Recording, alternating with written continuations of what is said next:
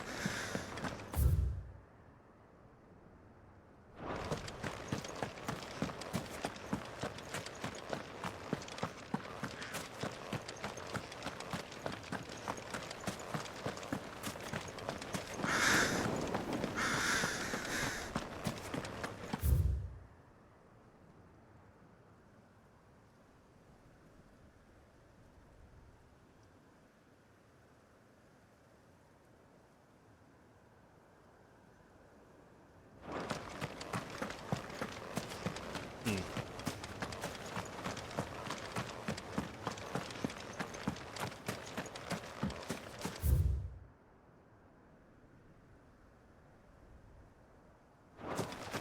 This is normal way. It's near oh,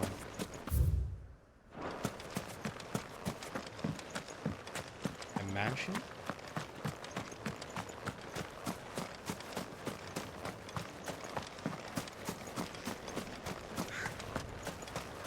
Oh,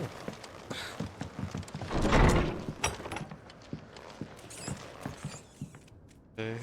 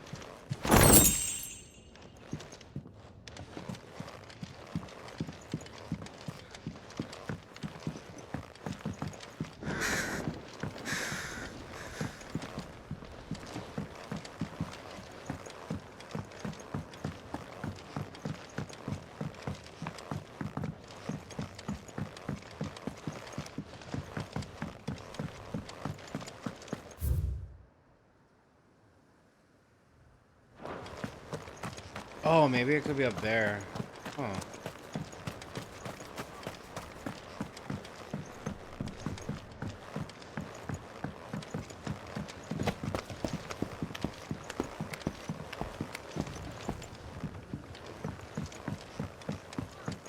Oh yeah, it is.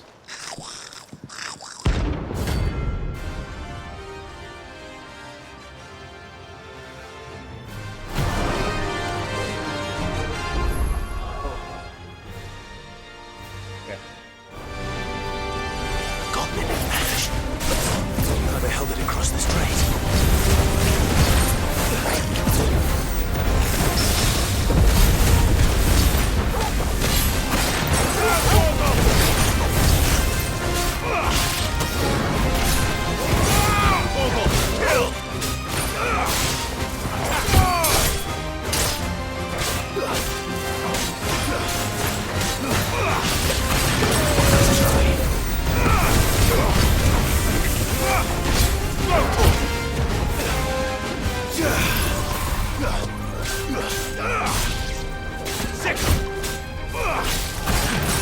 Too slow.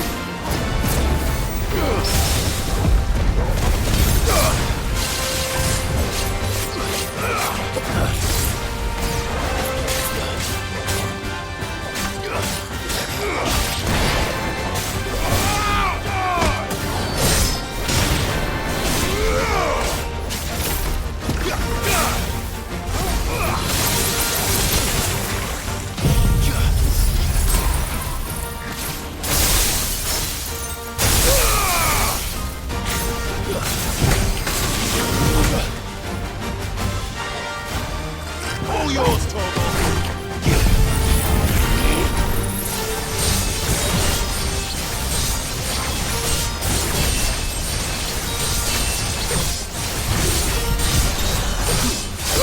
Torgal, kill!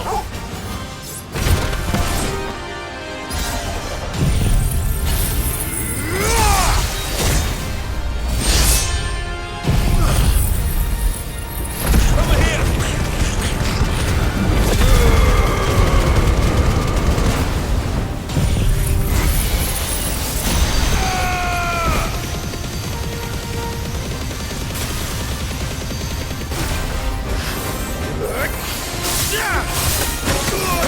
Not good.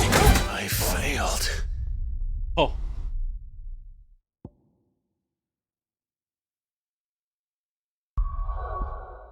I have an item that just gave me.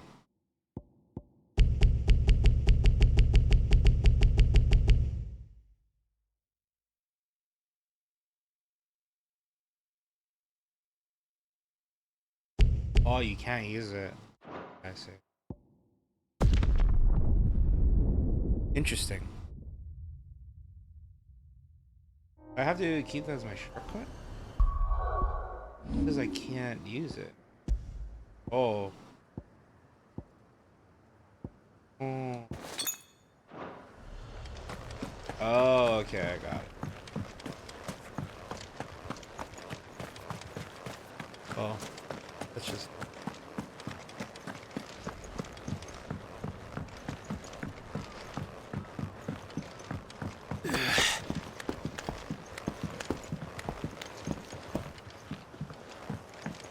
That hurt.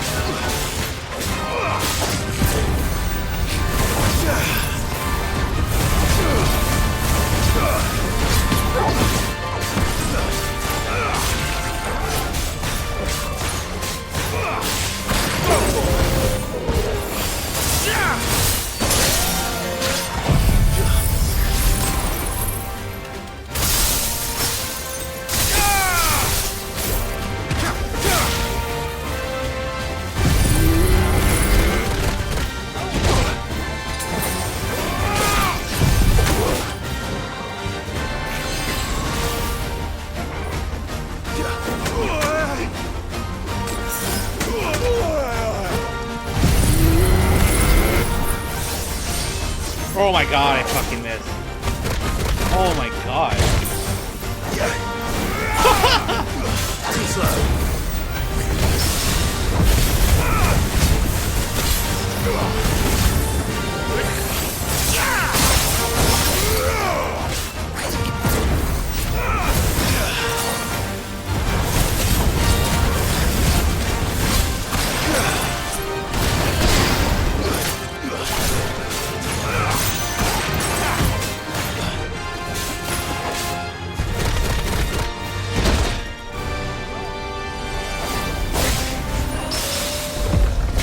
You're a fine hound.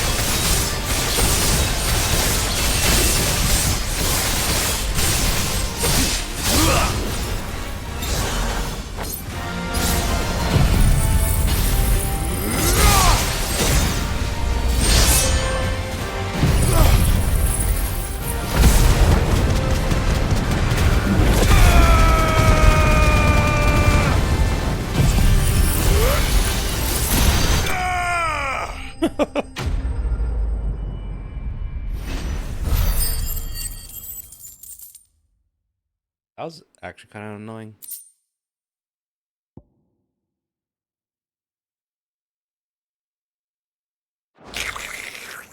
Your journey ends here.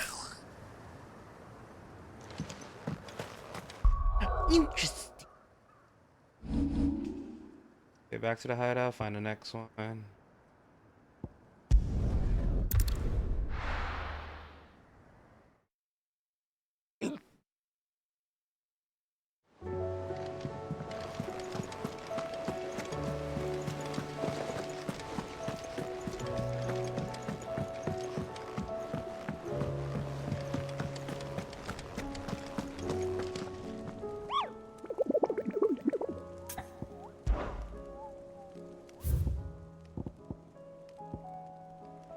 And worker.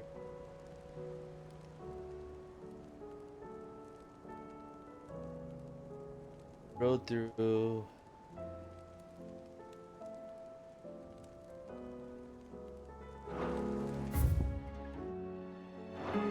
The other one.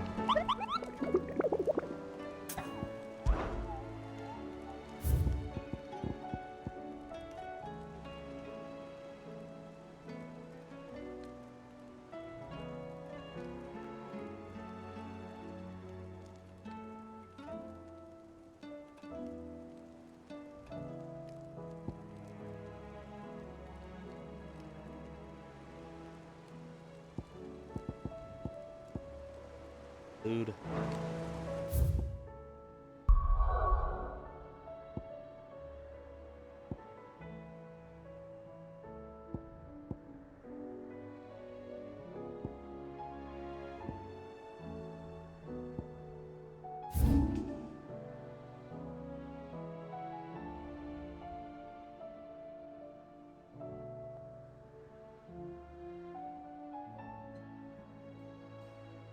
Oh, right here.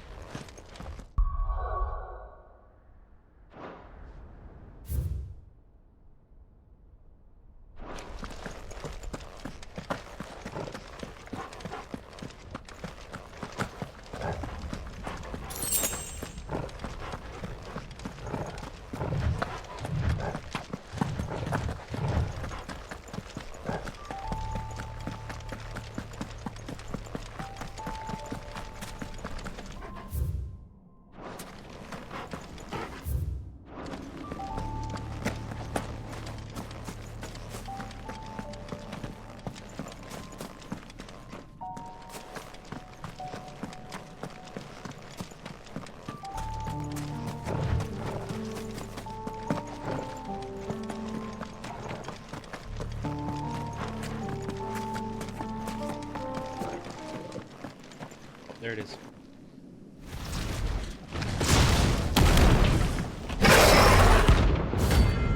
Agony.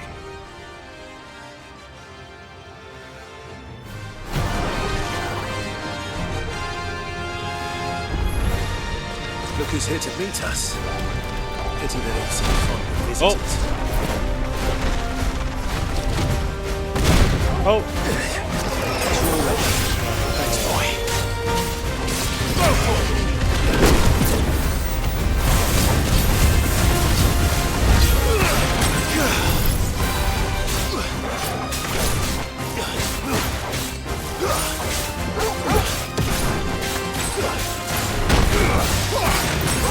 Kill!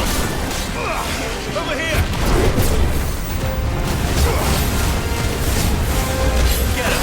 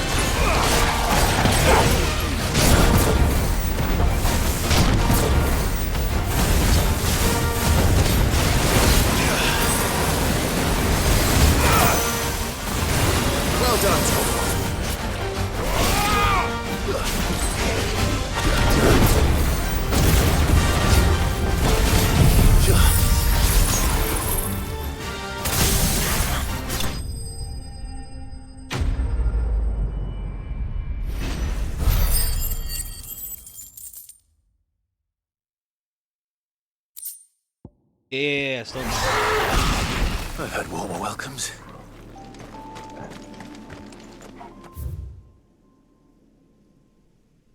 Go here yet?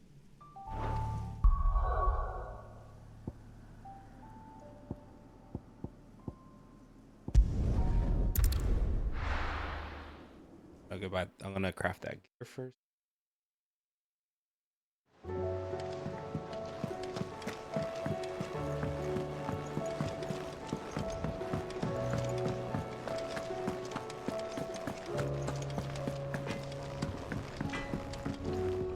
Yep. So, what'd it be? Not bad, if I do say so myself.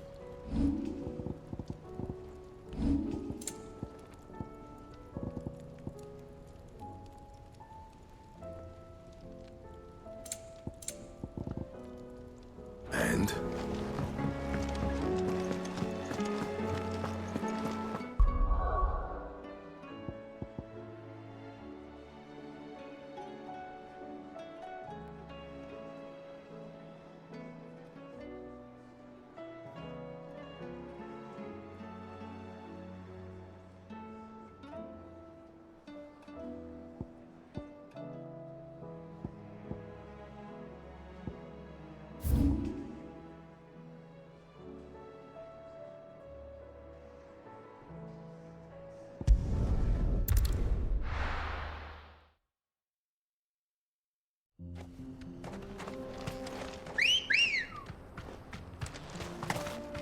Ready, go?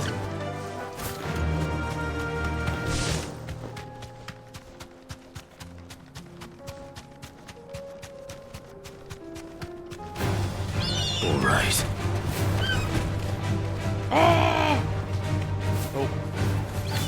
Get out of here. Oh, run, run, run, run, run, run, run, run.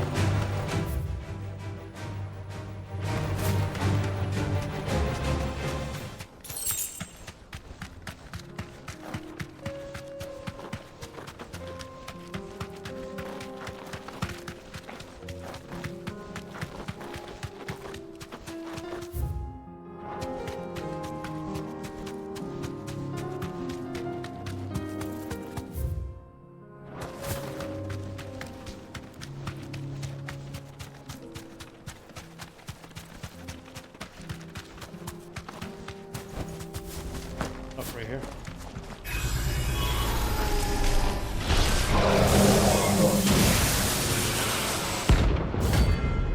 Thanatos. Thanatos. Thanatos. Another two friends, Arthur. If it's me you want, I'm right here.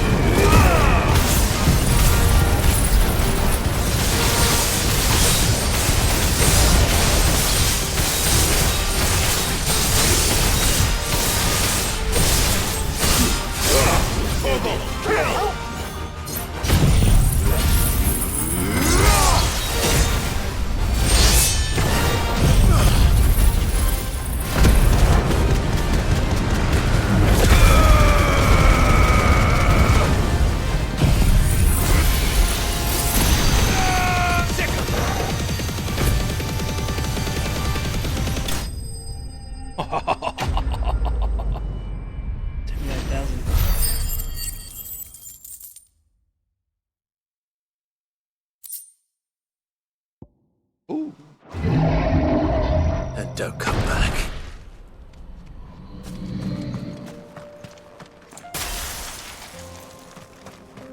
I'm.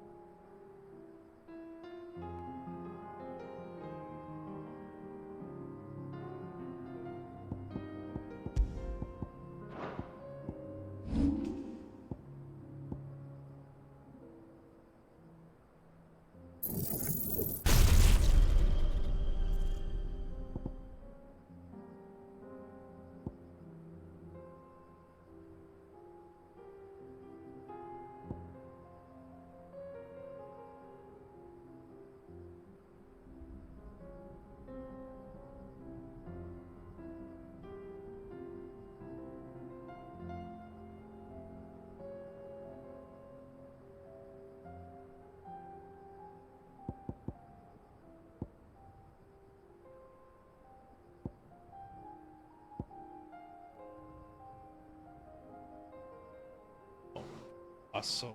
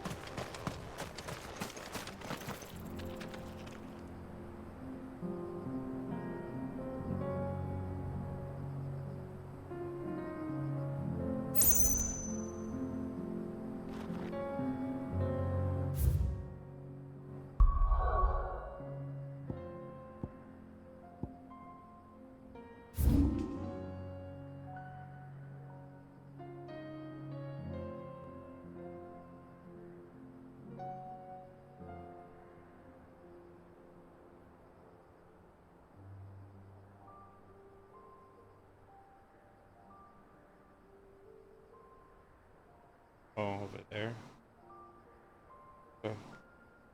First, I wanna buy.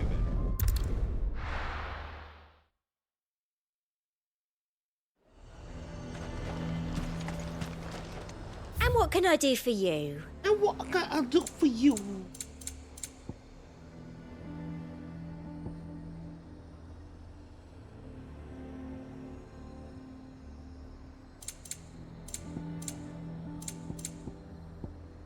Buy these. I do like a customer who knows what he wants.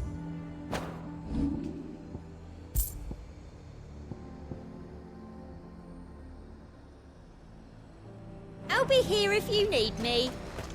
Am I here having a man? Who?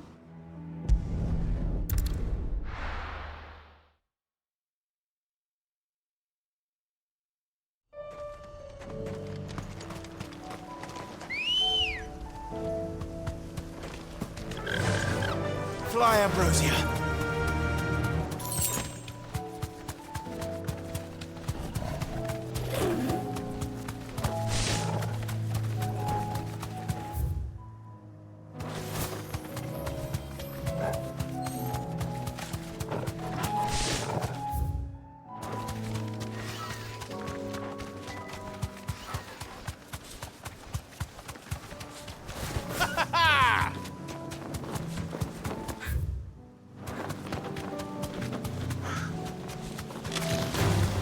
Nope. Fuck off.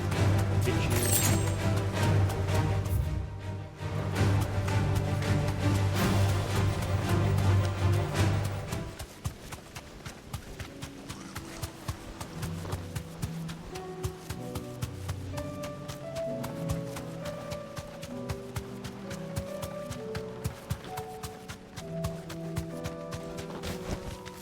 I can walk from here.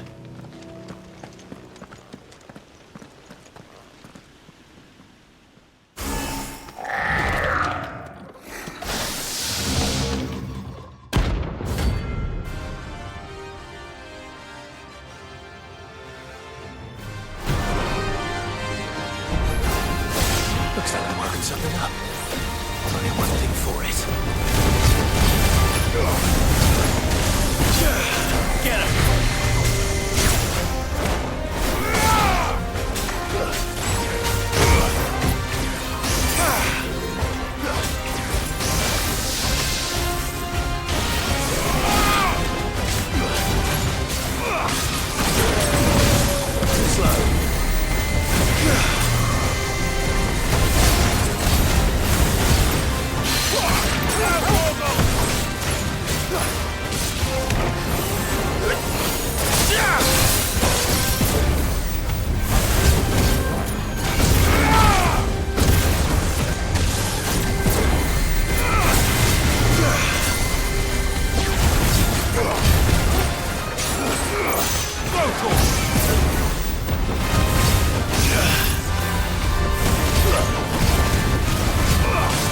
This one.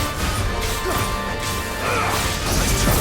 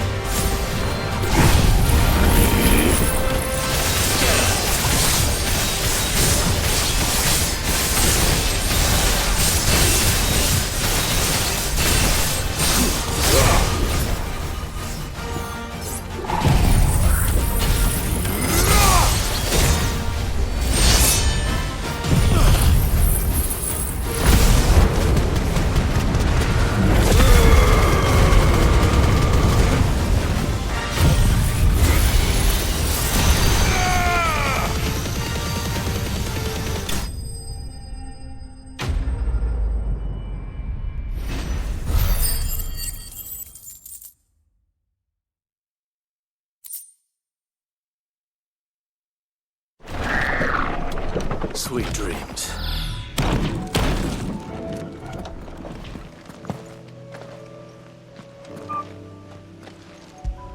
Yes. There you go.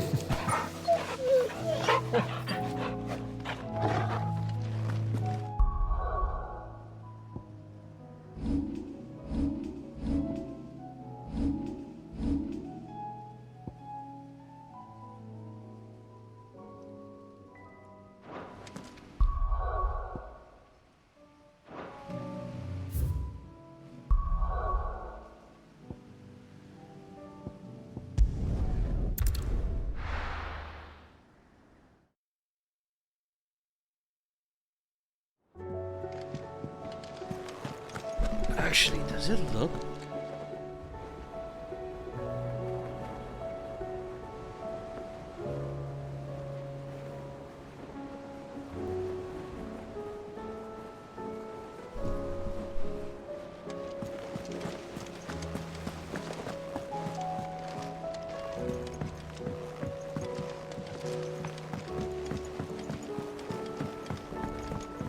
I think that's all the hunts I have for now.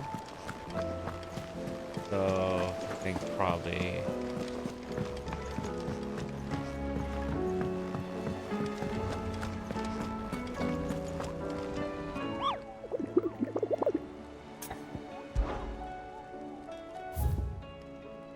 yep, all of them.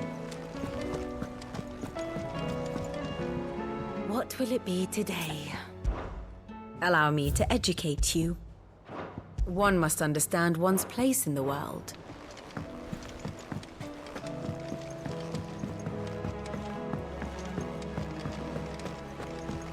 Actually, dude, I kind of want to use that fucking.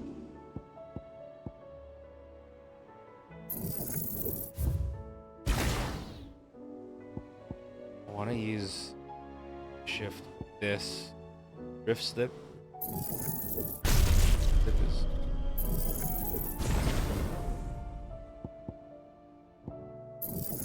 I'll just take it back. It's really good. How you place it?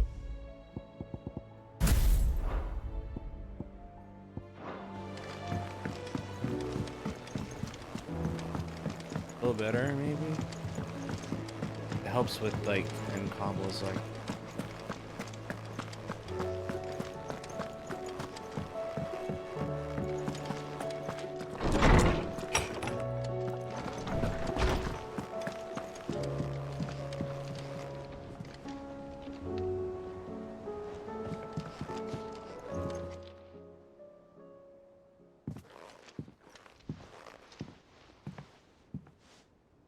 Come to wish on a star. That might not be such a bad idea. This is it, Jill. You know what I have to do. Why I have to do it. There's no turning back now. This is where our journey was leading us. Where it will end, for better or worse. I could pray to Metia for you. But you'll be all right, won't you, Clive? You always are. I did promise we'd watch the moon together. I'll be waiting.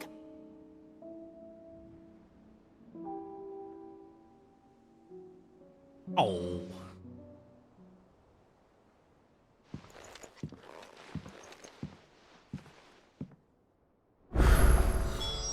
It's almost time. Better make sure I haven't forgotten anything. Oh! I got more questions. Ah! Ah! I have more quests. Ah, shit. Oh my god, there's a lot. Fuck. Okay, I should be doing that. So good.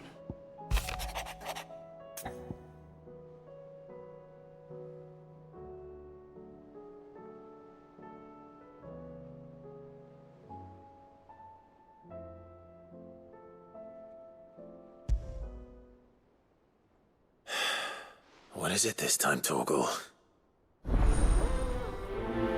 Well, time to do all the side quests. Alright, this.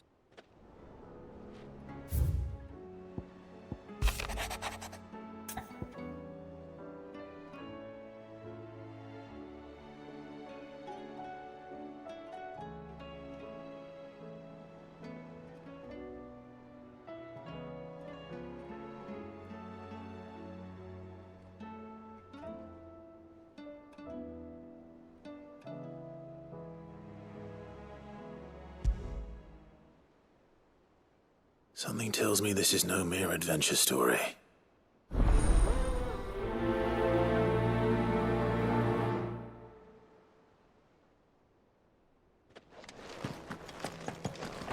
My god, look at all these quests, dude.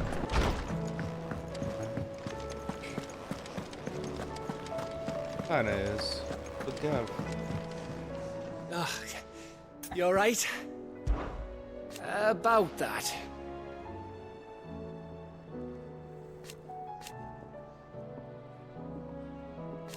Oi!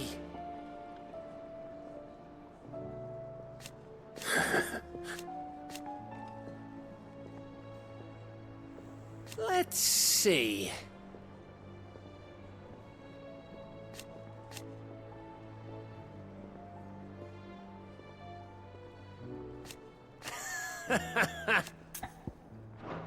You off then? It's him, I tell you. The Crown Prince of some...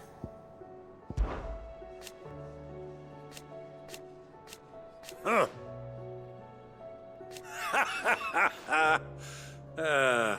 Thank you, Uncle. As for down here...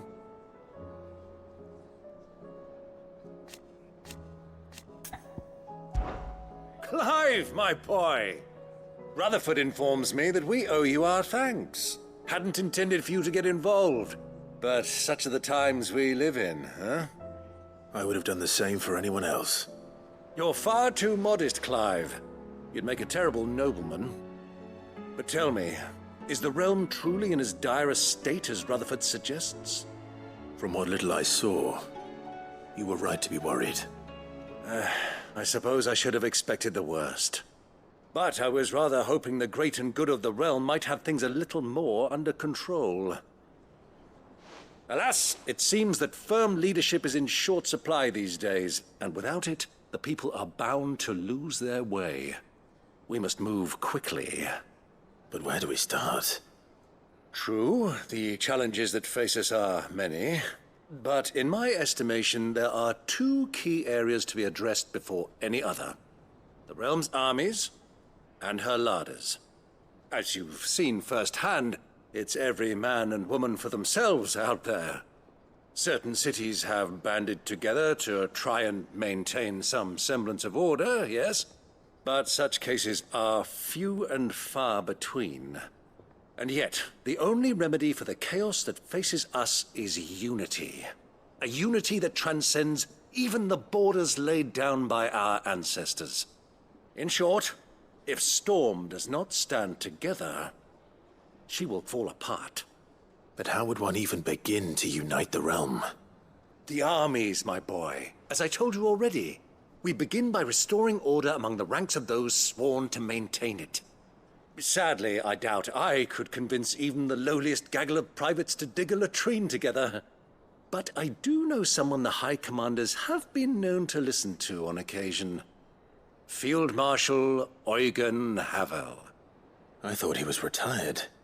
He was, until an Akashic army tore through Randalar and killed most of the rank and file. There is no man alive more capable. Literally. And as luck would have it, I've already spoken with him on the matter. Of course you have. And he's agreed to help. On one condition.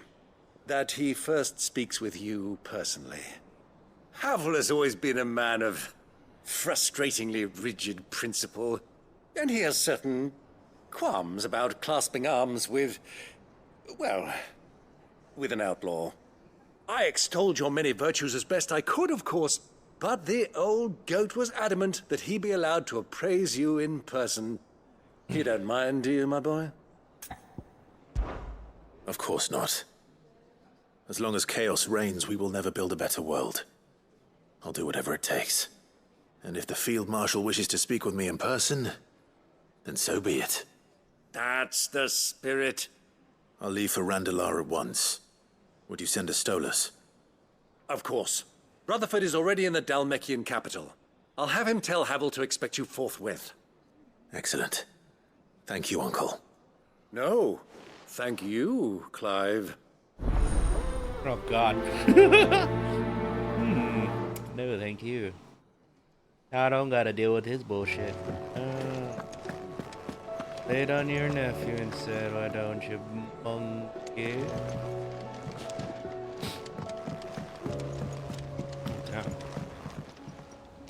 Ah, Clive. This is it then, brother.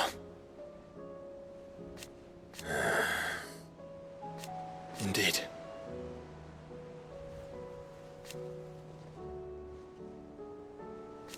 You're wrong.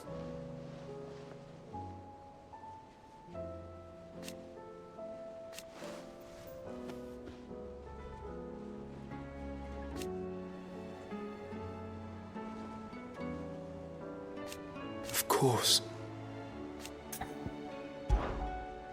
Joshua, what's wrong?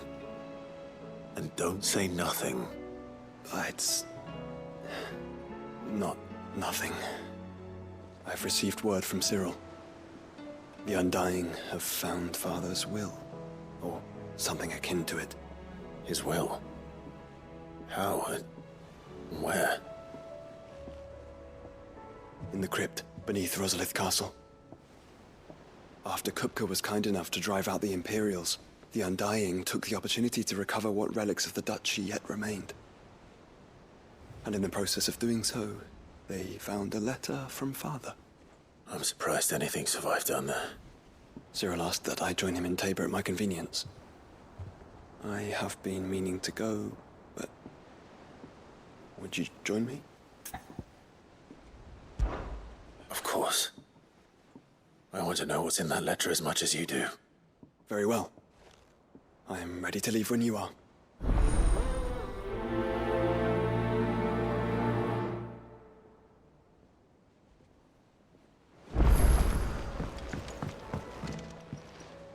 Courage, Ifrit. My decision is made.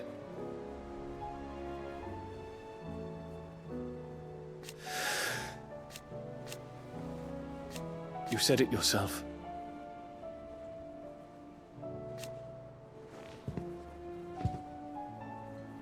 He must be stopped. He must.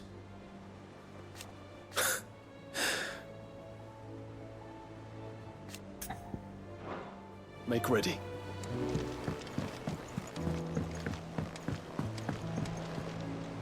Sid, do you have a moment? By all means. It's my old master. Seems there's no escaping her. She found some way to send me a letter. And something else. Records from a Waluda prison. Seems they were keeping a lot of bearers there. How did she come by such a thing? Finding bearers always was her strong point. And it seems the cells of Balmung Dark are full of them. Foreign captives, the masterless. Bearers no one would miss. And even better for her, bearers with no one to look after them. When ether started lapping at the walls, the jailers fled. Leaving the bearers to be liberated by whoever happened to come along next. Sid, I'd like to believe that I've earned your trust by now. And while I'm well aware that you've forbidden Cursebreakers from traveling to Walud, I can't let those bearers die in their cells. I'd rather risk shipwreck on the Shadow Coast than leave them to starve. We'll be needing the Enterprise if we're going to navigate the Narrow. Does that mean... I'm making an exception, but we travel together. And we stay no longer than we have to. Ash is an inhospitable place at the best of times. We save as many as we can, and we leave. Thank you, Sid. There was a name in the prison register. A name from my past. Chadwick. Another of my former master's protégés. A gifted soldier, and the closest thing I had to family. The thought of him held captive in that place. He must be very important to you. He was. Is. Then we find him. The entrance to the prison lies in the shadow of Ravenwit Walls, just beyond the portcullis. We should head there as quickly as we can. I only pray there are still bearers alive to save. As do I, Doris.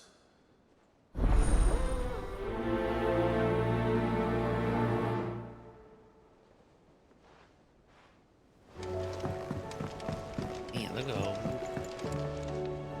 Sid, I was wondering if you could help me. It depends what with.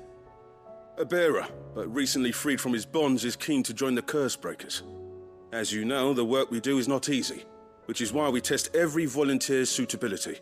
I was hoping you could oversee this one's evaluation. I don't mind, but why this one? Because he wants to be a scout. Our ranks are filled with men and women capable of breaking chains and putting slavers to the sword. But scouting, we're few with the nose for that, which is why we still rely so heavily on Gav. And since he accompanies you on so many of your missions, I thought you might be better placed to recognize the traits in him that we should look for in those who'd fill his boots. Sounds reasonable. So you're happy to oversee the boys' test, then? One can never have too many scouts. Truer words, Sid. I'll let the initiate know that you'll be attending his trial, and that he is to proceed directly to Northreach in readiness. No time like the present, eh? No time like the present. I'll await you there.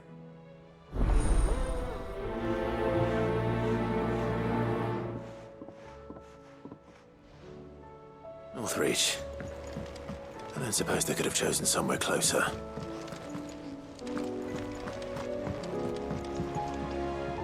Vivian, I read your note, and I'd be happy to help you find the book you're looking for.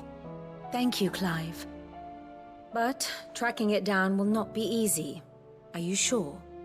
Please. You have always granted me your wisdom and insight whenever I asked. It's only right that I return the favor. Or at least attempt to. You are too kind. Alas, what I ask of you is rather more trying than delivering the odd lecture. I spoke with Harpocrates to see if he had any inkling as to where another copy might be found, but... But perhaps it is best that you hear the details from him. If you say so. Forgive me, Clive, for asking this of you.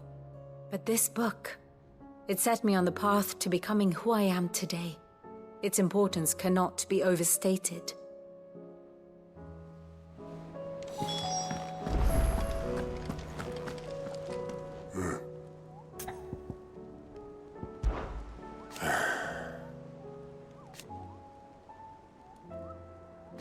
No.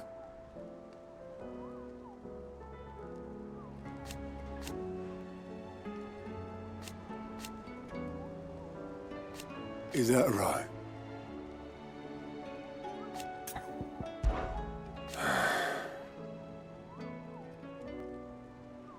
Might be time to take a step back.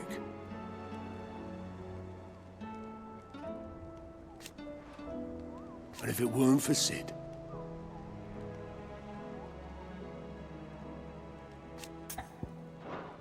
I'll be here if you need me.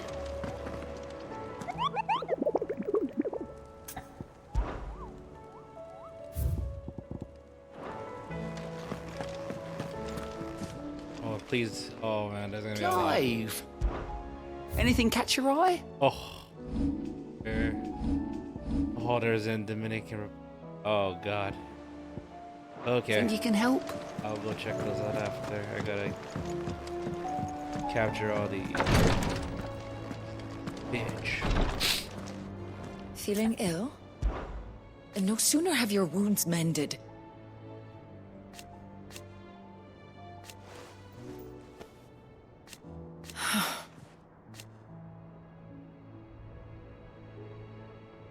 While I may not have Gav's nose,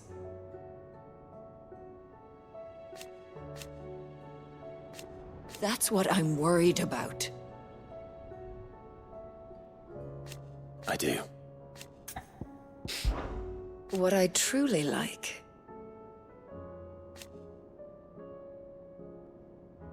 but teach her medicine.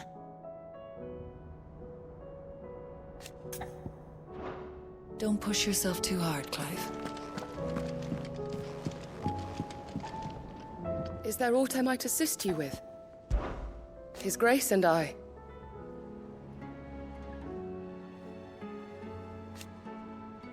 At first,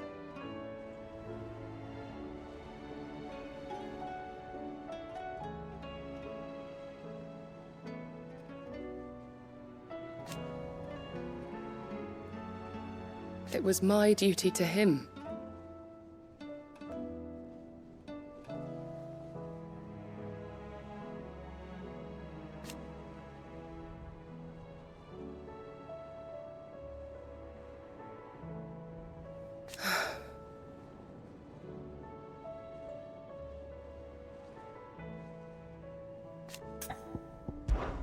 My lord. I am. I do not doubt it.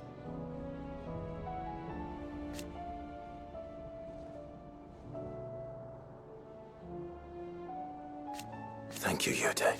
May you return safely. I prithee do not risk yourself unduly. Thank you, my lord, for taking me in. They're all nice to you. Heard it before. Oh god, it's her again. You have a different dialogue? All this time, Nope, yep. my heart has Get out. wandered hither. Bye-bye. Yes, it's me. Okay, bye. What do you think happened to Miss Midadol?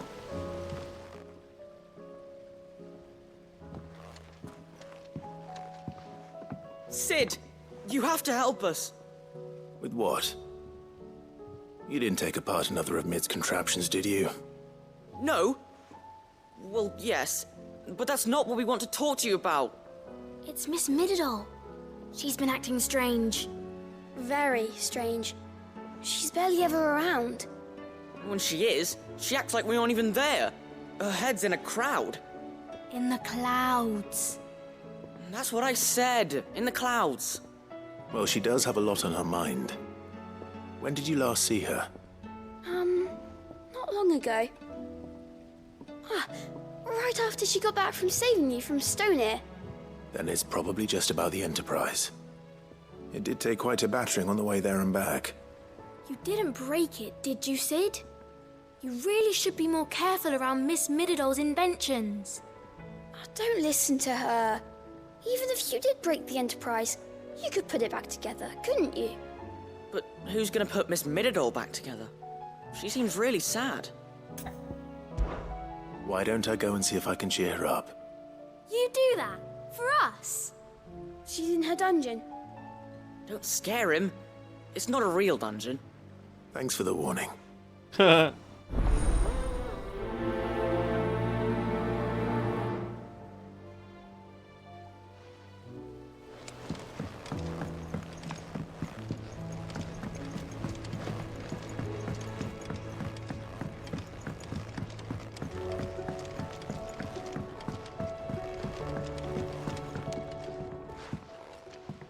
Mid, if you have a... That's it! I knew it! The answer was right here under my arse all along! If this doesn't steer to the skies, nothing will! To the skies? You aren't trying to give the Enterprise wings, are you? What else would I be doing? The children seem to think you're avoiding them. They're worried about you. Is this really so important that you need to shut yourself away from everyone? The Enterprise is already the fastest ship in the realm, and that's with the sea beneath her. But what if she weren't bound to the waves? What if she weren't bound to anything at all? It's not fair. The gods get the skies all to themselves, so I'm gonna do something about it. The Fallen had their chance, but they relied too much on magic. And see where that got them? But not me. I've discovered how to do it without. Well, almost. First I need to make a prototype. And is that a one-woman job? Are you volunteering? I'll have you know the Enterprise is my baby. But if her godfather's offering to lend a hand, I'd be happy to take it. First, I'll need oil, and not just some old drippings from Miss Molly's spits in the Tub and Crown. Refined stuff, like they make in Ordill. Then I'll need some bone, or shell. Light, strong, preferably no longer attached to the beast it belongs to. If it's beast bones you're after, I'm sure the curse breakers will know where you might find some. No, they'll know where you might find some. You're the one who offered to help, remember? I should speak with one of the curse breakers before I set off for Old Hill. See if I can't find this bone while I'm there as well. They make an oil down at the docks in Ordill that's as slippery as the sea nasties they render it from. With that and the bone I told you about, I shall be able to finish the prototype.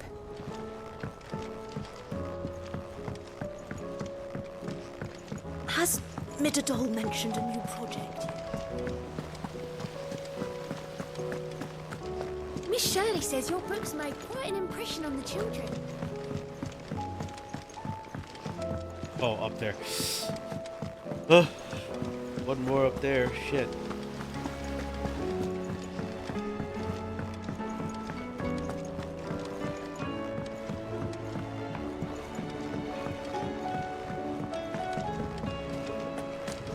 I will not let them be forgotten. Sid, may I have a moment? Of course. It is an honor to finally speak with you. My name is Herman. I've been with the Cursebreakers for some time now, and I wish to be deployed to Ash. Any assignment will do. No. The lands across the Narrow are too dangerous. I will not send good men and women to risk their lives needlessly. Why would you want to go back? I need to retrieve something. Something important. I was raised in an orphanage. The Badbach Conservatory. Or rather, I was held captive there. It was not a place of nurture. It existed solely to turn bearer children into mindless weapons. We were tortured until we feared no pain. Tormented until our hearts turned to stone. And few ever survived long enough to become tools of the last king. I can't imagine. I lost so many. I can't even remember all their names. But they must be remembered. They cannot fade away, faceless and forgotten. The Institute was run with military precision. every child measured, every name recorded, every death logged with meticulous care. Cid, allow me to travel to Ash and recover the registry so that my brothers and sisters might live on. You were a good friend, Herman. But the fact remains that Ash is simply too dangerous. Cid, please, even should it cost me my life. Too dangerous for you, Herman. But not for me. I'll go to Bad Bach and find the registry. You will? I won't let you risk your life. I don't know how to thank you. You can start by telling me where I'll find this orphanage. Vie de Grace. Hidden in a forest, overlooking the plains. All right. I'll see what I can find there. May the mothers guide you.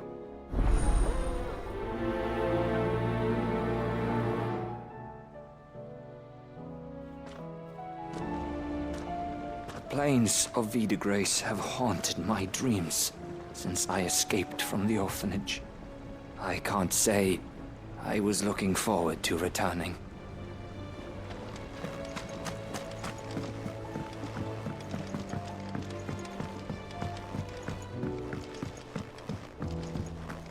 Has Midadol mentioned a new...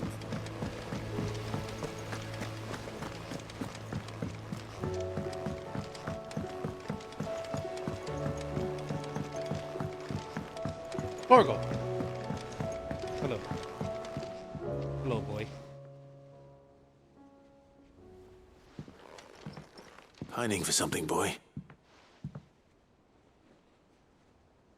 What is it? What do you see out there?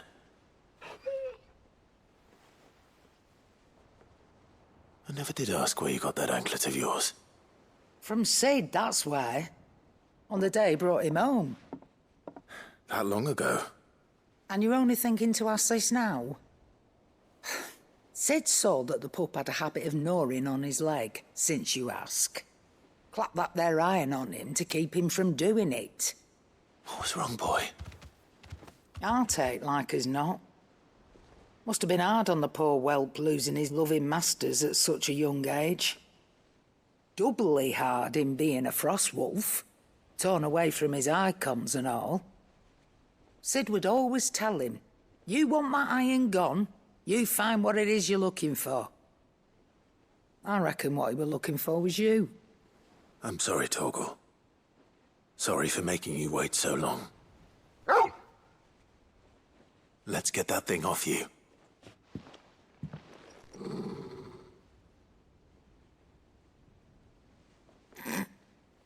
Doesn't sound like he wants it off. Indeed.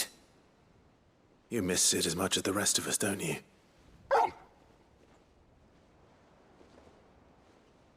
You want me to go with you somewhere?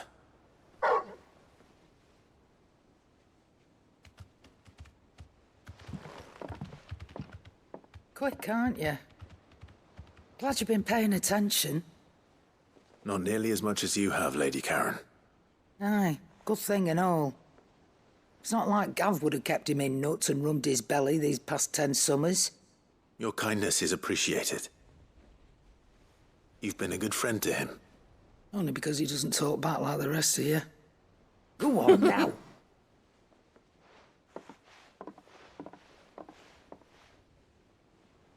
Where to then, Torgal?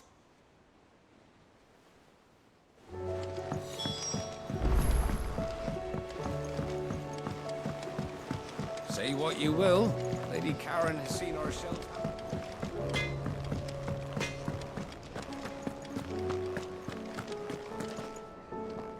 All right, Torgal. Where are you taking me? I'm going to need a little bit more than that, boy.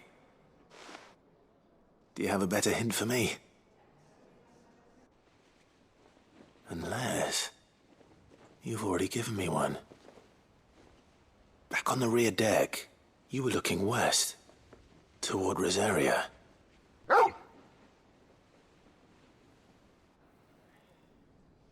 Why don't we try the rookery?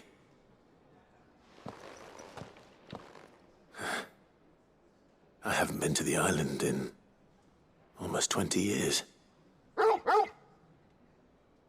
To Port Isolde, then. Fingers crossed the old mooring is still there.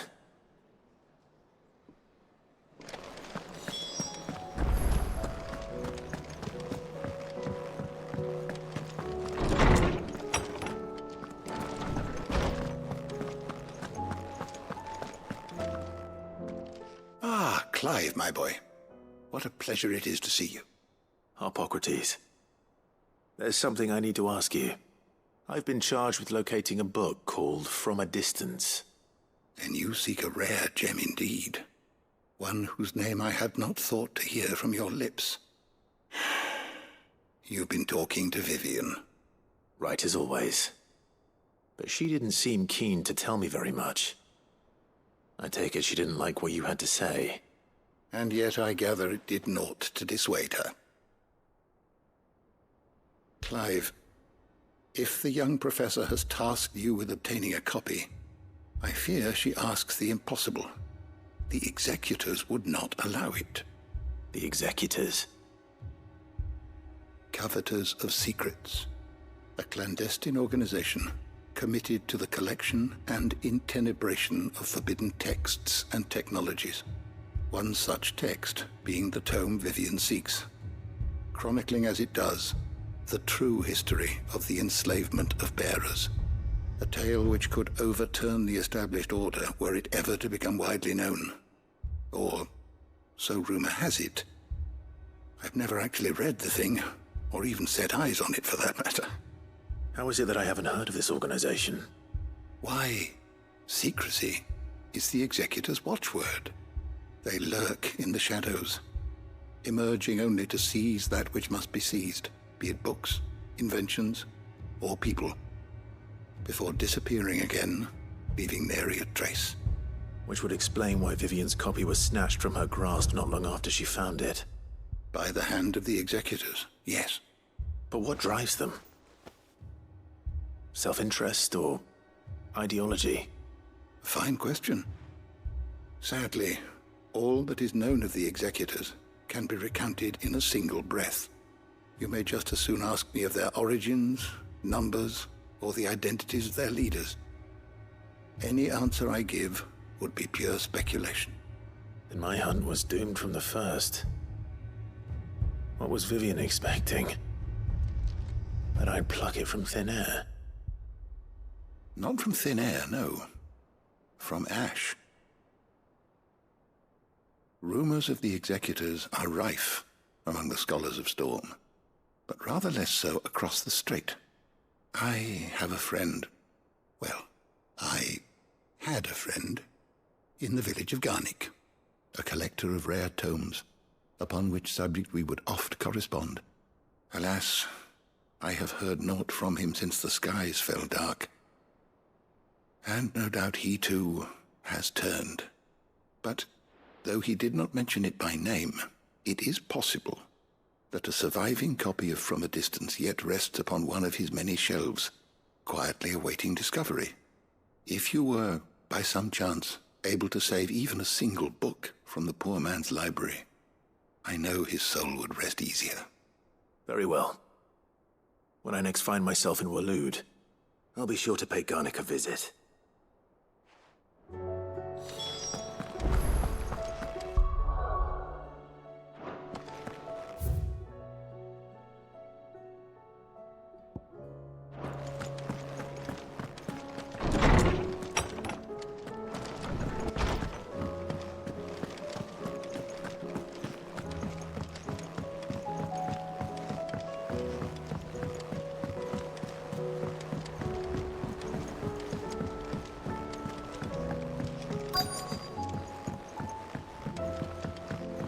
Twinside's hundreds of leagues away. All right, Sid. Come to buy us around, have you? Only if you earn it. Mid needs a piece of light but durable bone for her next project. You've encountered your share of beasts on your travels across the realm. Any ideas? Most bones are the same. Whack 'em hard enough and they'll break. If it's durability you're looking for, shell will serve you better. You know what an adamantus is? I do. and I know to give them a wide berth. Will any old adamantus do? Well, with shells, the older the harder. There's a rumour of an ancient adamantus down in Carava, near Old Bidza, or what's left of the village anyway. But don't expect to make quick work of the bastard. There's a reason it's lived as long as it has. I'll keep that in mind. Thank you.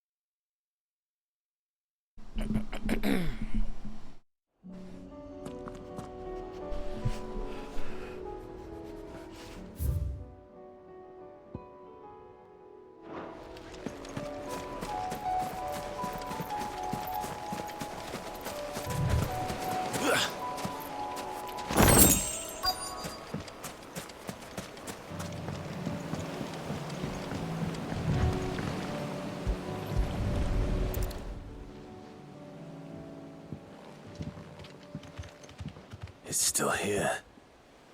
After all these years. A lot smaller than I remember. And you're a lot bigger. You might have to swim, boy. I wasn't being serious. You two go on without me. I doubt that boat will hold a third. If you're sure, we won't be long. Hop in, boy.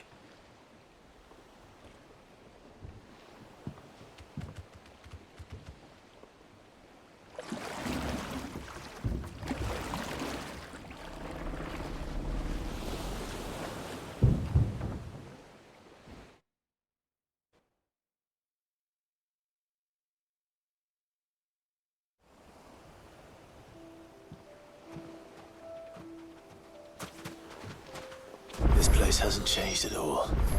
The rookery's right through those trees. Come on. Race you there? I bet I could still beat you.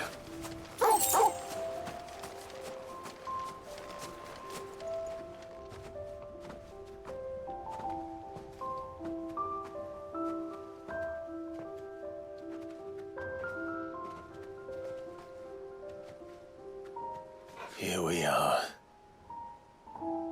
This was our hideaway. Wasn't it, Torgal?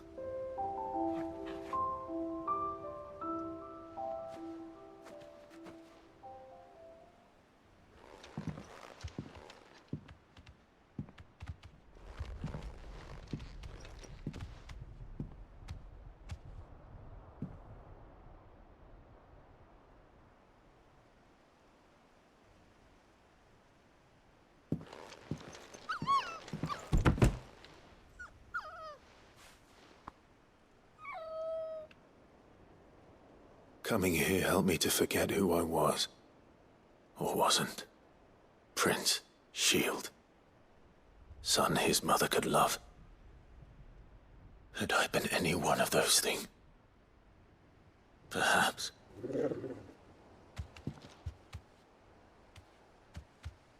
What is it, boy?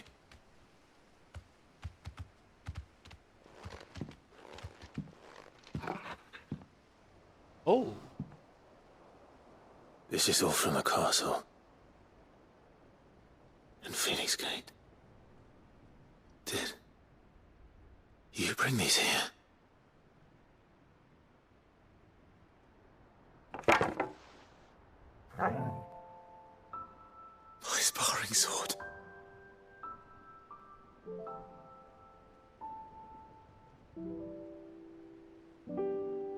Well. You never stopped looking for me, did you, boy? Oh. Thank you.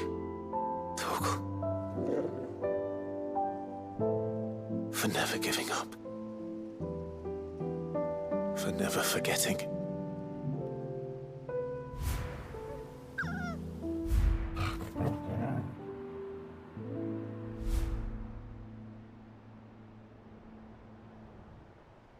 Let's take this with us, shall we? So I don't forget either.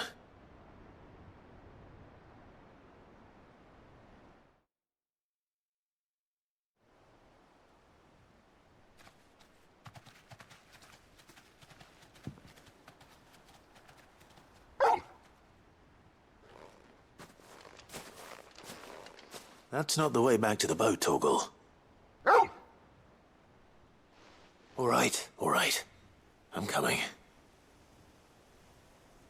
I think I know where we're Not going. gonna lie, I kind of teared up a little bit. That was pretty good.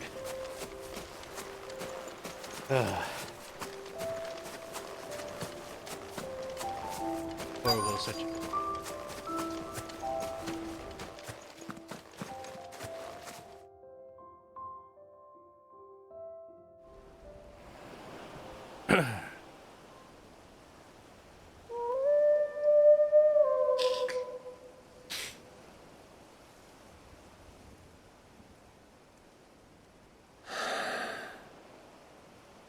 People always talk about the importance of putting the past behind you. But without it, we wouldn't be who we are today. And we certainly couldn't steer our way to a better tomorrow. Come on, Torgal. Let's go home.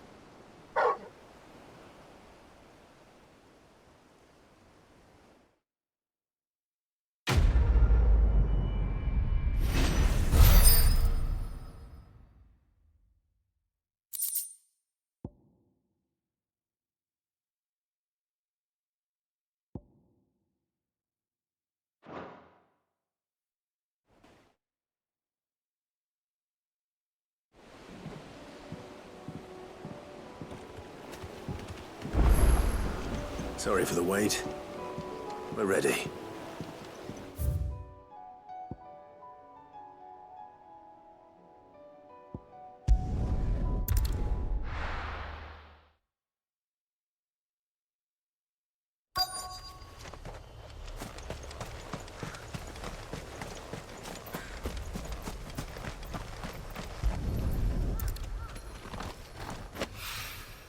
It's oil. After what happened here, it's a miracle there was any left at all.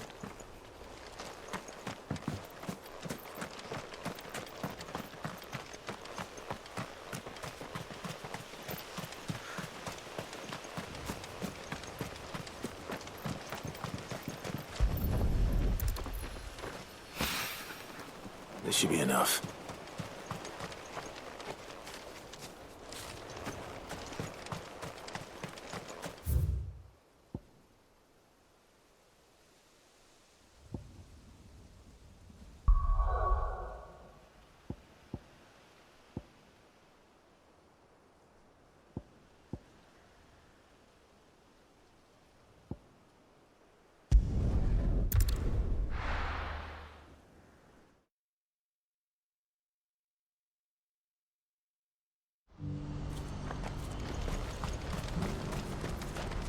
What are you looking for?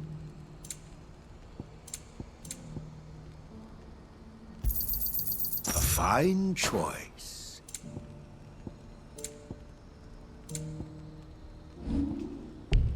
May Gilbert smile upon you. It's good to see you.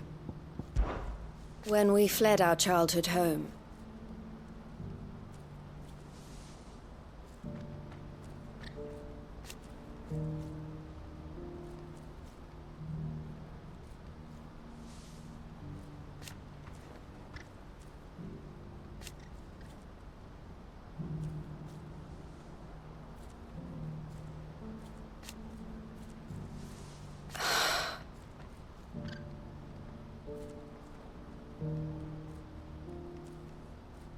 I loved him.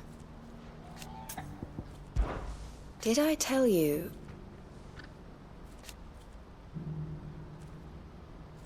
That was what he wanted.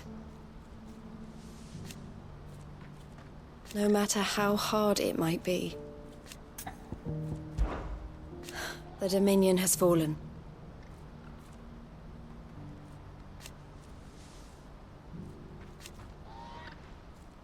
The Crimson Caravans must set an example. It is our job to keep the hope alive. Farewell.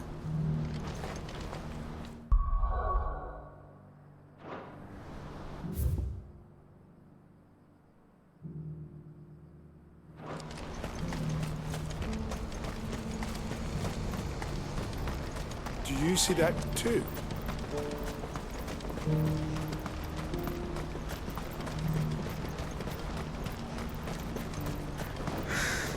What is it?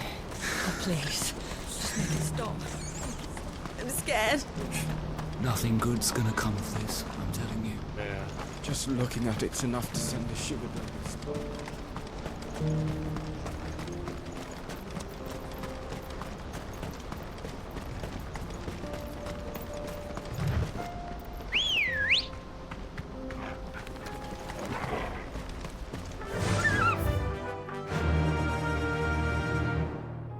Yeah!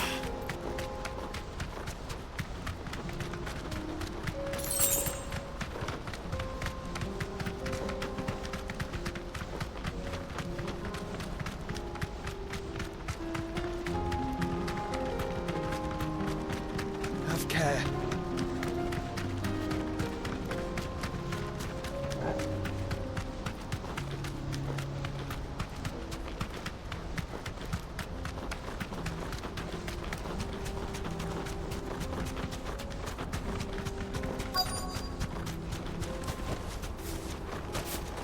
It can't be Rutherford, can it?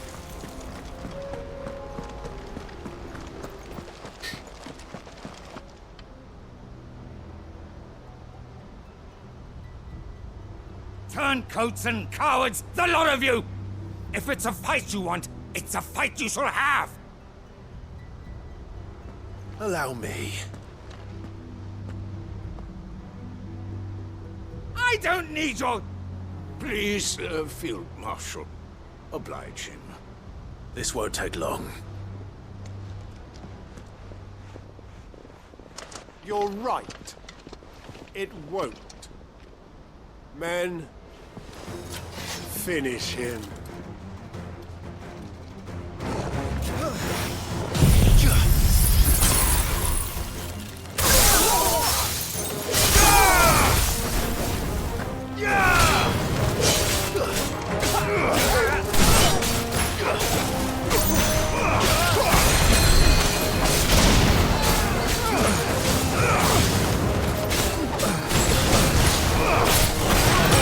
Kill!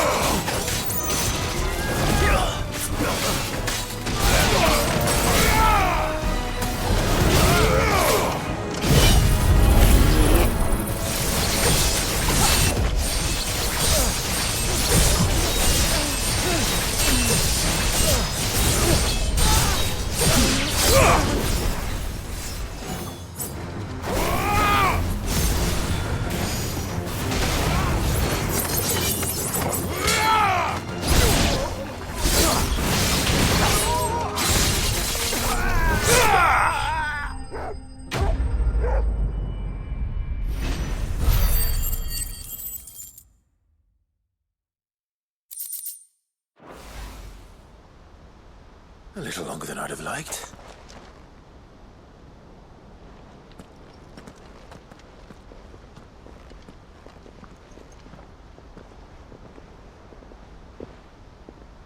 Field Marshal Havel, I presume. Are either of you injured? No, my lord. You arrived just as our escort turned on us. Fucking traitors.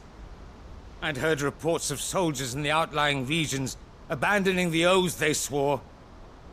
But I hadn't thought the corruption had reached so close to the heart of the Republic. It's a fucking disgrace. Your interfering old bastard of an uncle tried to warn me, of course. My lord Marquis. Or is Sid the Outlaw more to your liking?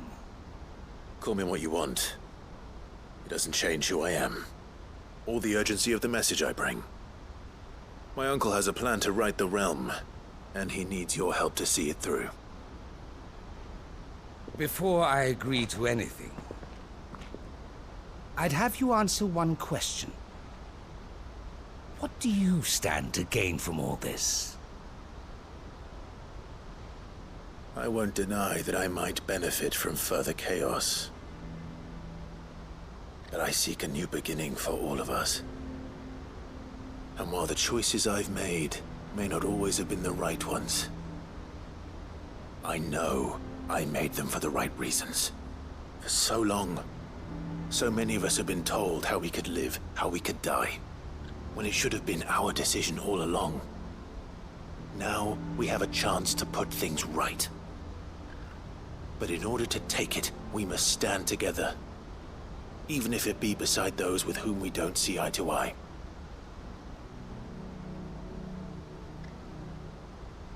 Certainly not the words I expected from an outlaw. But perhaps your uncle was right.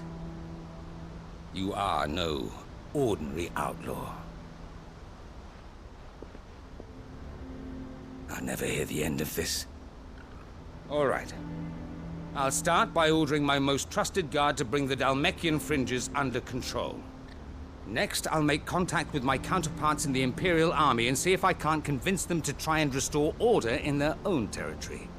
Thank you, Field Marshal. But they are not the only ones we will need to convince. What do you mean? I don't doubt that I can bully some sense into a few generals. But those they answer to require a different kind of persuasion.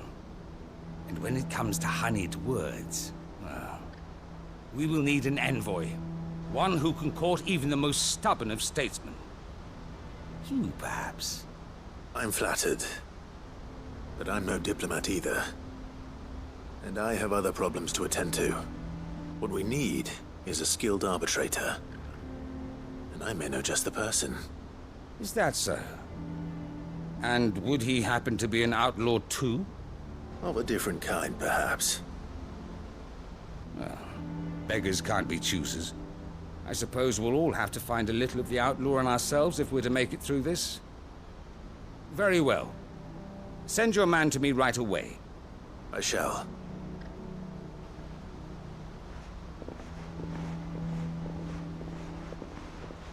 My Lord Marquis. Your Lord Uncle bade me escort the Field Marshal to his manor in Port Isolde. And I will see that my associate joins you there. Very good, my lord.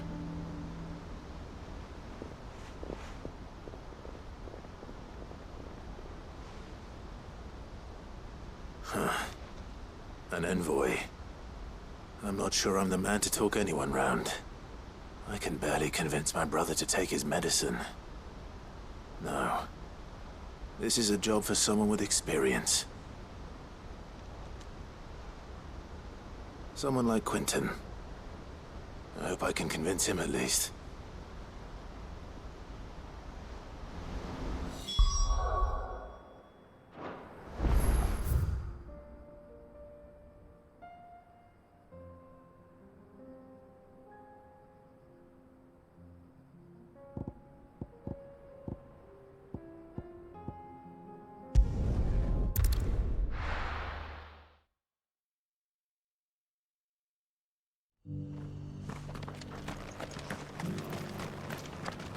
Here, take a look at my wares. A fine choice. Go safely.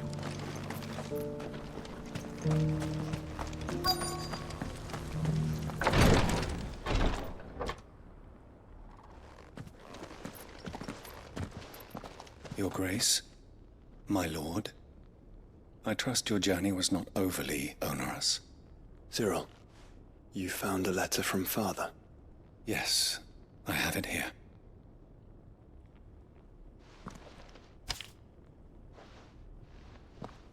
If you would do us the honor, my lord.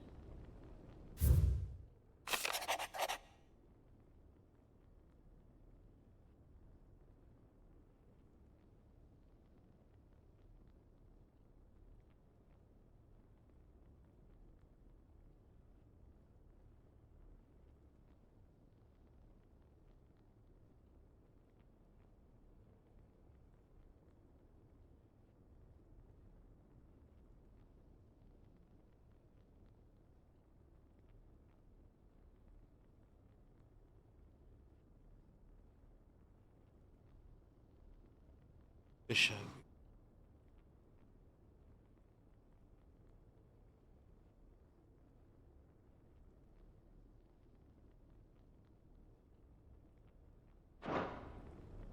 An inheritance. It would seem the late Archduke penned this missive shortly before his passing. The day before we left for Phoenix Gate. What are these plans he spoke of? His plans for the duchy, Your Grace. Your father entrusted them to my predecessor, the former bearer of the Burning Quill, who entrusted them in turn to me. The complete emancipation of bearers is their stated aim. But your father's dream did not end there. His Grace also spoke of building hospices to care for those stricken by the curse, and the founding of a new university to further the development of non-magical technologies. With the blight spreading ever more widely across the twins, Archduke Elwyn saw this as the only means of securing Rosaria's survival. He wished to see men and bearers treated as equals. To see centuries of common wisdom overturned. Small wonder he did not think it achievable within his lifetime. But he thought it achievable nonetheless. Had he not, he would never have written this message. Nor would he have entrusted his vision to his most faithful aides. Those who would have stood with you, shielded you from the machinations of the less benevolent personages at court. It's a pity only they are still with us. 'Tis true that those most loyal to your father were the first to suffer the Duchess's wrath. But one at least remains, and she has come bearing gifts. What do you mean? Mayhap it is better that she explain, my lord. After all, the duties entrusted to me by my predecessor extended only to recovering His Grace's will and arranging a meeting with the one who might execute it, or a part of it at least. And where is this woman? She awaits you in the archive, Your Grace. Thank you, Cyril. Shall we then?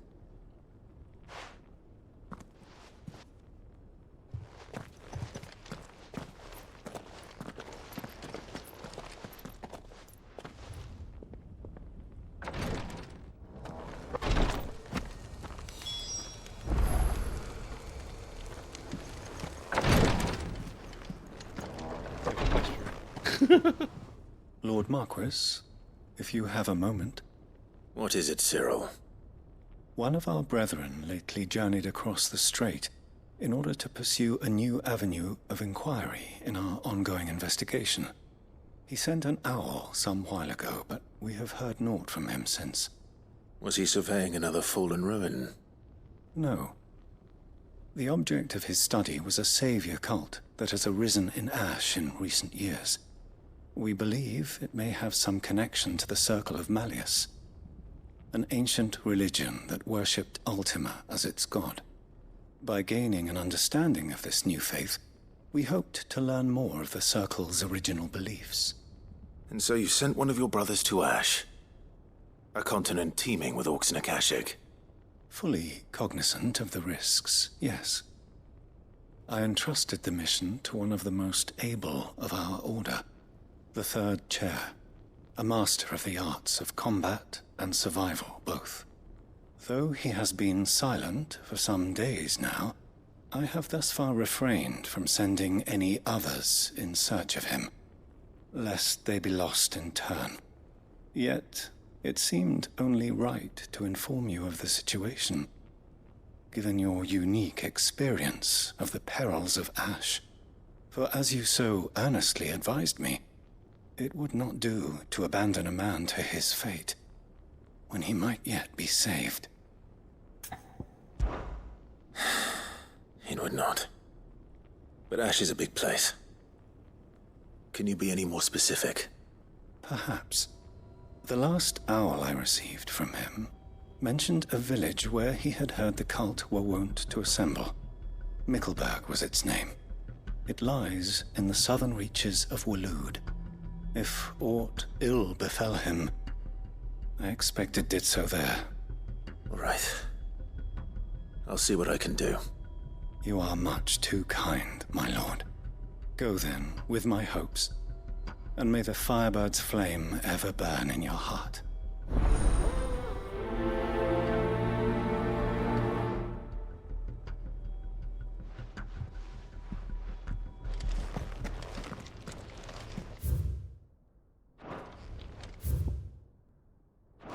If this new faith really is an offshoot of the Circle of Malleus, then... Let's concentrate on finding the Third Chair first, shall we?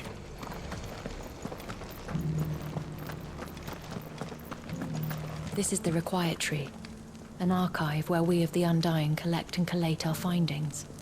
Fragments of Ultima's true nature surely lie buried within these pages. We have only to unearth them.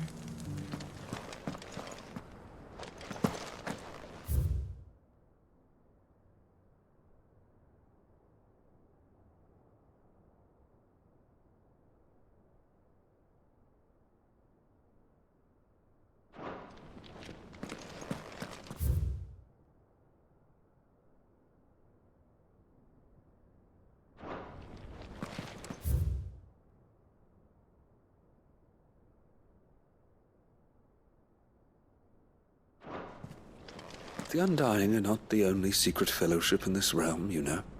There are others, each working for their own ends. Why, not so very long ago, a society committed to discovering how one might cast magics without a catalyst was found to be operating throughout Valisthea. They were denounced as heretics, rooted out, and driven from our shores, never to be seen again.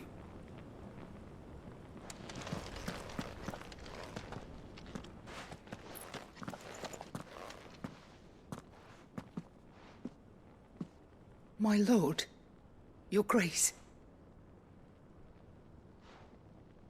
I hardly recognize you. I am Goditha, retainer of House Rosfield, loyal servant to the Phoenix and his shields. Your father, the Archduke Elwyn, entrusted me with the delivery of a gift. I only hope you can forgive my tardiness in bringing it to you. Lift up your head, Lady Goditha. You have our gratitude for your service to our house and to our father. I merely did my duty, as any proud Rosarian would. My lady, perhaps you could explain a little more? What exactly is the gift you bring?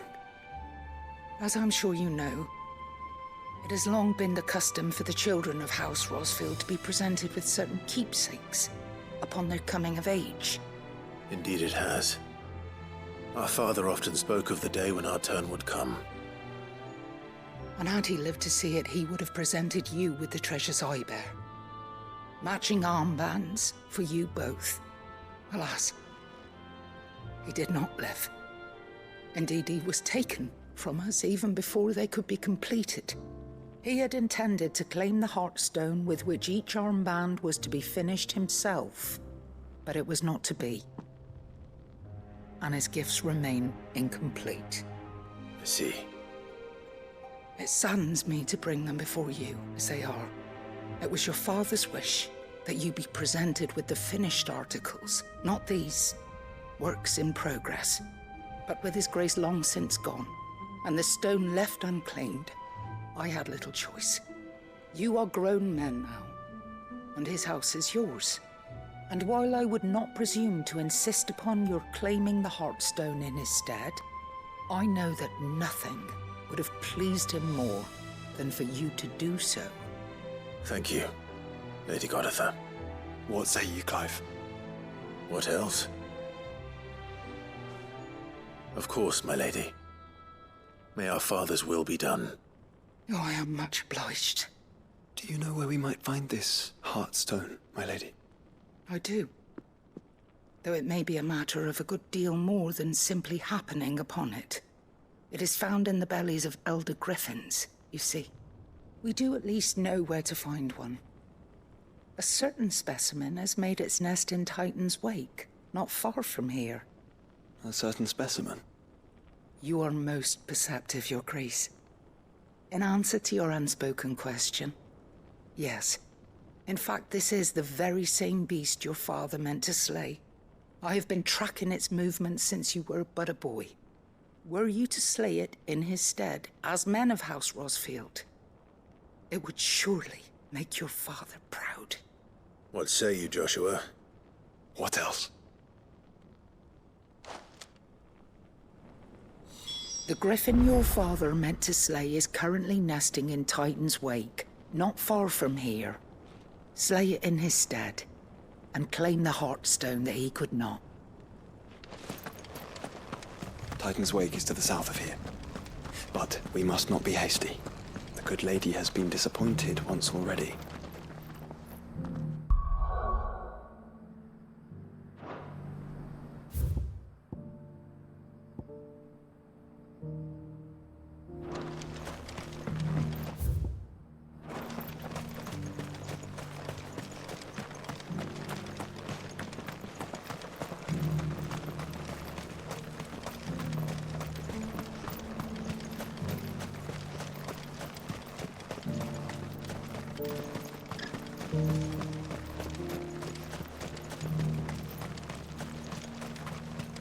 Ambrosia won't help me here.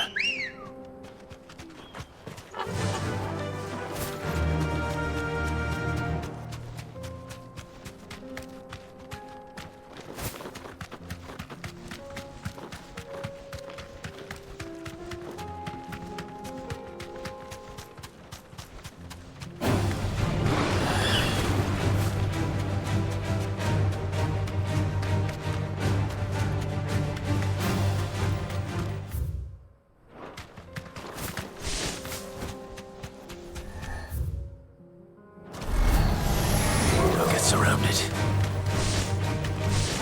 Goodbye.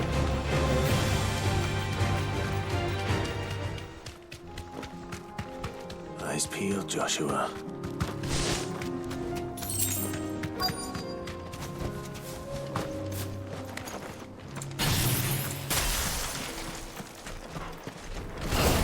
There it is. For House Rosfield. Go, Torben!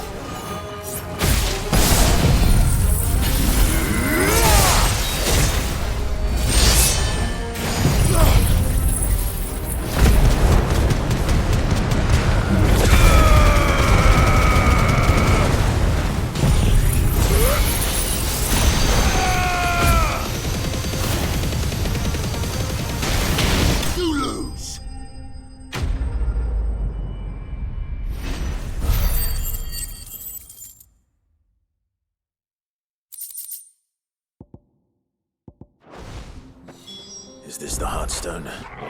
I expect Lady Goditha will know.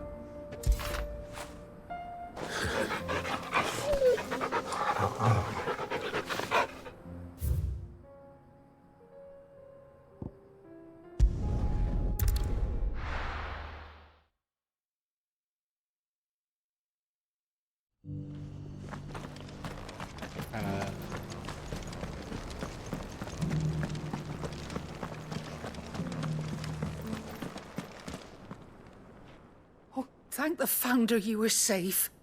The Griffin is slain then? And the Heartstone claimed.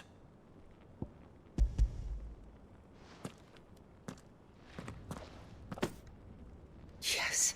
This radiant luster, like frozen flame, it is just as your father described it. Thank you, my lord. Your grace. Your father would be so proud. Lady Goditha, the lapidary is ready. Thank you, Cyril. I will be with him shortly. If you would excuse me, I shall have the stone cut and set forthwith.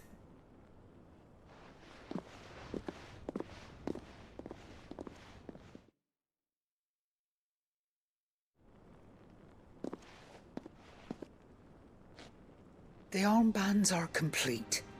Pray, take them. They are yours, after all.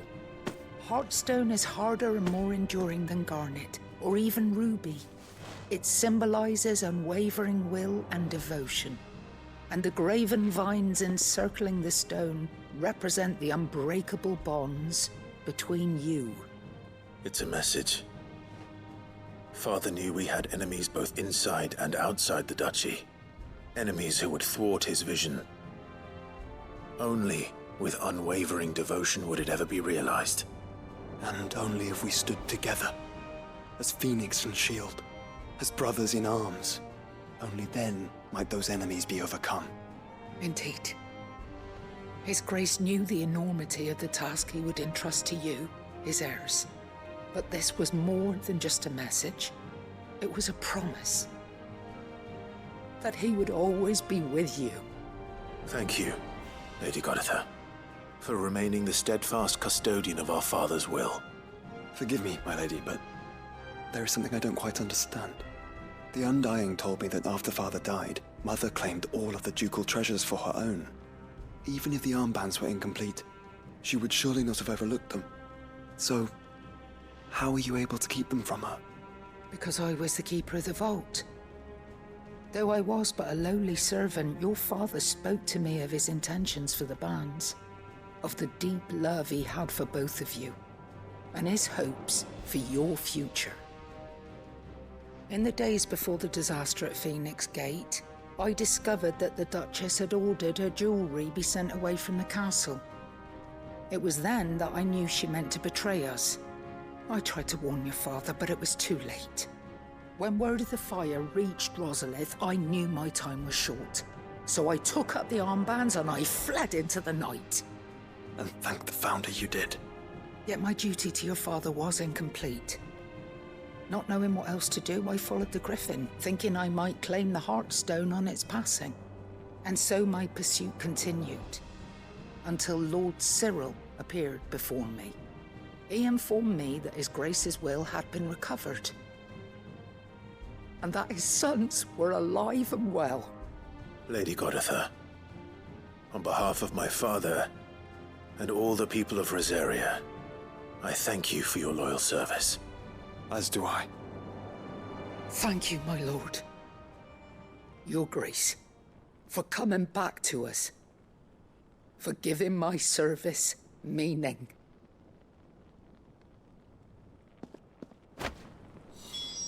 I remain your faithful servant, my lord.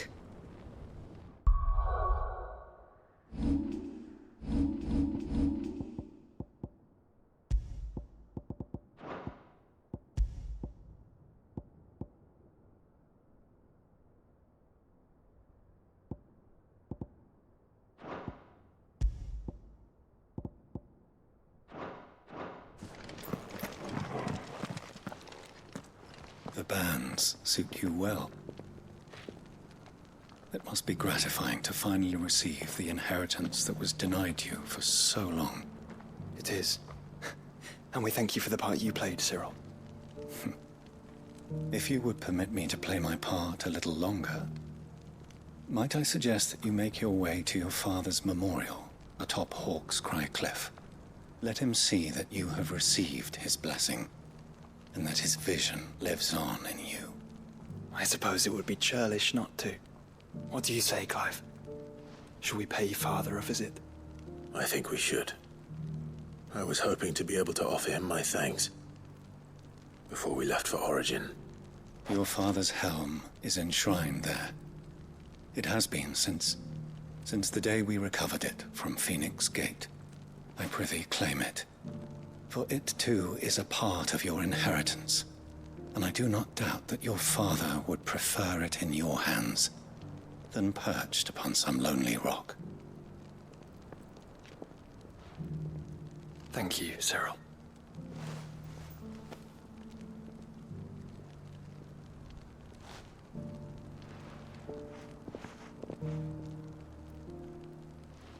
Come on, Clive. He's waiting.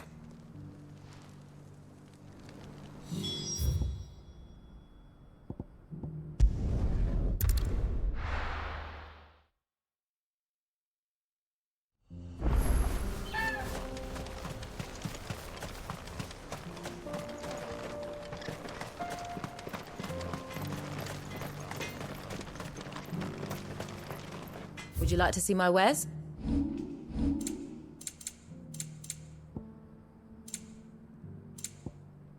You generally buy things with Gil. Farewell, traveller. I've got a new design for a blade.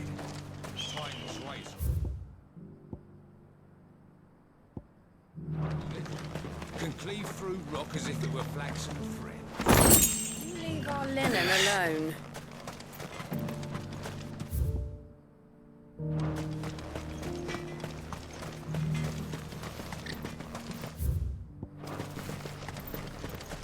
Welcome to Dravoj, Sid. Our gate's always open for you and yours. Good girl. Run like the wind.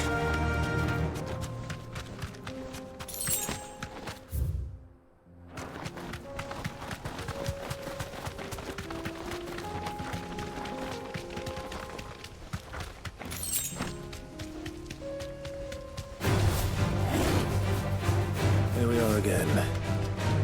Carava. If you were a tortoise, Togo, where would you hide?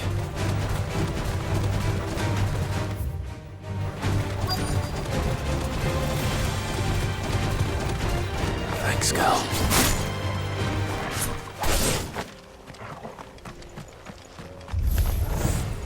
Looks like we found him.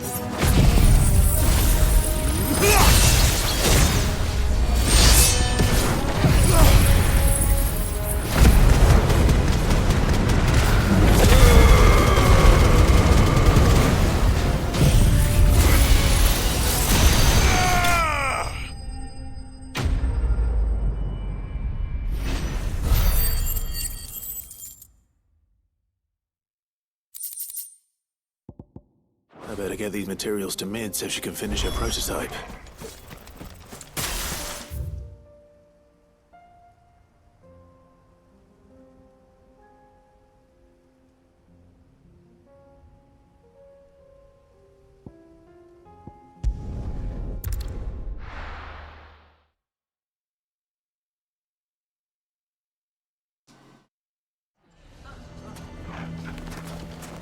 Why the hell would Victor take...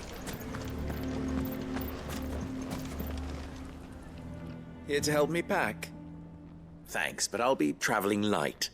I'm almost finished already, in fact. You're really going to go through with this, then? I am. But before I go, there is one small issue I'd like your assistance with. Well, two, in fact. If it's within my power to help you, I will. It's the children. I refuse to let them share in my disgrace. And if I leave them here, they surely will. Our friendship would see them ostracized forever. But I can't take them with me either. I can think of only one place where they are certain to be safe and provided for and loved. The Hideaway. Of course. The children would be more than welcome. Thank you, Clive. I will not forget this. Lubor, are you still here? What is it, Ferda? You look pale. There's been a flood in the Velcroy, a damn big one. The League of Outlaws encampment was completely submerged in ether. What? Every last one of the bastards has turned. And they're headed this way. Bandits are one thing, but Akashic bandits are quite another. The town guard won't stand a chance against them. We need to evacuate. There's no time to lose. Ferda, gather the men. The Akashic may strike at any moment. We must make ready to cover the townspeople's escape. Well, what are you waiting for? Yes, my lord. Clive, change of plan. The children stay with me for now. I need you to find Conrad and Natalie. Tell them to prepare for a full and immediate evacuation. Understood. I'll do what I can to convince everyone else. Wish me luck.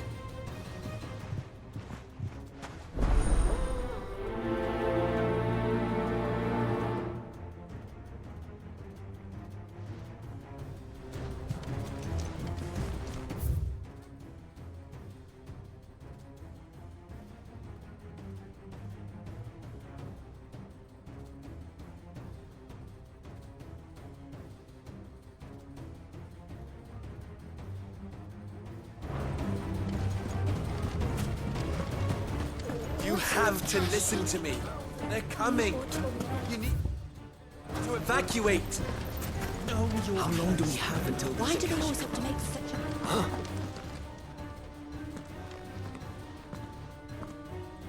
Ah, it's you.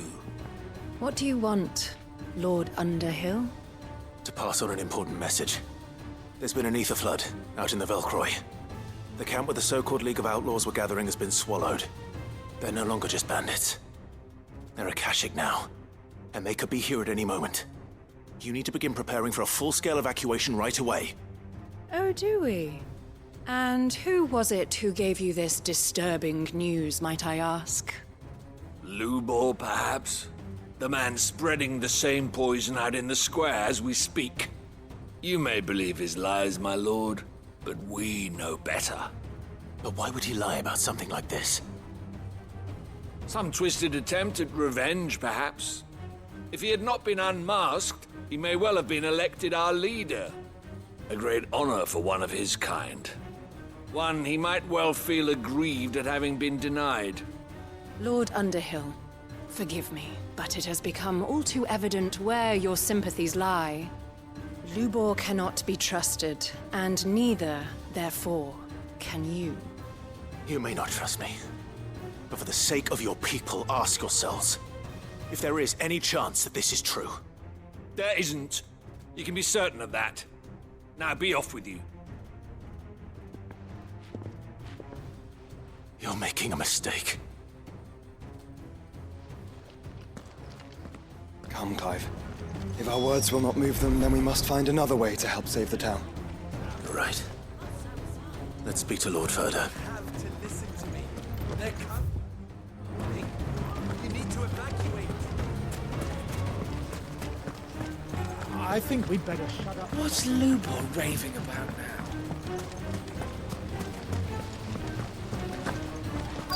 What commotion is this, I ask myself? A sudden stampede of customers towards my humble stall? No, it was a stampede of customers away from Lubor's.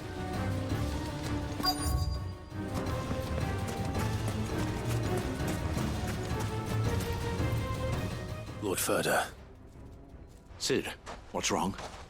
I went to warn Conrad and Natalie about the Akashic, but they wouldn't listen. They've convinced themselves that nothing Lubor says can be trusted. The bloody fools. Which means the town guard can't be counted on for support. But I can. If there's anything I can do to help you defend Dalamil, you only have to ask. I appreciate it. Sid! Further! I've been looking for you everywhere. Victor? I thought you'd left. I couldn't abandon a friend in need. And Lubor is in need at this very moment. Come quickly.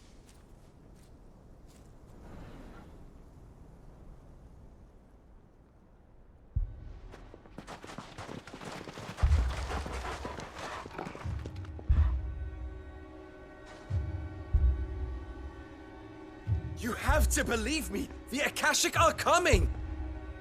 They don't eat, they don't sleep, they don't tire, and they don't care who they kill. They're unlike anything that's come before. There won't be no parley, no mercy granted. We may have saved the town once, but this is different. I do not ask that you forgive me, but please believe me. If you do not run, you will die. You will all fucking die!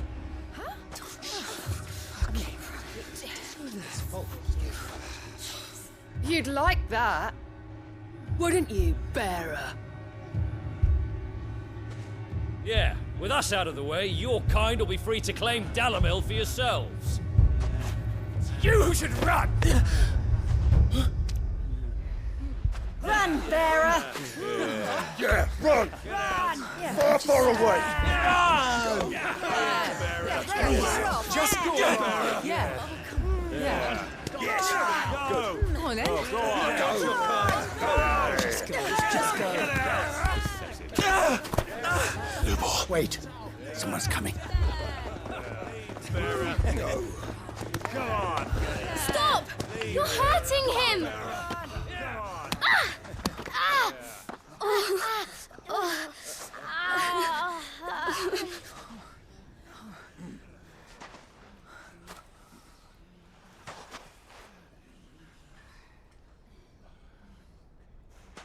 What did Lubor ever do to you? He solves all your stupid problems, and he keeps all of you safe. You know there's nothing he wouldn't do for this town. Who was it who made that cleaver you use every day, Conrad? And what about your counting table, Natalie? Who fixed that? Whose men make sure the streets are clean so all your boots don't get dirty? Who spends all day, every day making sure things run smoothly round here? And none of you ever say thank you. Ever. But did Lubor ever complain? Well, does he ever stop smiling? He keeps this whole place going. And you act like it doesn't even exist.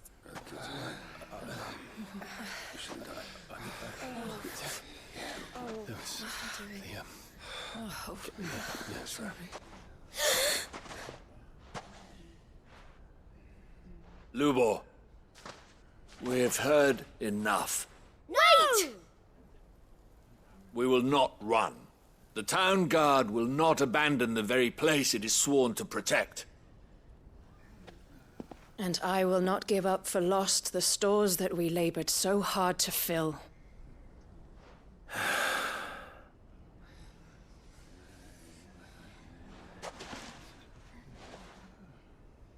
So tell us, how do you propose we deal with these Akashic of yours?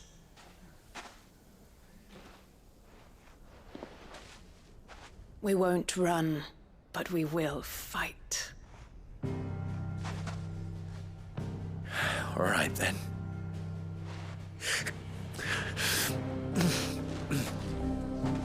Fine.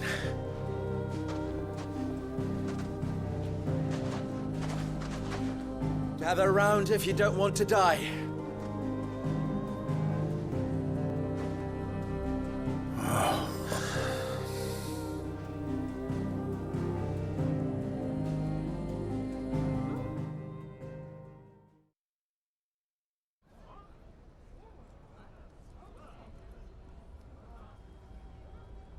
Allow me to explain the situation.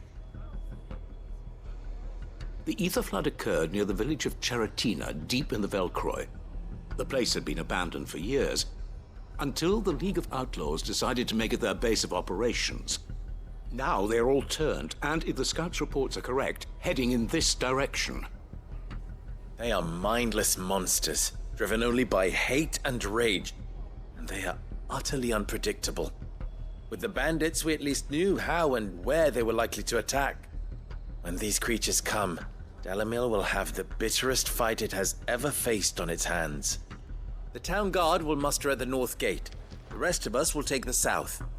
Both forces will provide men to serve as scouts and messengers, ready to spread word of the size and nature of the Akashic force as soon as it is spotted.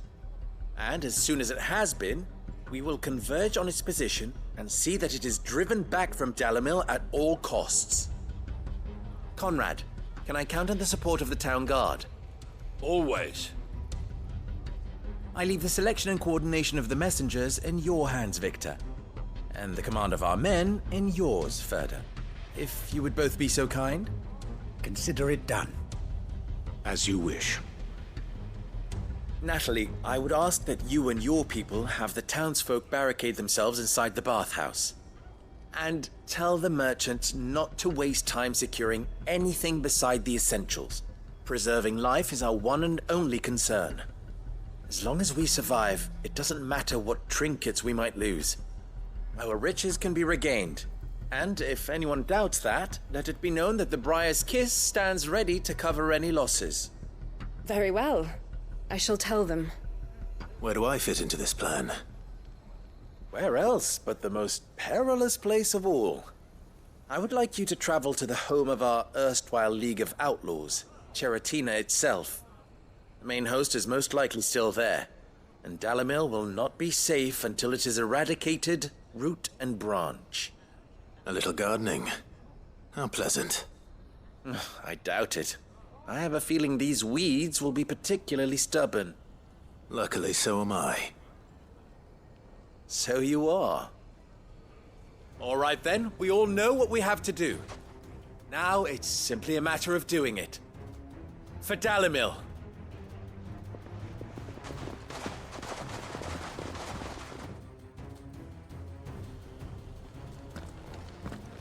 Looks like everyone's ready. I'd better not keep them waiting.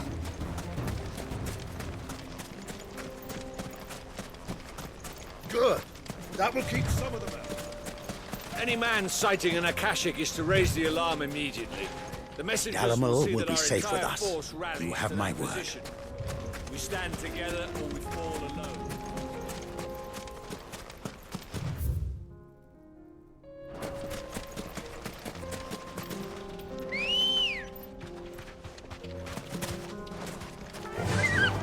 Faster!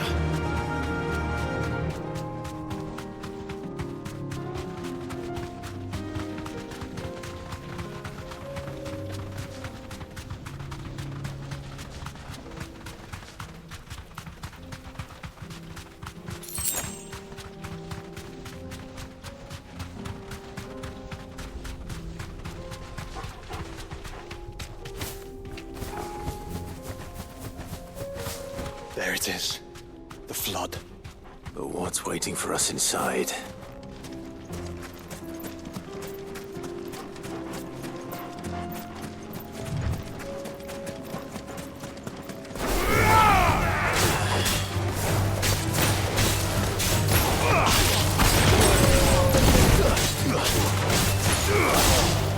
This one.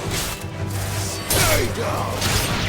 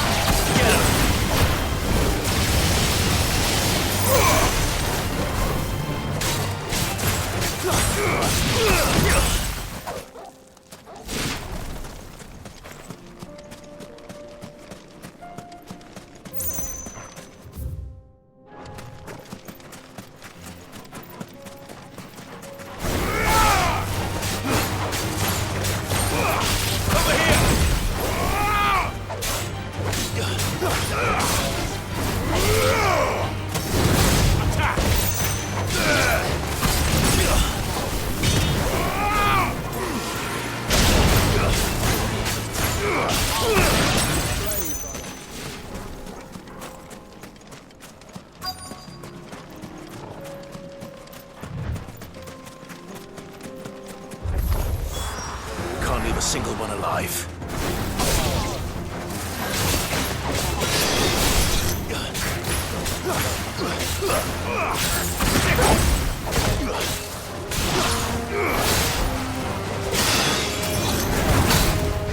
Nice try.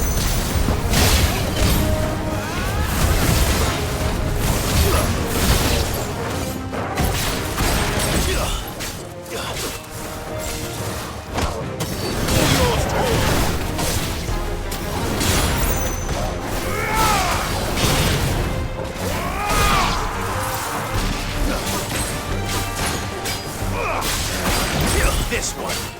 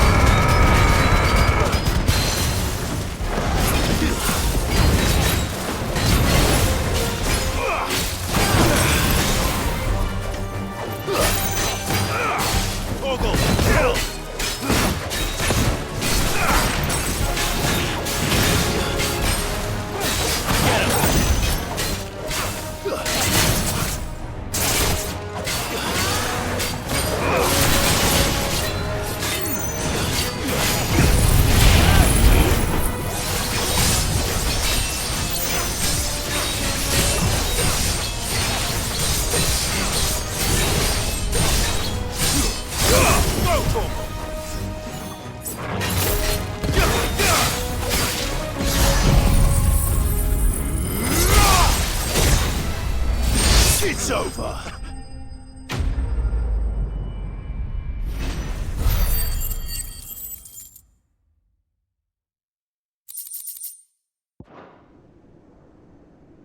The League is disbanded. I should get back to Dalamil and see how the others fared.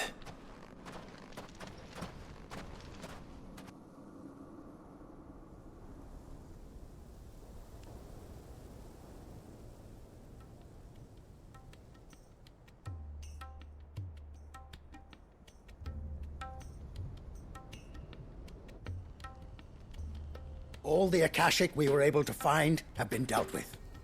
Seems that might be the last of them. Last of them here, perhaps. Lubor, Sir Clive has returned.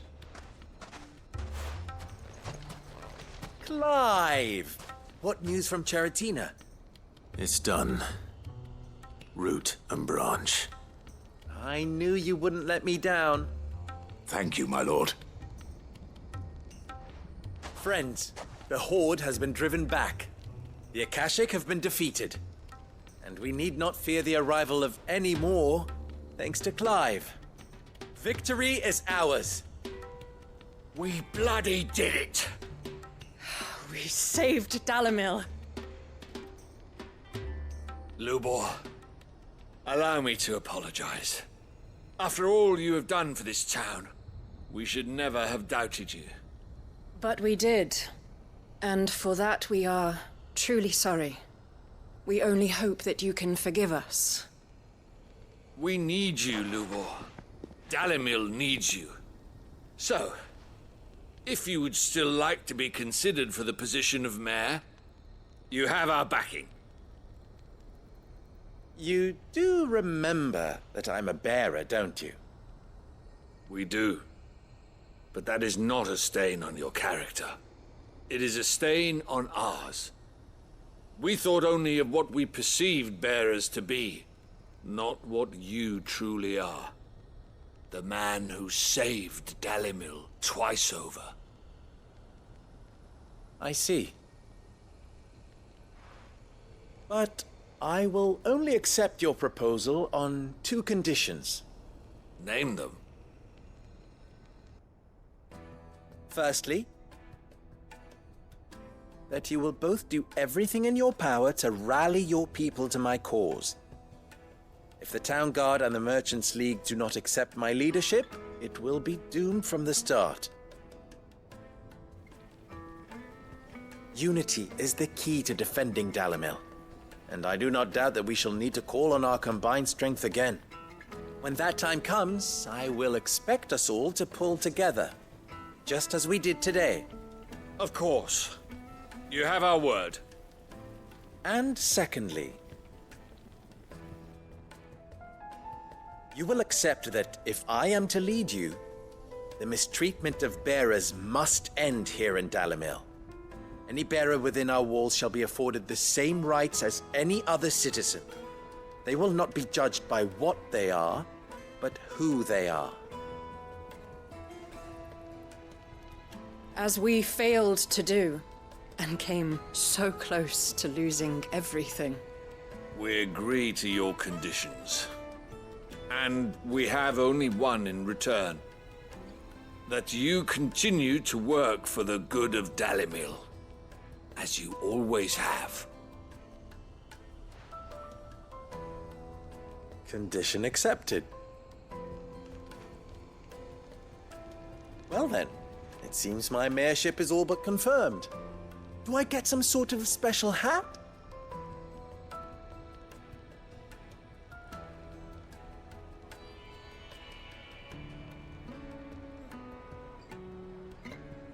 How fickle fate can be.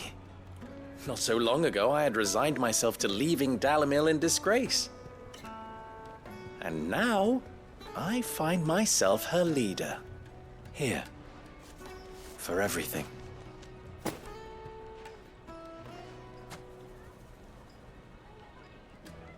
Lubor. About the children. Fear not. You are, of course, relieved of your responsibility. I would sooner face another horde of Akashic than see them brought up as outlaws. I'll make sure they're safe here. I don't doubt that you will. And not just the children, but everyone in Dalimil. I'll do my best. Can't have all your hard work going to waste.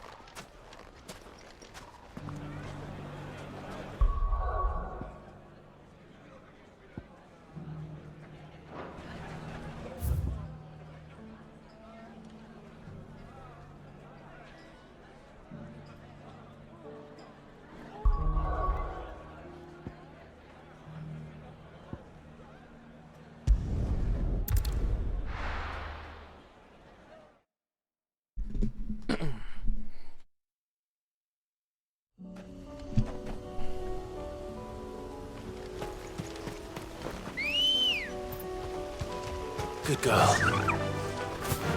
Unwavering will and an unbreakable bond. Do you really think we're strong enough? To save the world? Of course. To have overcome Father's political enemies? Of that I'm less certain. Especially knowing what we know now. What Mother was truly capable of. But perhaps these bands would have helped. Knowing he was with us would have made all the difference. It's just back there.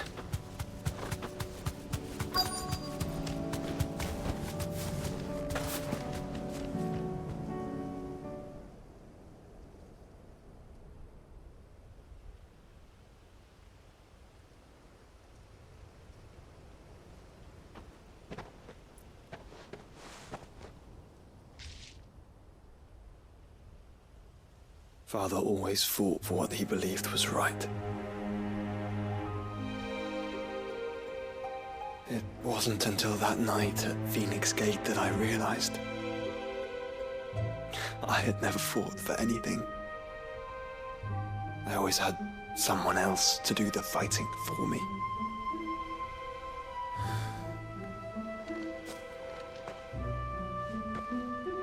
No matter how fate conspired against him, he never lost heart, never looked back, never stopped fighting. To me, he was the greatest of men. And I've been trying to live up to his ideals ever since.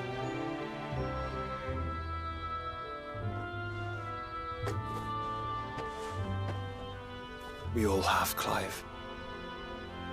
We all have. And we'll keep trying. Because that's what he would have wanted.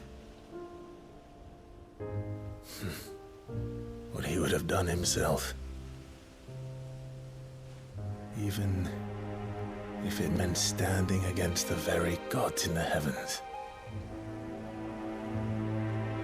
I shall be borrowing this, Father, if I may. That you might watch over us as we follow in your footsteps.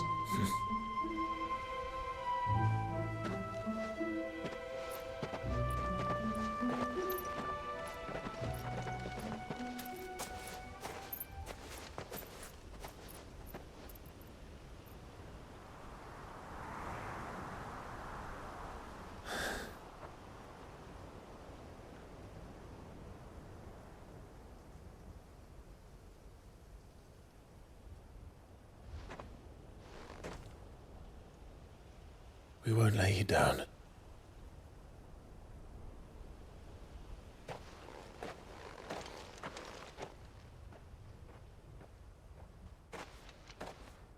Onward then. Onward. To the end. And to a new beginning.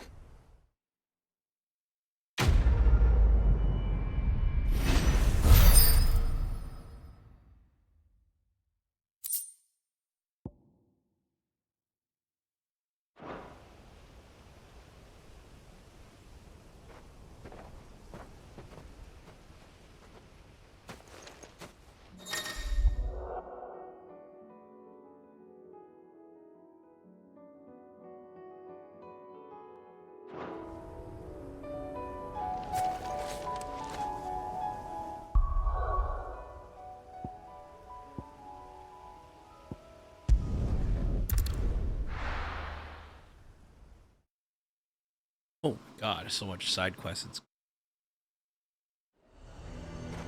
Nazaire might at least have mentioned where in Northreach he'd be testing this recruit. He'd have our coin.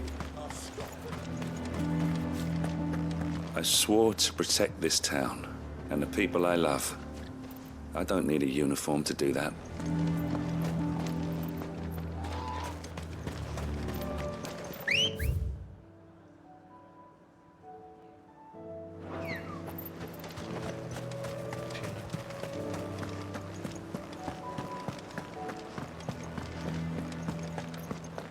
You've heard then.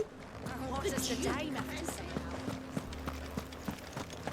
I would speak with this duke. Saw the captain just now. town needs you.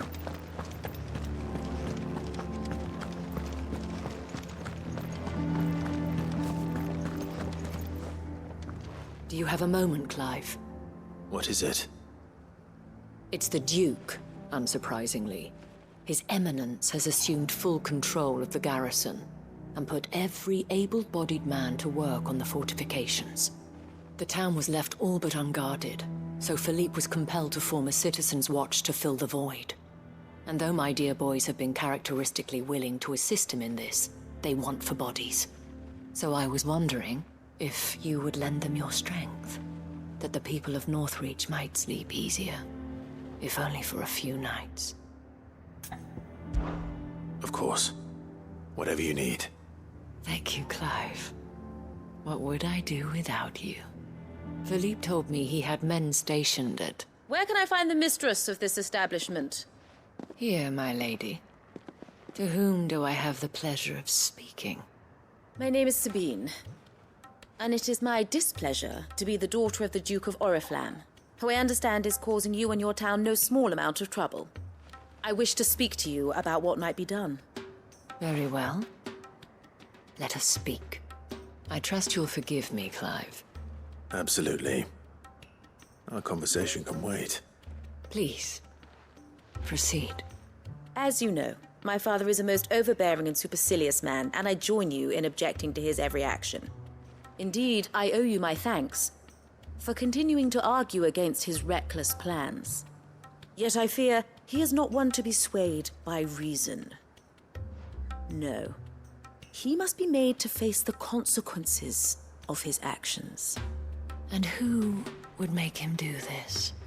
I would. Myself and several other like-minded individuals. Were you to join us, we would surely have the strength to drive him from Northreach for good. Does that not seem a trifle... drastic? Drastic action is precisely what is called for. Unless you are content to see your people downtrodden and dispossessed. My father would have it that citizens exist only to serve the Empire. That they should be forced to make every sacrifice to ensure her revival. But he is wrong. It is not the people who must serve the Empire, but the Empire who must serve her people. He's always been like this. Scornful of the opinions of anyone he judged beneath him. But he cannot be allowed to ride roughshod over the common folk any longer. We must fight him by all possible means. Fight him? No. My purpose is to quell the tension in Northreach, not to stoke it. Respectfully, my lady. Our only chance of saving this town depends upon every one of us uniting against our common enemy. Your father and his followers included. While I understand your frustrations, I cling to the hope that he may yet be won round. False hope, I assure you. But I see that your mind is made up. I shall bother you no longer. If you will extend me the same courtesy, I bid you good day.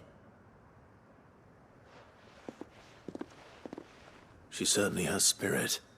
Indeed. But unfortunately for us, that spirit is only likely to harden the Duke's resolve, which may be enough to seal the fate of this town. Not that she cares. This is all about her and her father. Families. I'm sorry, where were we? Ah, yes. I was about to tell you of Philippe's plans for the town watch, but perhaps it's better that you heard them from him. I believe he's in the market, if you'd be so kind as to seek him out. Right away. It's just a pity I cannot join you. I'd like to see the two of you in action together.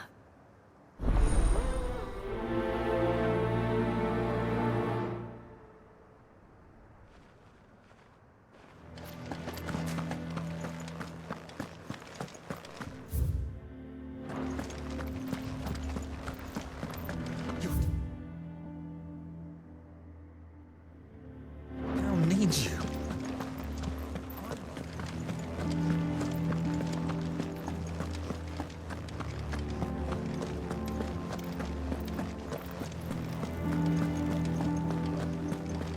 What does the dame have to say about all this? This is my father's store. So you are content to abandon... Please, I beseech you. If you are a true son of Northreach, you must fight to defend your home. That's exactly what I am doing, milady. Or trying to, at least. The land is crawling with fiends, and someone has to keep watch. Even when our true enemy is hiding in the garrison? Fine. You're not the only able-bodied man in Northreach. Thank you so much for your help.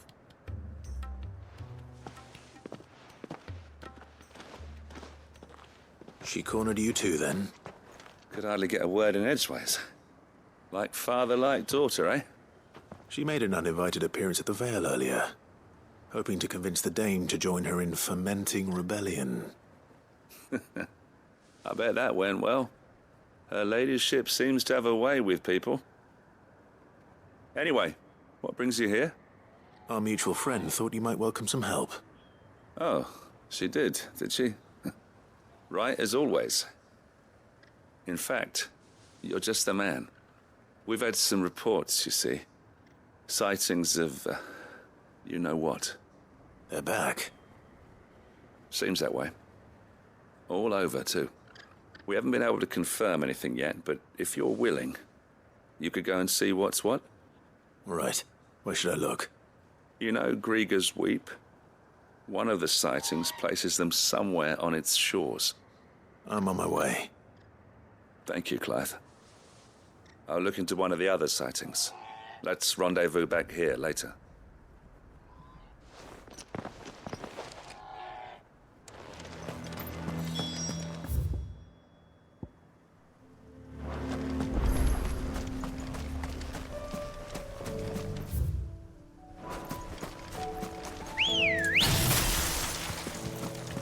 Let's go. Yeah!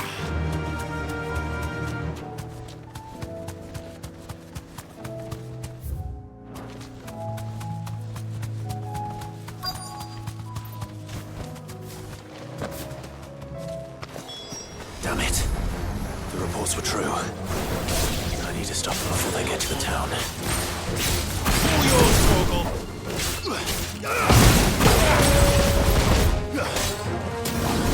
Over here!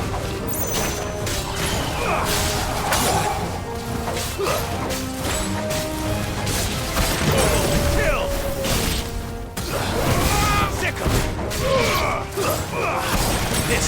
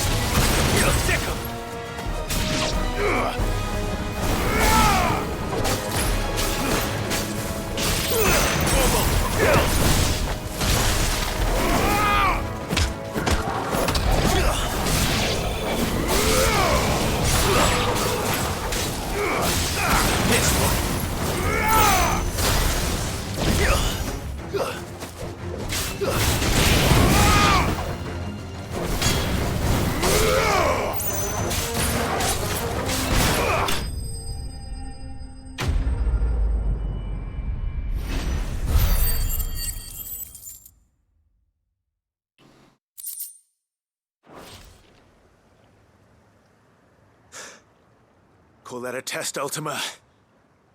Clive, it's me. You all right? I am. But it seems the reports were true. The thralls have returned. I dispatched the few that I found, though. Well, that's something, I suppose. But what were they doing south of town? They all came from the north last time. We might be able to fend off an attack from one side or the other, but from both? Do you have eyes in the north? Some. I should probably go and have a look, though, just to be sure. You head back to Northreach. I want you there just in case war breaks out while I'm away. What do you mean? Her ladyship's been busy working her magic on the townspeople, stirring up ill feeling towards her father. But she'll have her marching on the barracks if we're not careful. What? This is exactly what the Dane was afraid of. I'll do what I can to calm things down. Be careful out there, all right? Don't worry, I'm not like you. One sniff of those things and I'm running back to town screaming blue murder.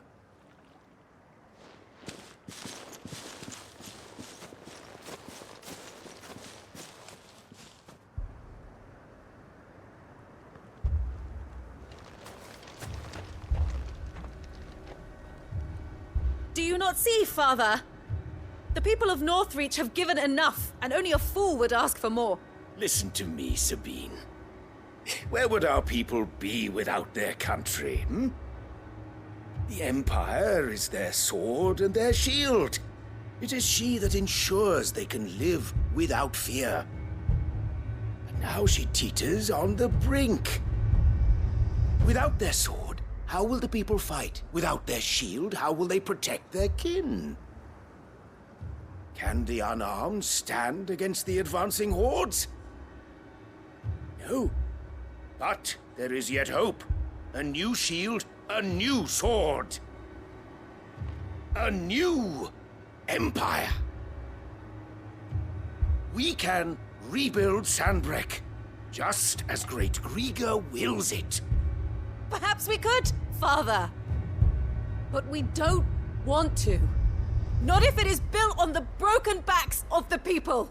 Please, let us not quarrel in the street. You must see that no good will come of this.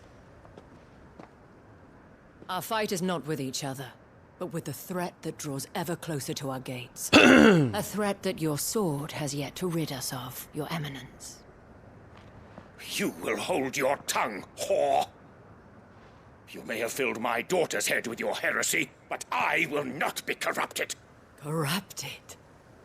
Your daughter's opinions are her own, as you would know if you had ever deigned to listen to her. At least I hope they are your opinions, and not posturing born of a family feud.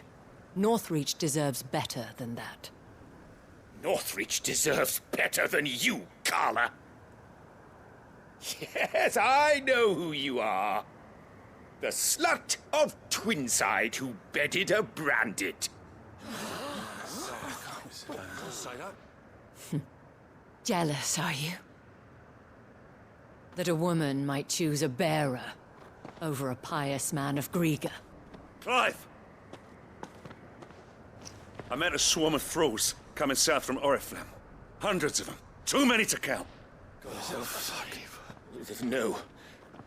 Work on the fortifications has scarcely begun. We will retreat to Caer Norvent and there make our stand. Did you hear me? That was an order! While this is but a heartfelt plea, let us make our stand here and protect our homes. Protect those that we love. Together, for Northreach!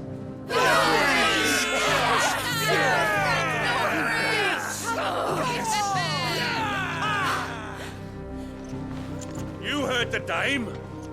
What are we waiting for? Pikemen to the gates. Archers to the roofs. Quickly, come on!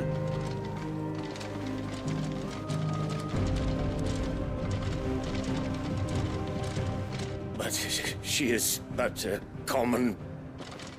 whore, yes. And we'd follow her to the gates of hell.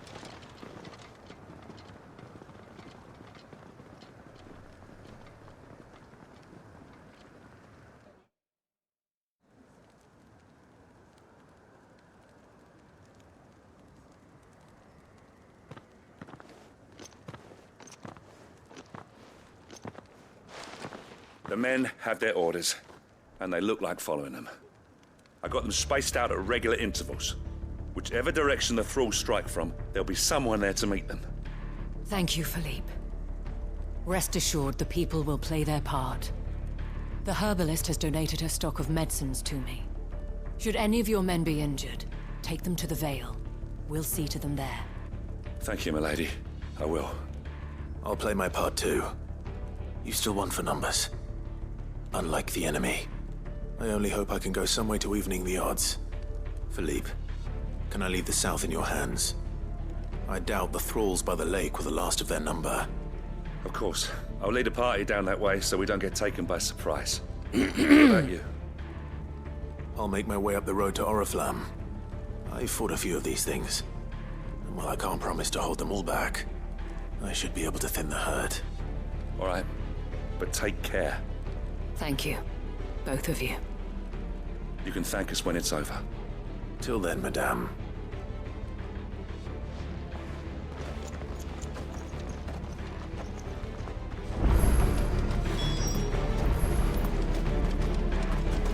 I have served the Duke for many years, and I hope to do so for many more. But I cannot turn my back on these people. Our people.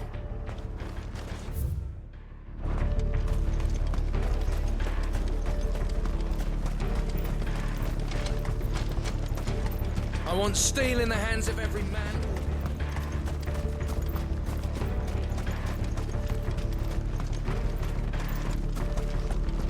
If any get by, you can trust we'll be here to meet them head on.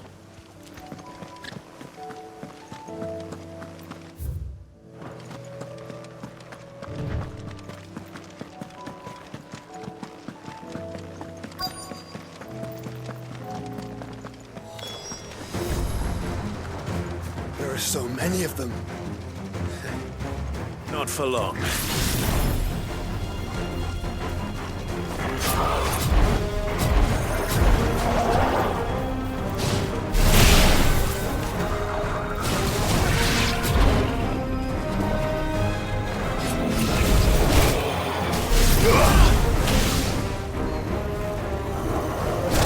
Oh my god, I can't even see their fucking... Oh my god, oh my god. Oh my god! Ah! Monkey!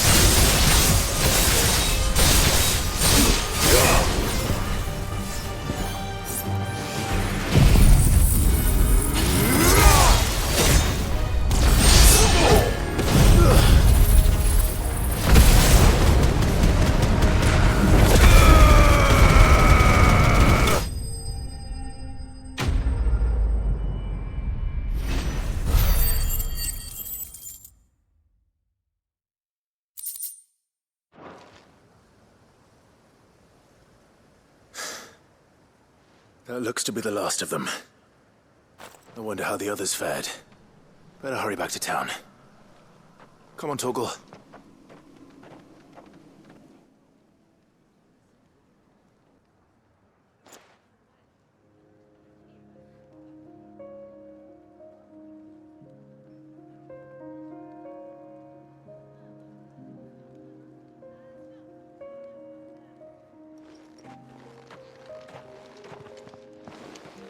Clive, it's good to see you.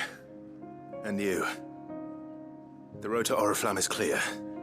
How did you and your men fare? Well, we ended up fighting for our lives down by the lake.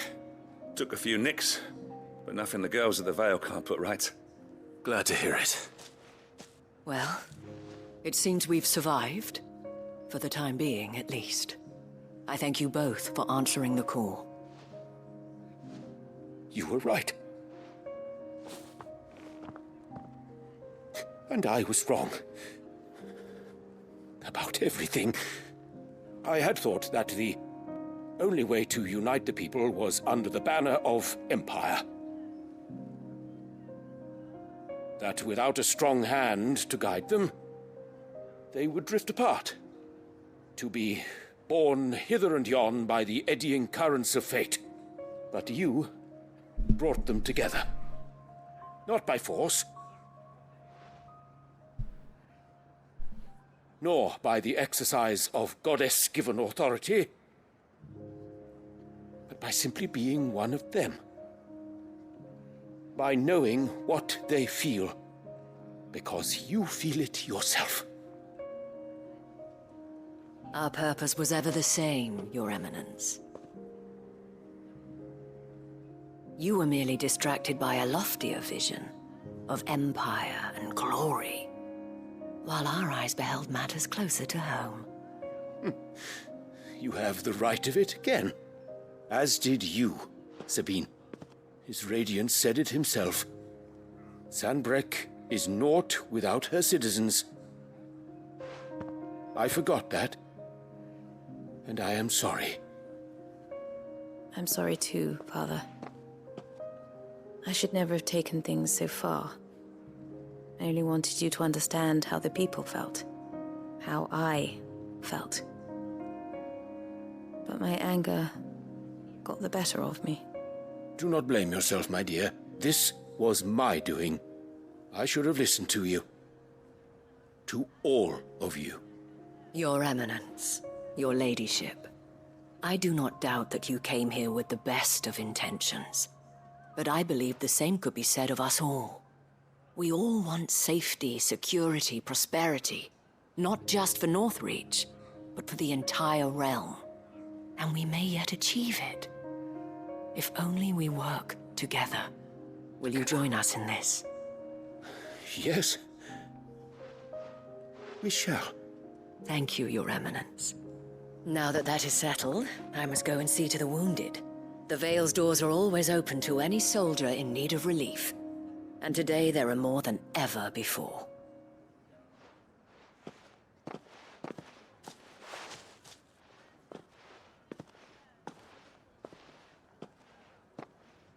Madame Isabel is a rare soul indeed. In these dark times, I see that it is not men like me who should lead the realm, but women like her. You're right. If only I'd listened to her when I had the chance. Forgive me for saying so, milady, but you still do. The Dame said it herself. We can turn things around. We just have to work together. And that goes for you, too. You're one of us now. One of you. Well said, Captain. Let this be a new beginning. Not only for Sanbreque, but for us. Well, since there's nothing more to be done here, I should see if Isabel needs any help moving the wounded.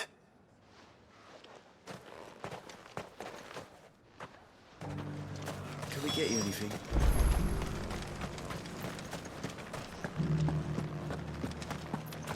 There's no need to worry any longer. One of the dames, aren't you? Leave it to her to spot an able body.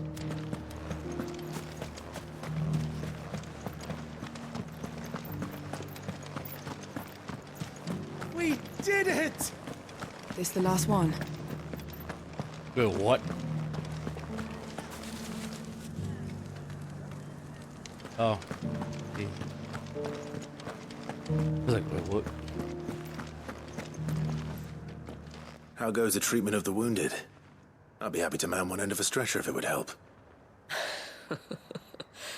You've helped quite enough for one day, Clive. Thank you. Don't mention it. Oh, but I must. After all you've done for this town, it is the very least you deserve. Tell me, if Northreach had fallen, what would you have done? A woman of your means could find a home anywhere in the realm, but I sense you would rather have died here. It's a long story. For you, madame, I have all the time in the world.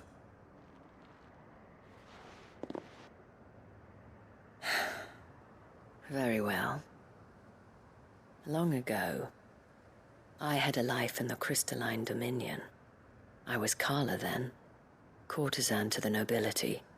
So sought after was I that it was only they who could afford my time. Alas, those halcyon days were not to last. For naive as I was, I fell in love with a bearer. He was my master's guard, the gentlest man I have ever known. After they discovered us together, he was whipped bloody and forbidden from ever looking at me again. And so we fled. Not that we had anywhere to flee to. We wandered, aimless and starving, half dreading, half praying that the next day would be our last.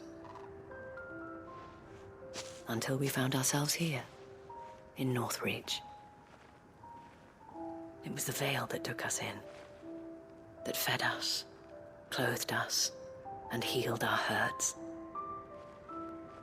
Those that could be healed, at least. My love was already too far gone. He passed away.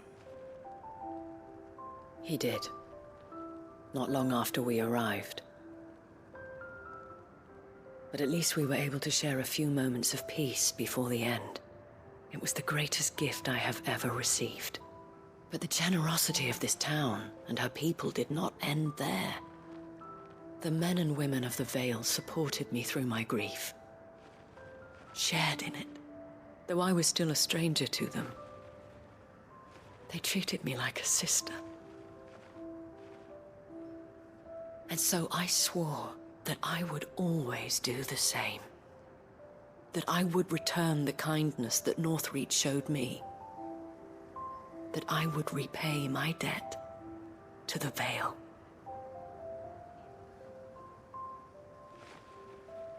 Thank you, Isabel, for sharing this with me.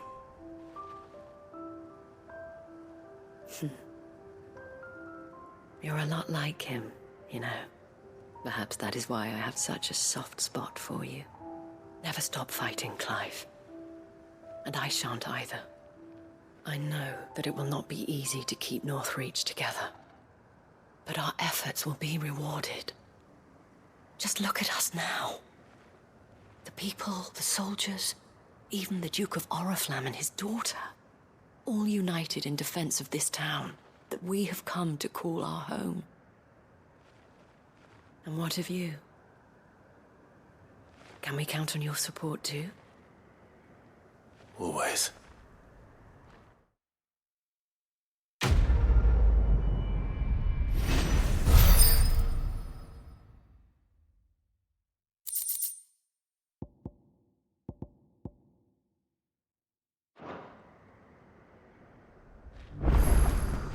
We have brought Northreach together. Now the fight begins to keep her together. For if this town is to survive, we must all play our part. Including you, Clive. But of course. This the last one? Just a little further. Will you lend me a hand? They're still injured in the market.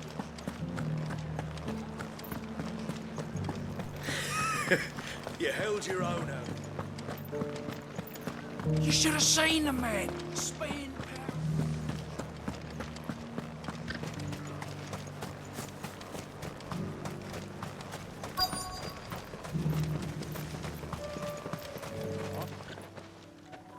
Well met, Sid. This is the initiate. Ember, present yourself. At your service, Master. Please, just Sid. There are no masters here. Your life is your own. Oh, of course. Thank you, Sid. The sergeant says you'll be evaluating me at my trial. To become a scout, yes. You are aware of the dangers inherent in that role. I am. But I swore I'd face them. Just like the man who saved my life. And who would that be? Gav. It was him who found me and freed me. No magic, no support, just one man and his nose. Came and sniffed me out. It taught me what one man can do if he puts his mind to it. And I've been training ever since, so that one day I can be someone's saviour, just like Gav was mine. I'm sure he'd be flattered. You clearly have good intentions, Ember. And it sounds like you're under no illusions. Stick to this path and you'll make a fine cursebreaker. So, what? Have I passed? You haven't even started yet. Now listen.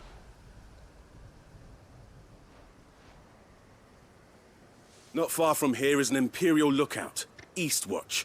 The guards there record all their sightings in a logbook. You are to find it and bring it here. And bring it here, right. Anything else? No. Sneaking into a heavily guarded Imperial outpost and stealing the logbook would be quite sufficient. You'll need to assess the situation, determine a point of entry, create a distraction and effect an escape, all without being discovered and thrown into an Imperial oubliette. Ember, Gav isn't our best scout because he can do everything. It's essential that you know your limits. Know my limits, right. I won't let you down.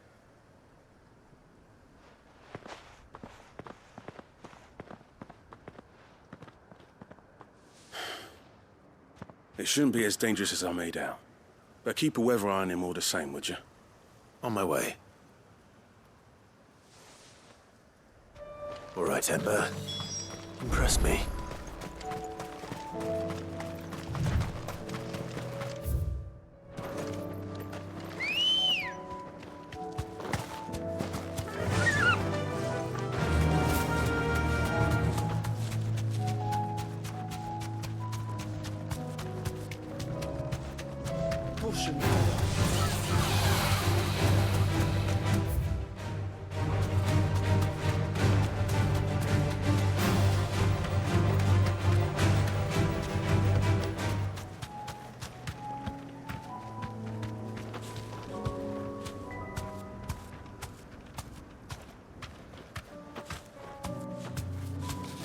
These are clean kills.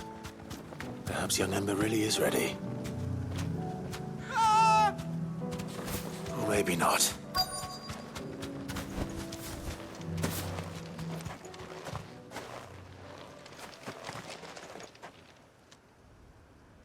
Damn it. Ember, draw your sword! I can't! Then run! If you want him, you'll have to go through me.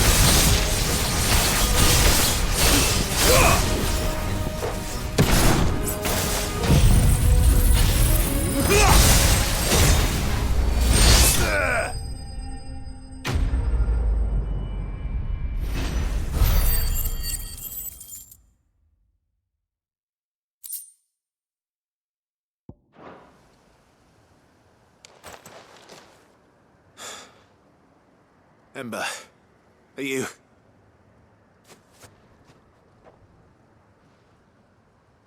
Gone. Of course. Scouts really are a rare breed. Back to Northreach it is, then.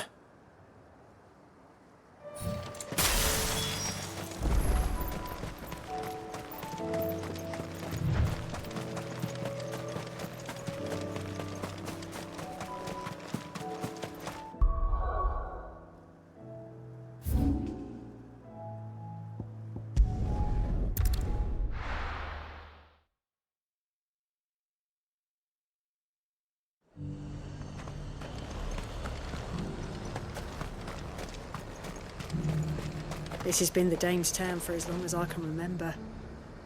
No blue blood's gonna change that.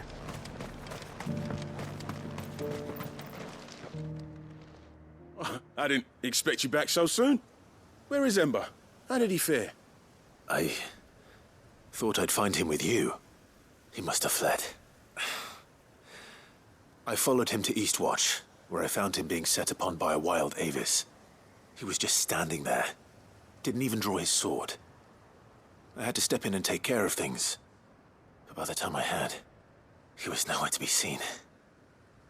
I assumed he'd set off in your direction, but apparently not. I'm sorry, Sid. I knew the boy had a nervous streak, but he seemed like... The right man for the job? I believe this is the logbook you tasked me with retrieving. Hey? How did you... Don't you tell me you breached the tower while Sid was busy saving your skin. What? Wasn't that what you asked me to do? To bring the thing back without getting caught? He has you there, Nazaire. And he did it all on his own. But Sid, he did what he thought was best. And now I have to decide whether I agree. Of course. We'll await your evaluation back at the hideaway. Don't you leave my sight. Yes, Sergeant. I mean, technically, you did get what you asked for. This won't be an easy decision. Did do it.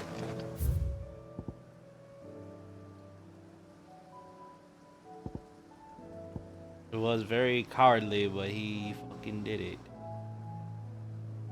Fucking did it.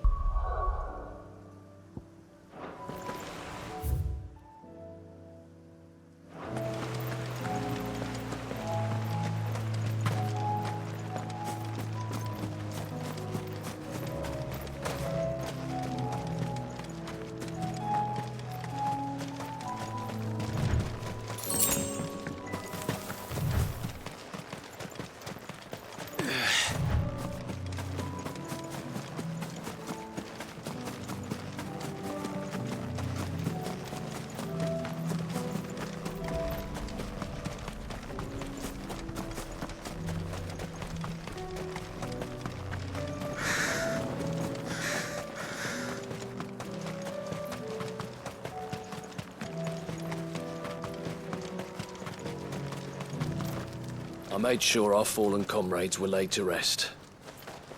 And they can rest easy. Quinton, I have a proposal for you. Do you now? Something tells me you'll be asking more of me than a cask of Gotand gold. Go on then. Propose.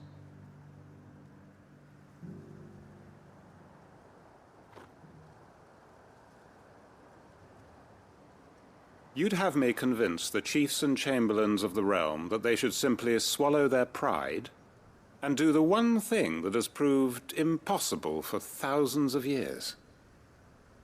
Was there anything else? Perhaps I can fetch you a meat pie as well.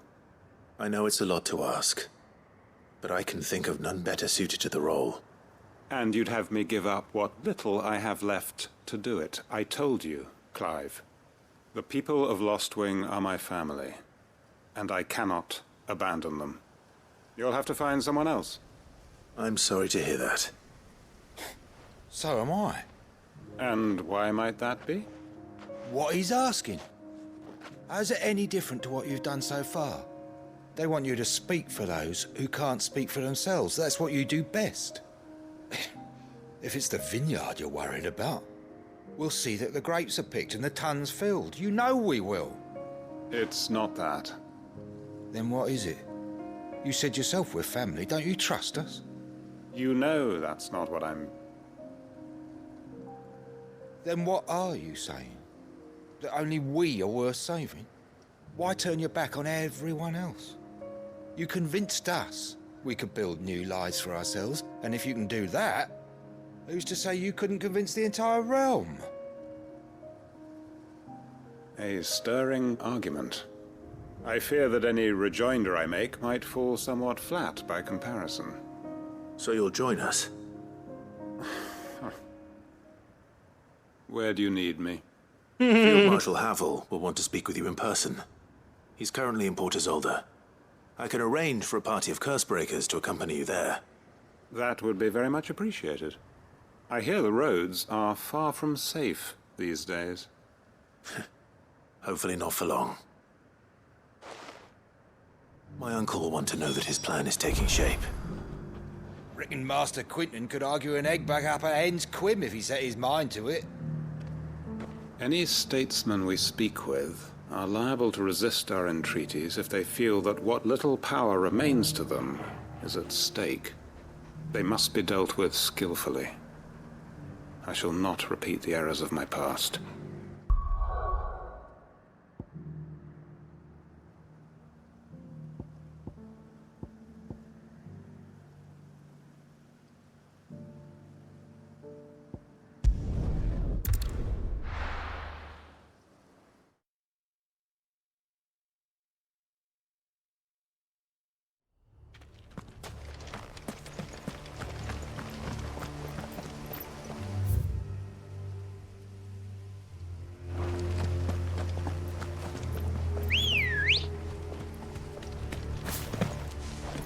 Ready, go?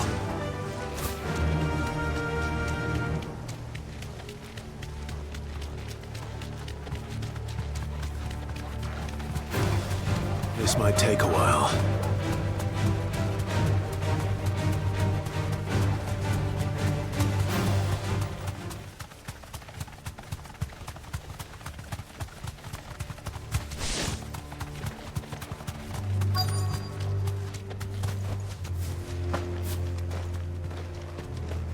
The entire village looks abandoned. Now, which house would a bookworm live in?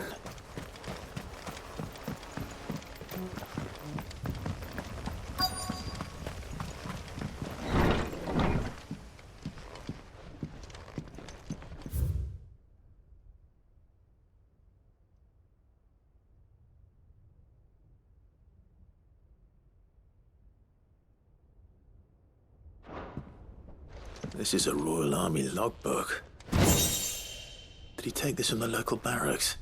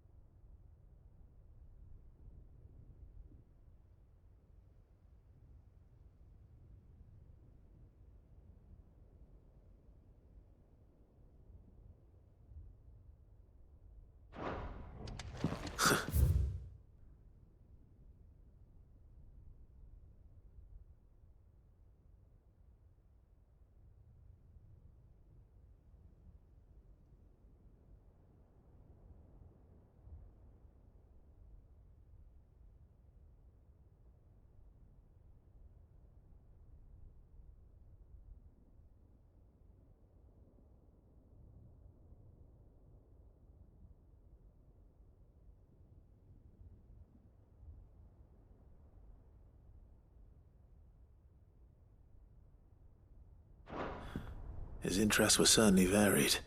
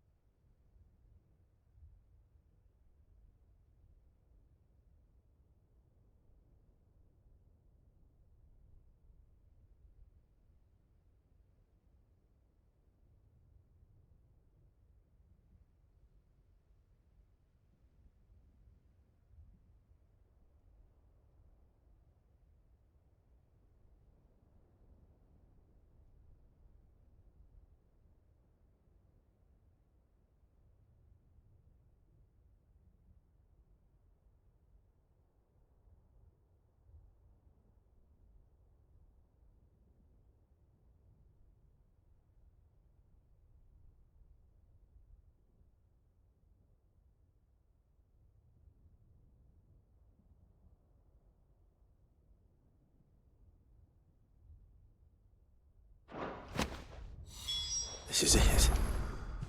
But if what it says is true, I need to get this back to the hideaway.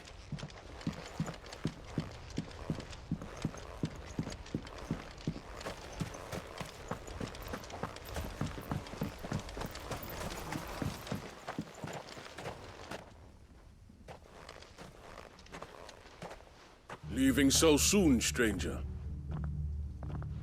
We've been watching you. From a distance, so to speak.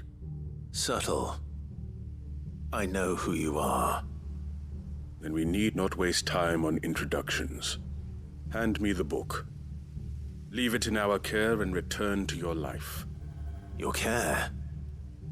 Do you mean to burn it or bury it? That is not my decision to make.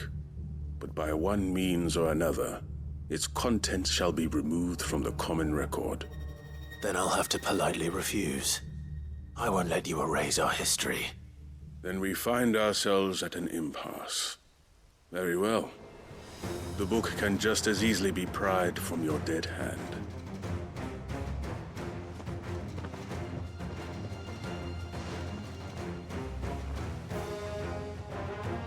Let's see, shall we?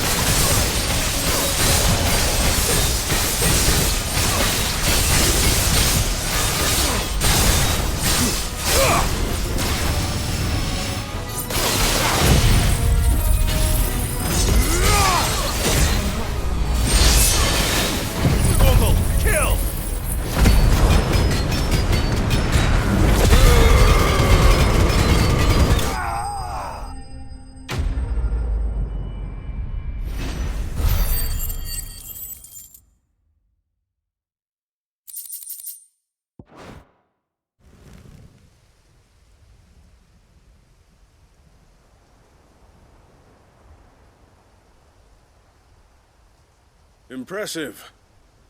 But we have other means. We shall claim the book yet. Why do you want it so badly anyway? It lays out in no uncertain terms the vanity and avarice of mankind. It tells the shameful history of the persecution and oppression of a gifted few by a giftless many. Would you say that this interpretation was correct? I don't know. You don't know. Your sword may be sharp, but your wits are dull. So let me answer for you. There is no correct interpretation of history. That a series of events took place may be proved beyond a doubt. But there can be no single, immutable explanation as to why they came to pass. It is a question of numbers and of belief. If enough people believe that a set of events occurred for a reason, that belief becomes the truth. So you're trying to control the truth? We are trying to protect people from themselves, from knowledge that would bring them naught but pain. That is all.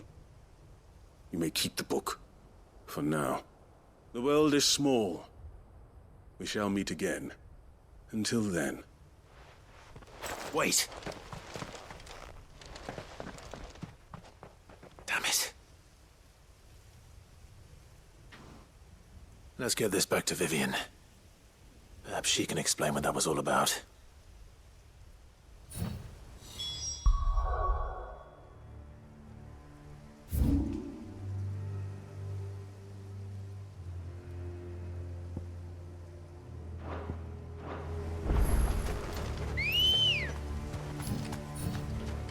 Let's go.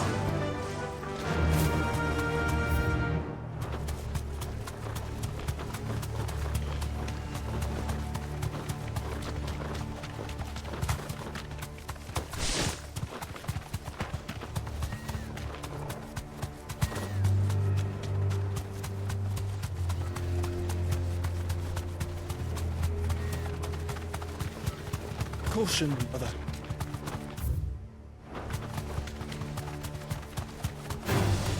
All right.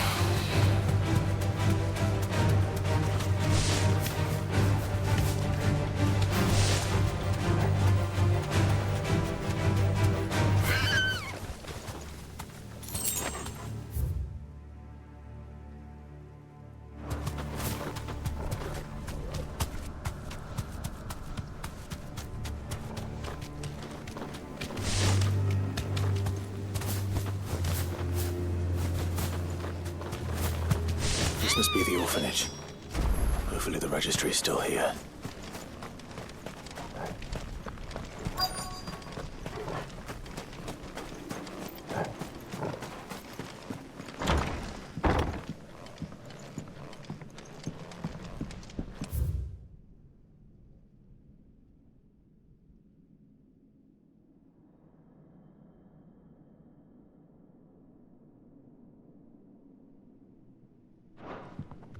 Conditioning. This is nothing short of torture.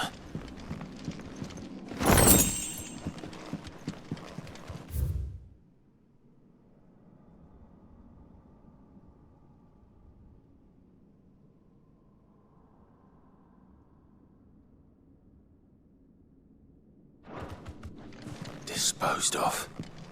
Herman wasn't exaggerating. It's a wonder he survived this place. I need to...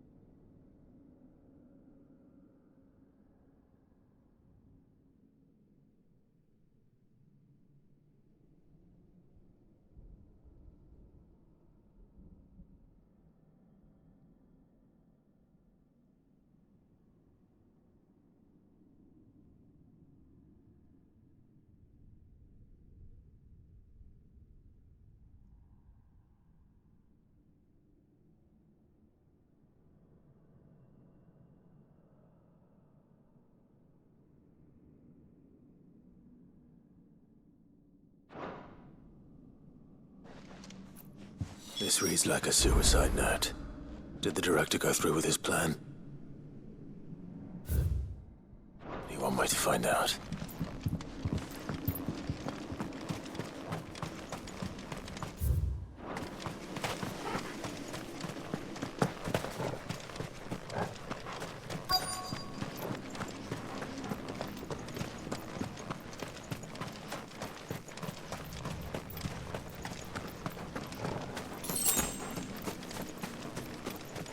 Forked white tree.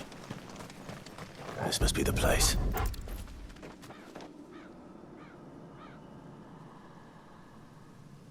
Could he really be buried here? There's something hidden among the roots. Let's see.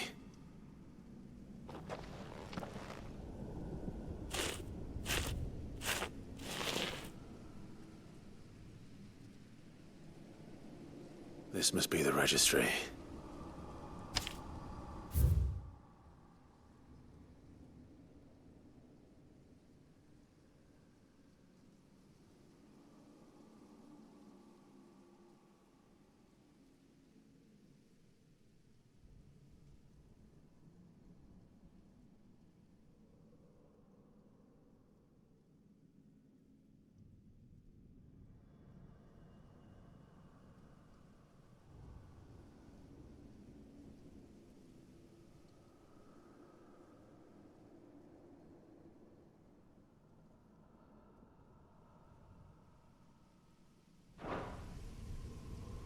many names.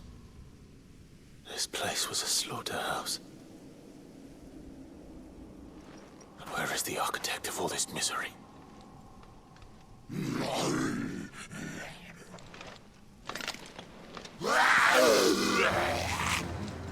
It was only a matter of time, I suppose. This place is cursed.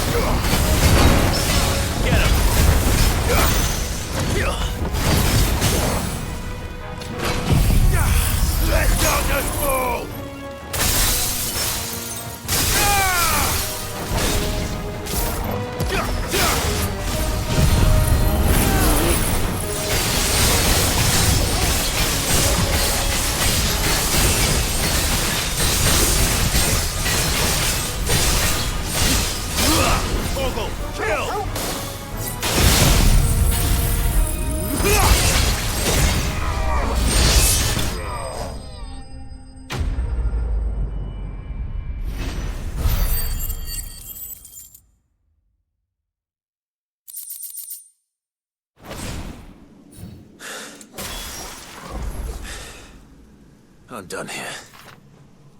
Let's get the registry back to Herman.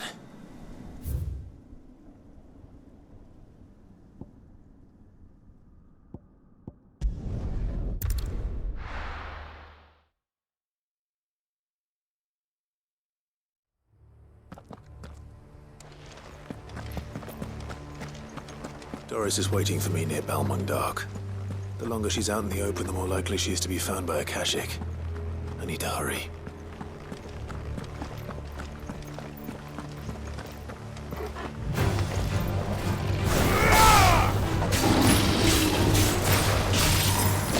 Go, Torgal!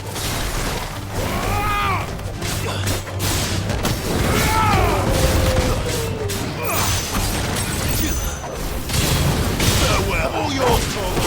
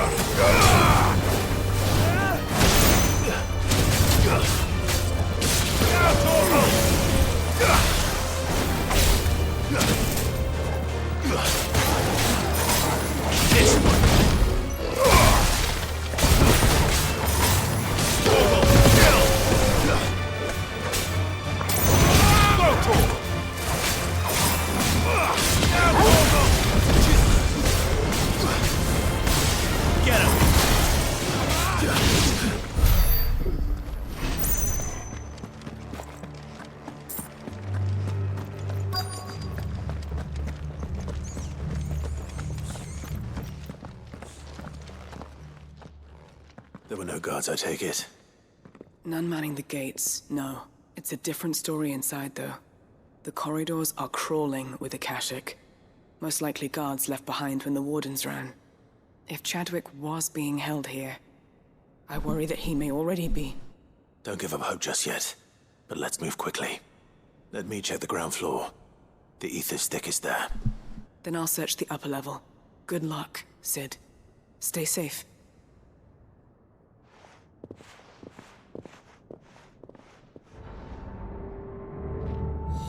Just how bad are the floods inside the walls? Bad enough to turn a bearer? I hope not. We're risking a lot just being here. Better keep my eyes open for signs of life.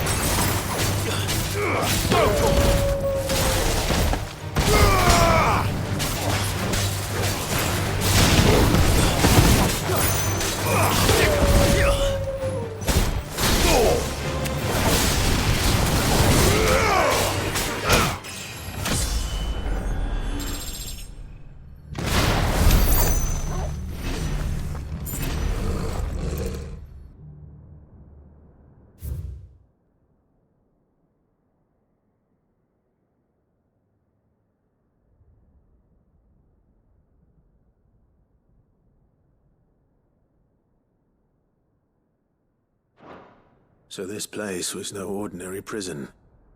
And I doubt they'll have taken the creature with them when they fled. Time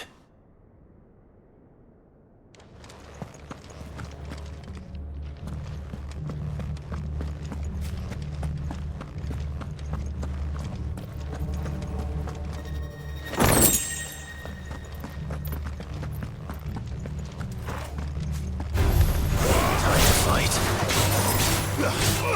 This one.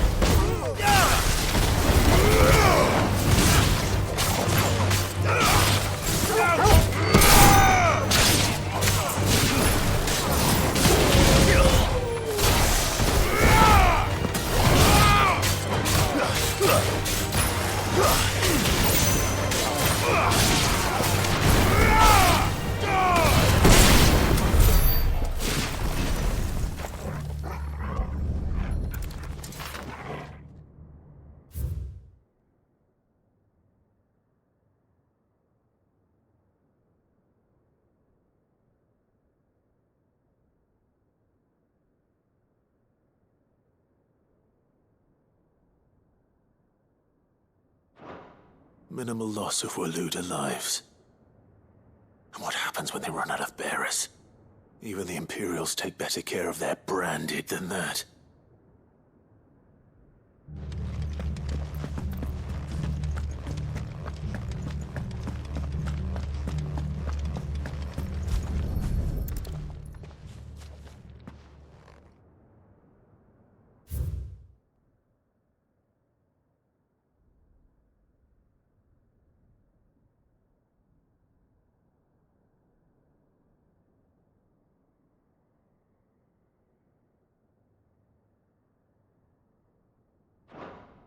They were feeding bearers to it. This is even worse than I'd feared. Nothing but Akashic down here. Hopefully things are looking better upstairs. I should go and see how Doris is getting on.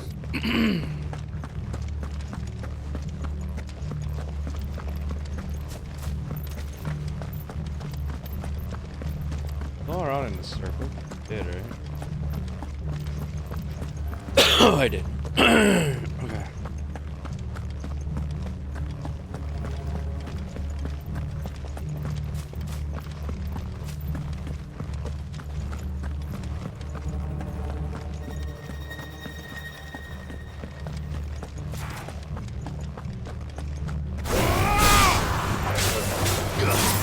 This one.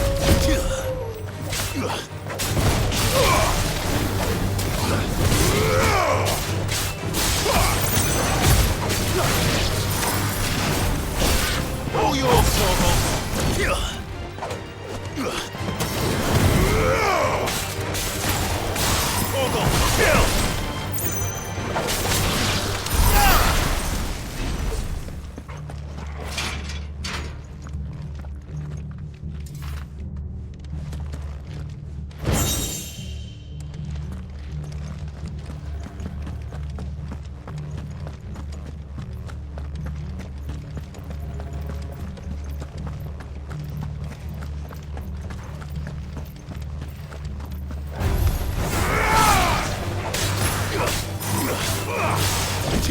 yours, Torgal.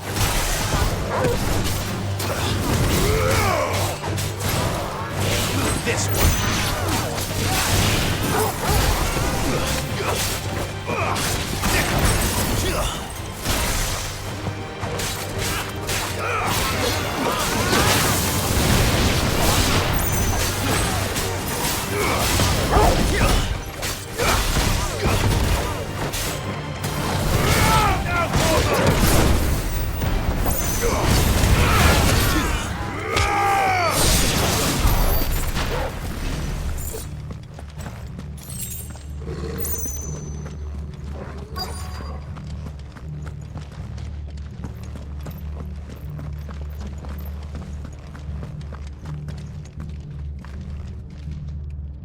No lock downstairs. But I did find out that this place was more than just a prison. Something far more sinister was happening here. I know. I've been reading some of these documents and... it can't be true, can it? Bearers die every day in service of their masters, but this is so much worse. Pitting bearers against a wild beast armed with nothing but their wits? And all in order to bring about more death. And not just those who could fight, but the elderly, children even, and those who wouldn't or couldn't were disposed of. Whatever that means. I'm afraid it means they were fed to the monstrosity they kept here. Then we're too late. And I was a fool to bring you here. Don't say that. Did you find anything else? A key. But it doesn't fit any of the locks on this floor. Perhaps it will fit one of the doors downstairs. There's a corridor I haven't searched yet. Finish up here, then come and find me when you're ready. All right. I'll be there in a moment. If we don't find any survivors, we've risked our lives for nothing. Take care. That creature might still be here somewhere.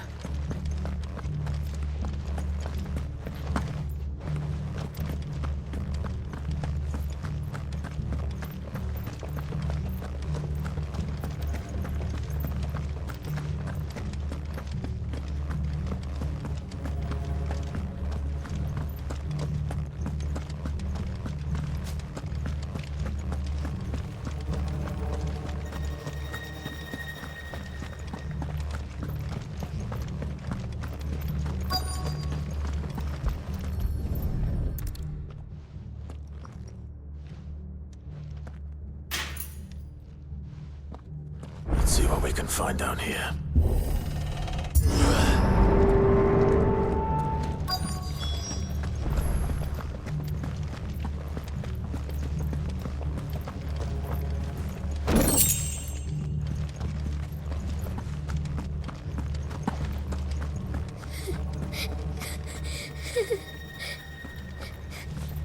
A survivor. And she sounds close.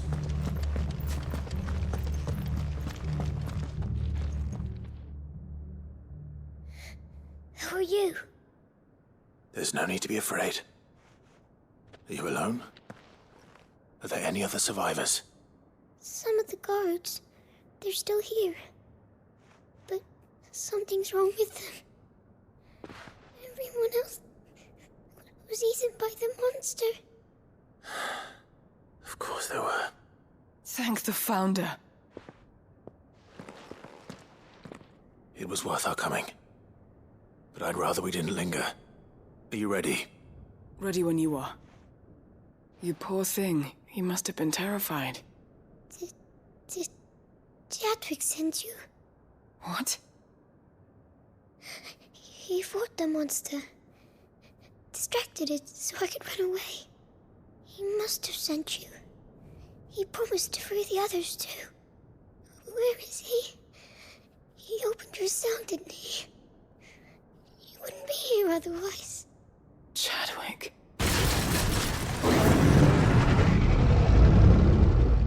Was that? Monster's back!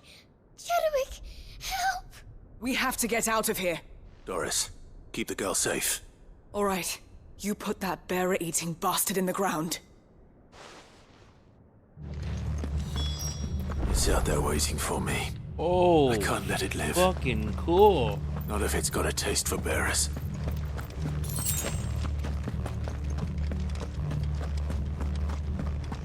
Then.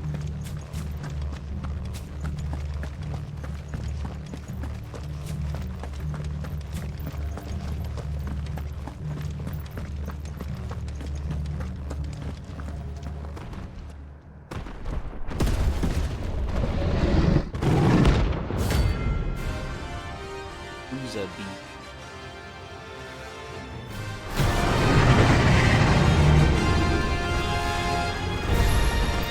The beast will wreak havoc if it ever leaves the prison.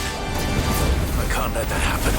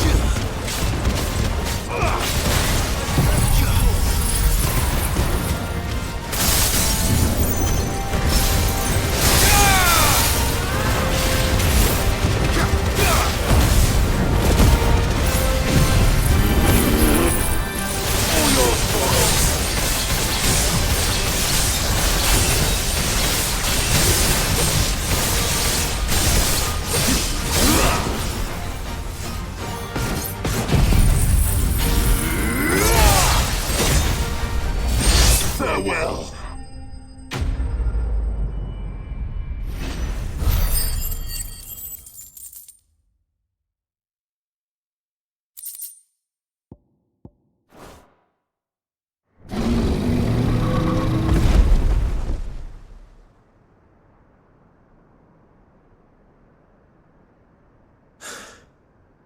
Finally. Sid, are you hurt? I'm fine. I think.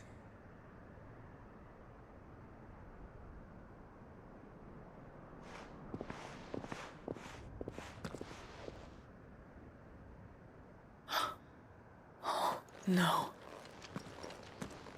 What is it? A diary. I gave it to Chadwick before we went our separate ways. He was here. Do you think that creature? I'm sure he fought bravely to the last. The girl is safe thanks to him. Chadwick. You fool. Come on. We have to get her back to the hideaway. We don't want his sacrifice to have been in vain. No. Of course not. I'll see that she's looked after from now on. It's the least I can do.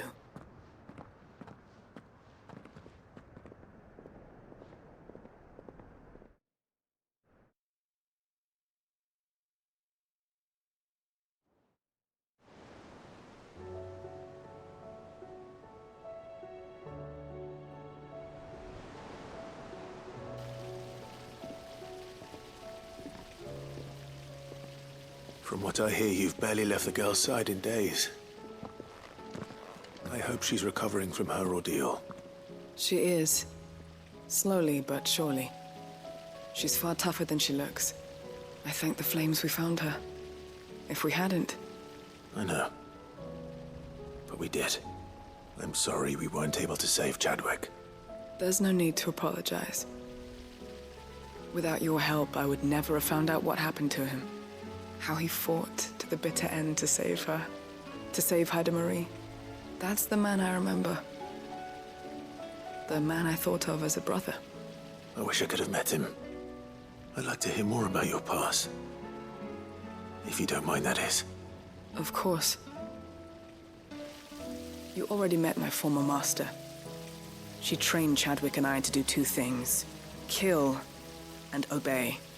We were supposed to be sold to the highest bidder when the time came. But no bid was ever high enough to convince her to part with us. For years, we were her daggers in the shadows. But we could never quite shake our doubts about the things she made us do. And then, one day, we just couldn't do them anymore. So we escaped. But staying together was out of the question. They would have found us too easily. After so many years of training, the pull to serve was always strong. It scared me to think he might have taken another master, become a dagger in someone else's hand. But even in captivity, the battles he fought were his own. And he died not as someone's tool, but as a hero. Haida Marie is proof of that. Bearers can cast off their shackles. And the Cursebreakers will show them how. I'll fight until my dying breath to see it done. For Chadwick, and for all of us. Thank you, Doris. We'll be counting on you.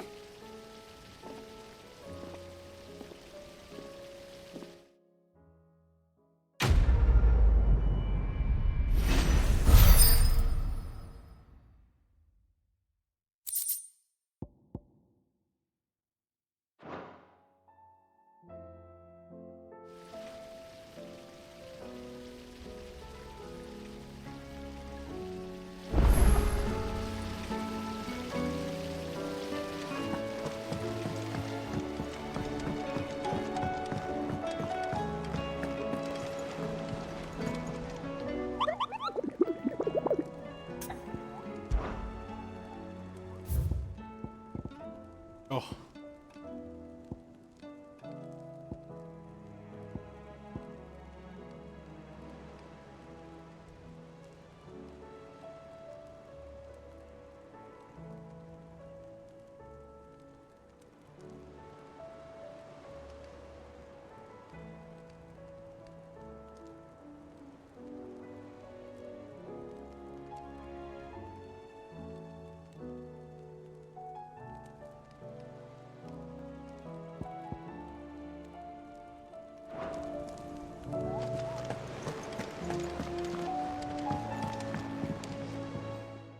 Vivian.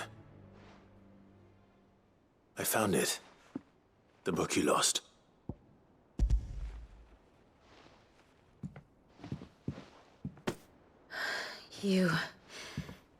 You found it.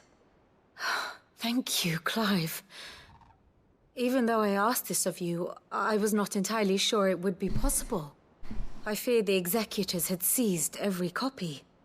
I met with one of these executors, and I convinced him to let me keep it. He told me something. That the truth is just a matter of collective belief. And that if enough people believe a lie, that lie becomes the truth.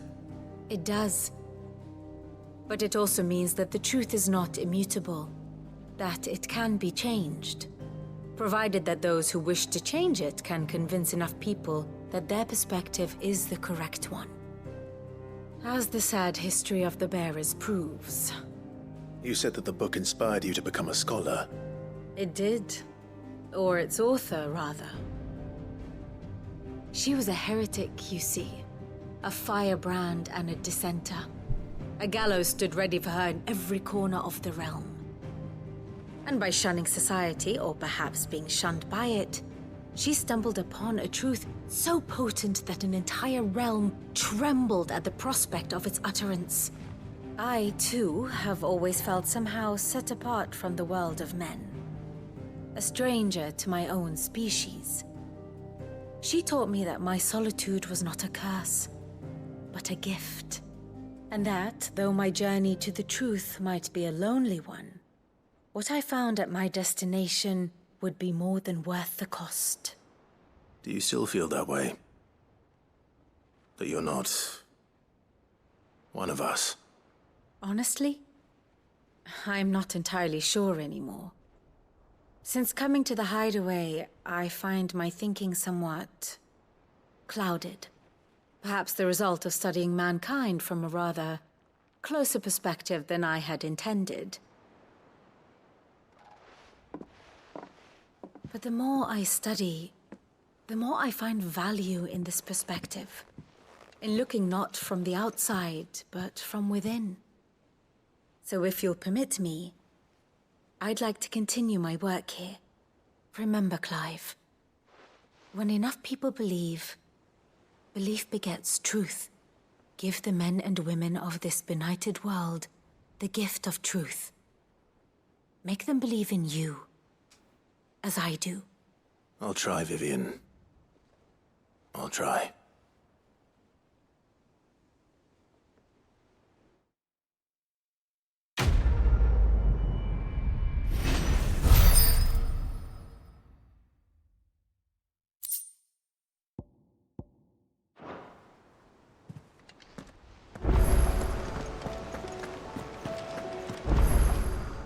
How may I help you today, Clive?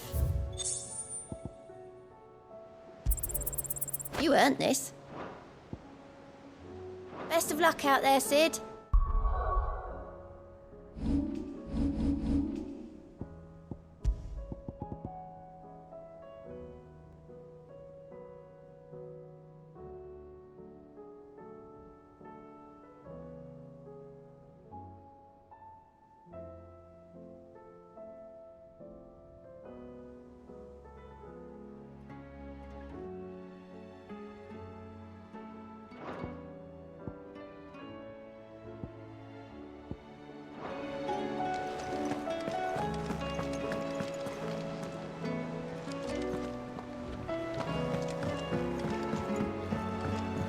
You should have seen. Welcome back, Sid. Welcome back, Sid. Yes. Welcome back. Trip wasn't too much of a pain in the arse, I hope. Truth be told, it was me who suggested roping you in to help with the trial. But from what I hear, things didn't go quite as planned. No, they most certainly did not.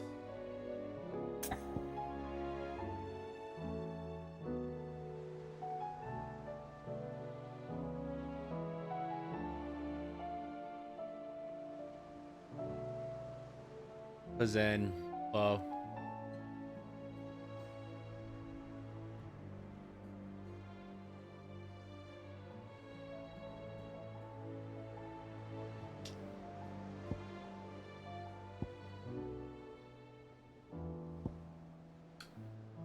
I don't.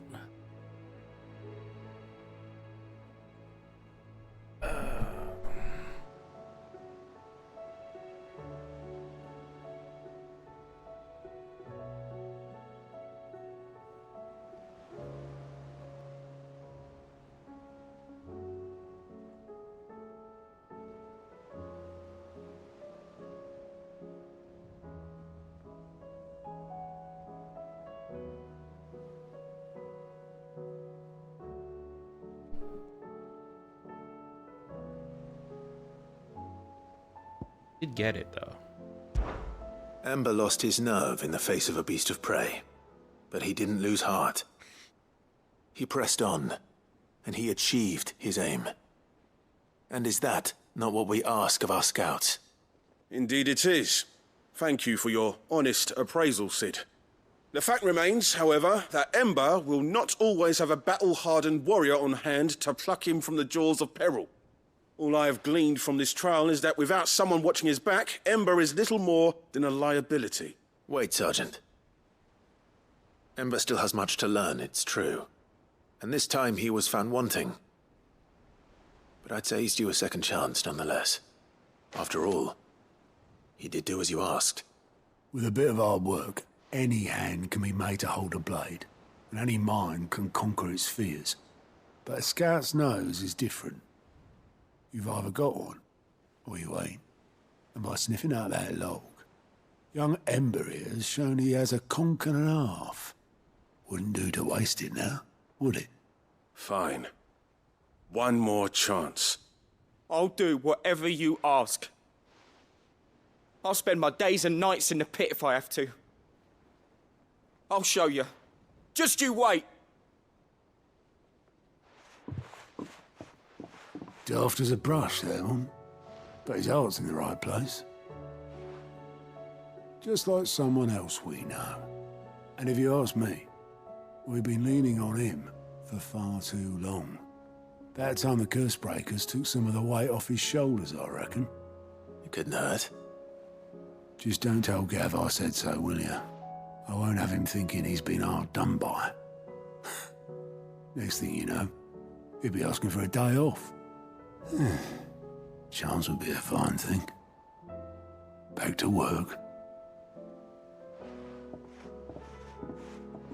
Forgive me, Sid. This did not play out as I expected. Things really do these days. But that's why we need men like Ember more than ever. Men who can make the best out of a bad situation. Remember that. I will, Sid. Thank you.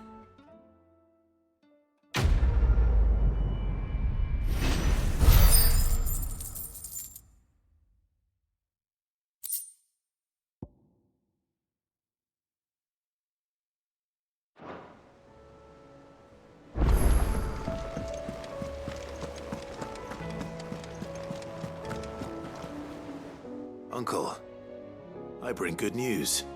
The Field Marshal has agreed to your plan. Ha! Of course he has.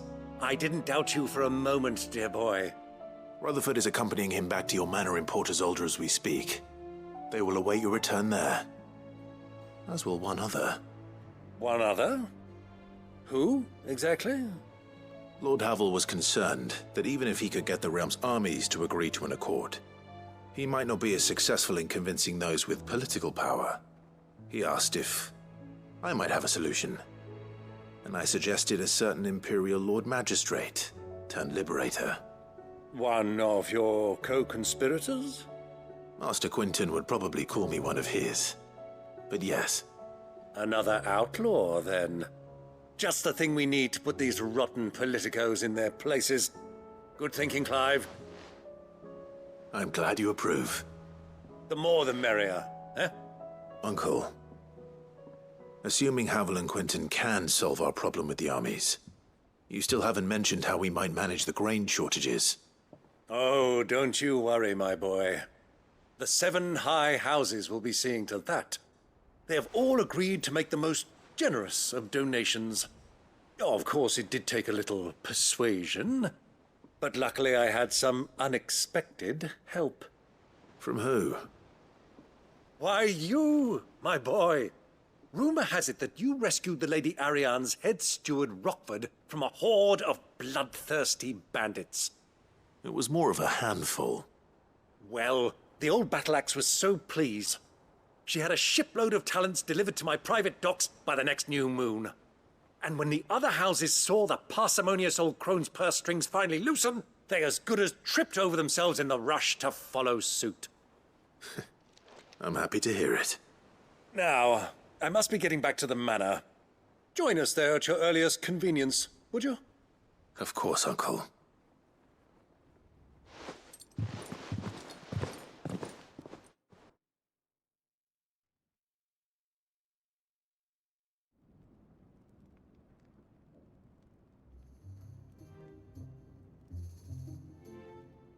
And how, pray tell, will we get that grain to the capital if the roads are still overrun with Akashic? You'll find another bloody road. I only have so many men, and I'm not about to send them headlong into an ether flood. That is, unless you'd have them turn as well. Well, I'd certainly eat less. Says the man with a belly bigger than a band of curls. My soldiers actually need their rations. Without any food to keep them going, they'll be dead even before you've sent them on your fool's errand. If I may, gentlemen, perhaps I might suggest an alternative approach. Though supply routes are indeed disrupted, there is no shortage of ships. Indeed, they bob away in every bay from here to Randalar, awaiting a safe haven. Allow them to make port and fill their bellies full of grain. And once those who crowd the cities are fed, ferry the displaced back to the countryside to work the fallow fields. But I'm sure that you wish to continue your discussion. Forgive the interruption. Two such firm friends as yourselves need no help from the likes of me. Rutherford spoke fondly of the great bond between you. Us? Friends? I can't stand the man! Clive, I'm beginning to question the quality of the company you keep. And what kind of company are you expecting him to keep? The man's a criminal! Criminal? How dare you? You are not fit to breathe the same air as this fine, upstanding young gentleman. Upstanding? He calls himself Sid the Bloody Outlaw! Once more onto the breach.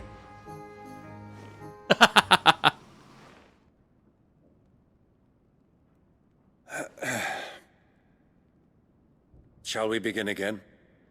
What we seek here is not to create a new nation, nor to claim the thrones of those that already exist. We wish simply to bring stability to the realm that mankind might weather the current storm. And to do that, we must convince those in power, the generals, the statesmen, the nobles, that our cause is just. There will be disagreements, yes, and I imagine some resistance, much resistance. But we cannot let that deter us. If we show them the path, show them that we walk it ourselves, then I am confident they will follow. The fate of the world lies in my nephew's hands, but the well-being of her people lies in ours. And we must not squander the chance that Clive has given us. Uncle Byron, Now, with that settled, let's move on to the signing of the Accord. For what great moment in history hasn't been accompanied by a little ceremony?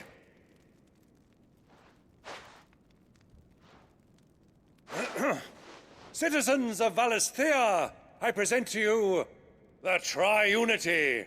Rutherford, Mike Will.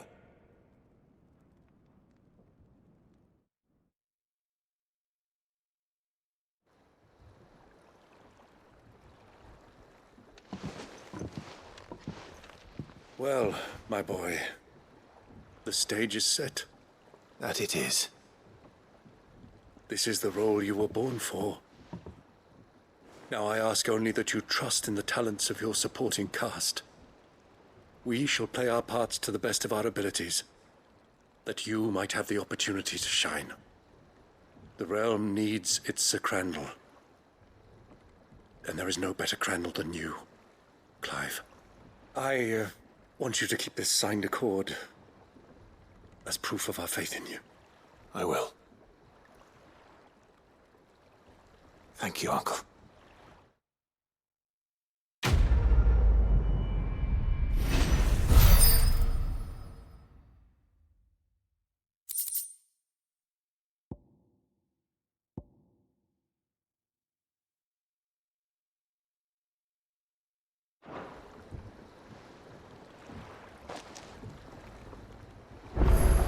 Sorry, can't take you where you need to get to, but the Argo and me will be waiting when you get back. What do you think that thing is? And how the hell is it?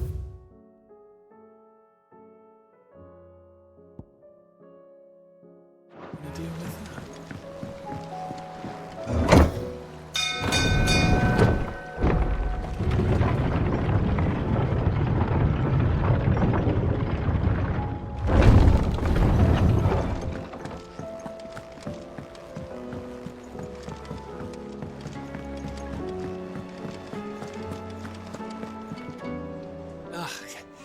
You alright? Something troubling you? No more than usual.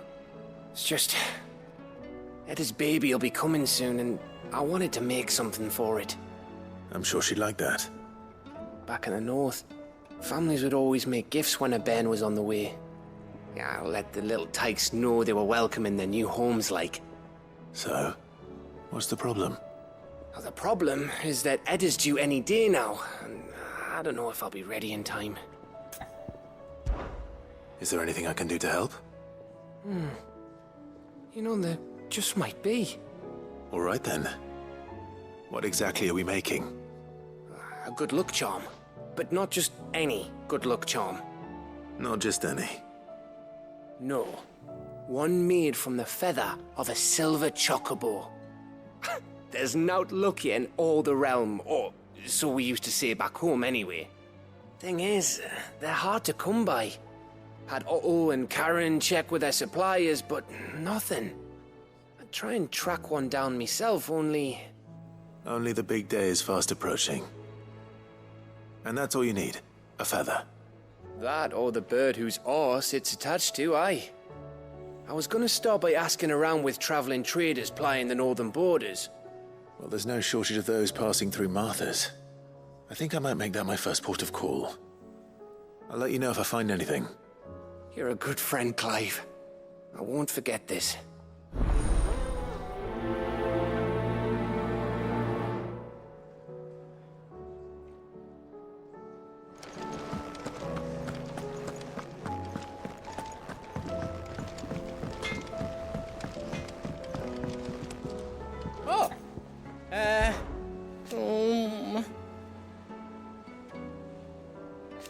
It's hardly everything. And a will. You can count on me. You take care now. Say what you will. Maybe Karen has seen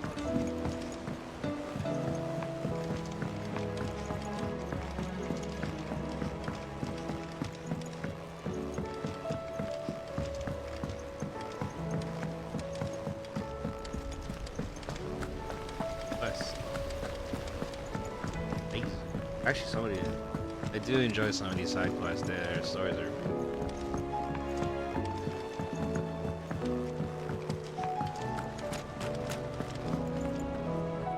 I hear that you traveled to Ash, Sid. Did you by any chance recover the names of my fallen friends? I did. Yes.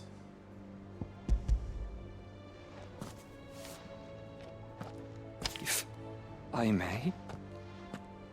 The bearer registry.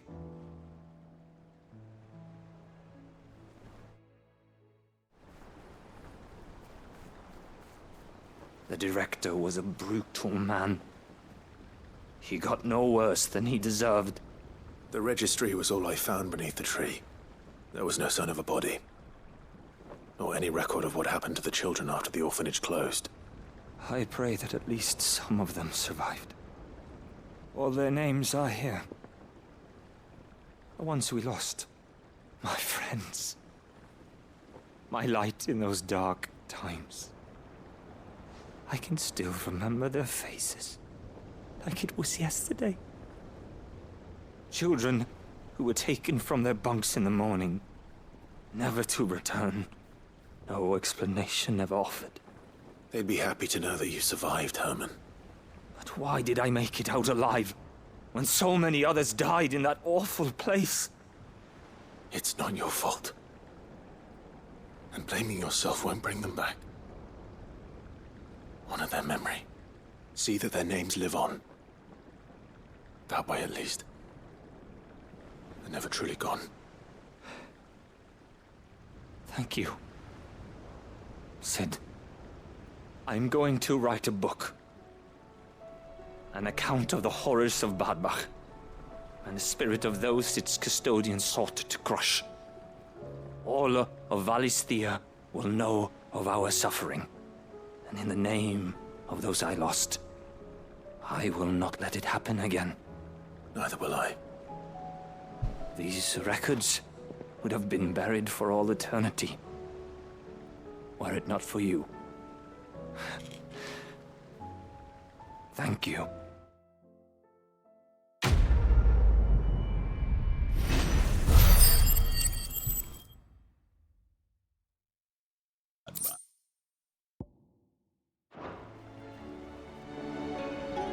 The realm will hear of Badbach.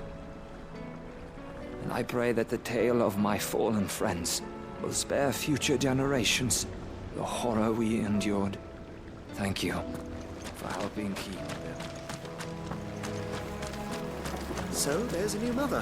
One moment you Passing over think it. you've freed the realm from her fate. The next, a darker one rears up to replace it. What awaits us when we finally attain release? True freedom? Or something else entirely?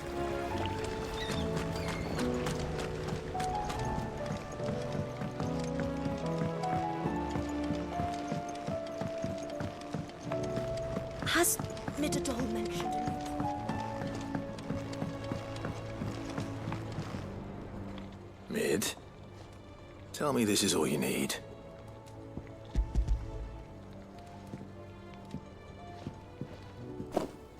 Aw, you make it sound like I asked you to save the world or something. Tell me this is all you need. It's most of what I need. After you left, I went over the figures again, and I realised I'd forgotten a 1 and a 0. And a cogwheel. Just a tiny one. Though, that's the problem. Gears that small are a bastard to make, and I may have lost the one Blackthorn spent a fortnight toiling over. wait. The children. When they took apart your scales, there was a tiny brass gear. Now that I think about it, they didn't use it when we put the scales back together. The young'uns? But why would the... You know what? I don't want to know. I'll keep working on the model. You go and find that cog.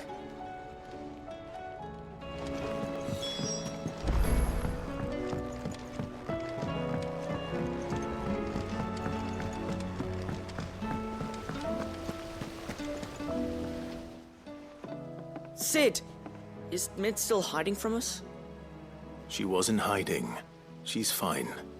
She's just busy working on her next project. A new invention? What is it? What is it? Is it an airship? I bet it's an airship! Do you think she'll let us help? That just so happens to be why I'm here. She needs something special, something only you three can provide. A brass gear. A tiny one. One that might fit on, say, a set of scales? Oh, the one you forgot! We remember! We saved it, just in case. It's in the bag of bits. I forgot. Since your lesson, we've been disassembling, then reassembling everything we can find. All the pieces that are left over, we keep under our beds, just in case. That's good to know. Look! I found it!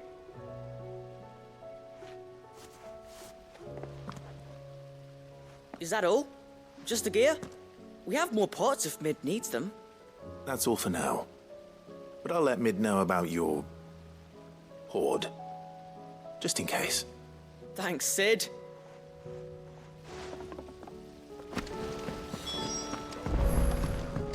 Has Midadol mentioned a new project yet?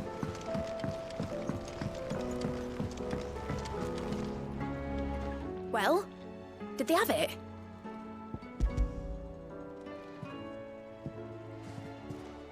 They did. And they kept it somewhere nice and safe. Will it work? Will it work? He's perfect! You're a genius, Clive. What exactly are you going to use it for? Only the most important job of all. The wings aren't going to move on their own, but with the right cog in the right place. Well, you just wait and see.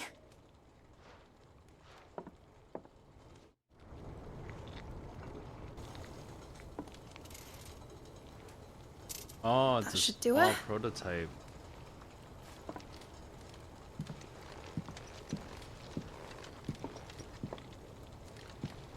Here goes nothing.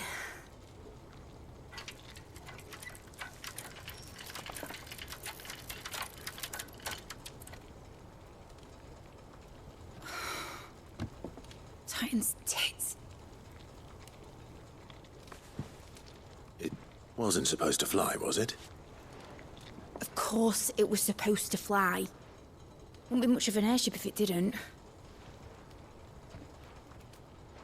Honestly, these bloody engines are driving me mad.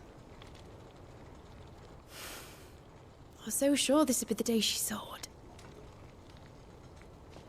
The Mithril engine was made to make dreams come true.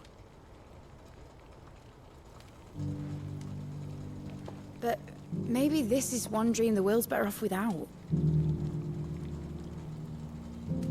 Show folk how to take flying. It won't be long till they're raining death down on each other. People will lose their homes, children, their mums and their dads. Like I lost mine. I'm sorry. So am I, Clive. So am I. Sorry that I have to choose. Do I follow my head, or do I follow my heart?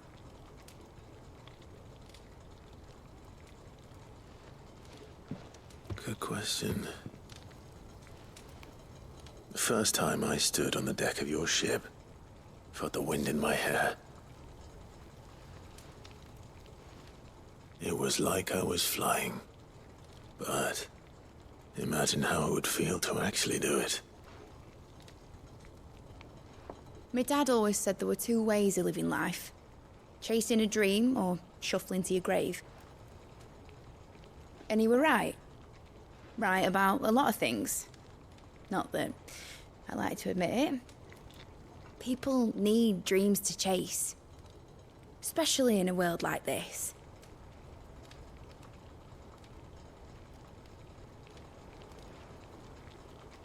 Right. When this is over, I'm gonna take all my Mithril engines to Zemeckis and sling them over the edge. I won't have my dream end up turning into someone else's nightmare. But all that hard work... All that hard work will not be used for war, Jamie. But it ain't like it'll be gone. Tell me, Clive, have you ever been on a treasure hunt? Not since Joshua and I were boys. Why do you ask? Because I'm gonna bury the engine schematics and leave behind a little riddle telling people where to find them. A really hard one, so that only the most dedicated dreamers will ever be able to work it out.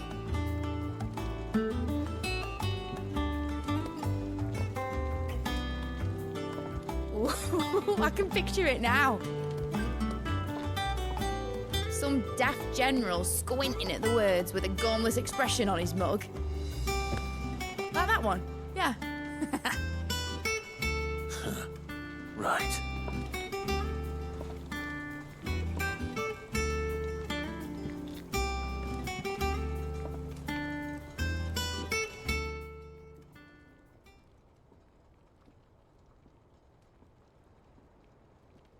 Of course, if I'm putting this engine at the end of a treasure hunt, I'll still need to make it a treasure worth hunting for.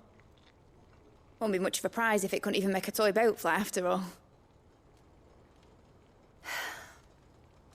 My dad always said, dream big. But it ain't the size of a dream that's important, is it, Clive? Only that it's a good one. And I reckon I've got a fair few good uns left in me. I'm sure you do.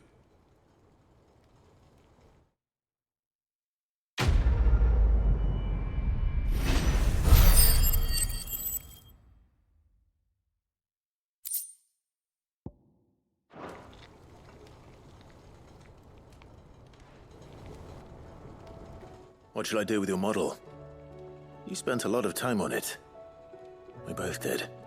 What, that old thing? Not healthy to cling to your failures, Clive. They'll weigh you down, you know. Sound advice. Still, I suppose my prototypes will probably be worth a fair bit when I'm as famous as Bart's the Builder. Seeing as you're always strapped for coin, suppose I can give it to you. Just make sure you get a good price when you do come to part with it. I'd say that was up to you as much as me. You're not leaving already, are you? Enjoy it while you can, Clive.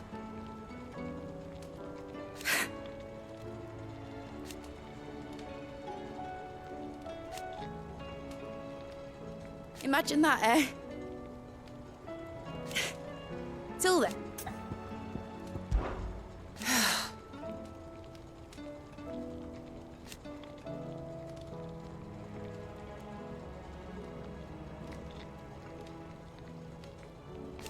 Make a name for yourself.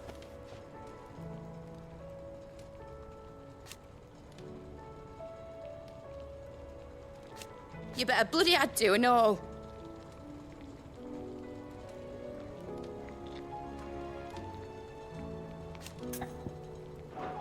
Be seeing you, Clive.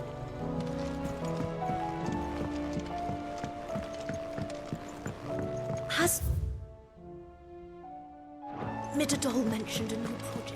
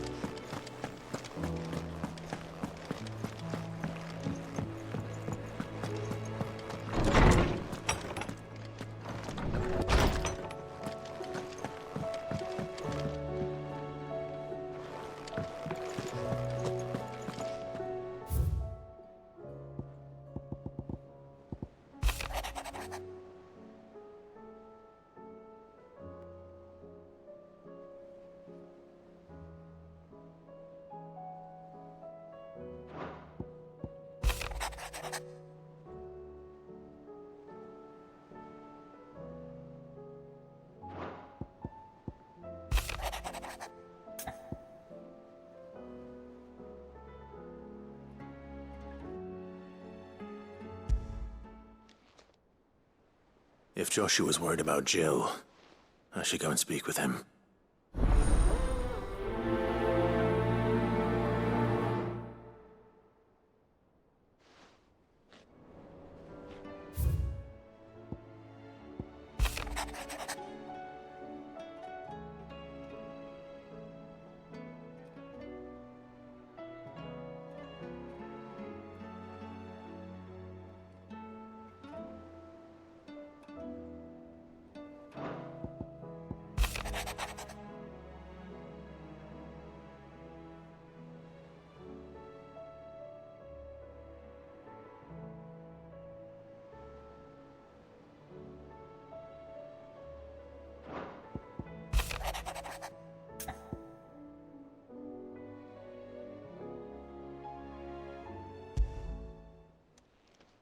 It's usually me making demands of Harpocrates.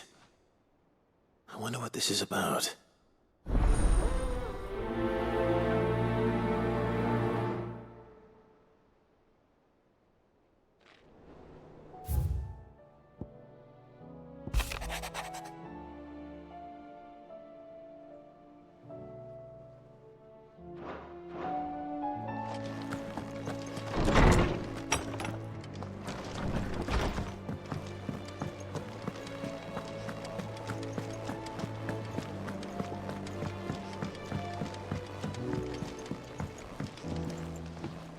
Joshua, I read your message.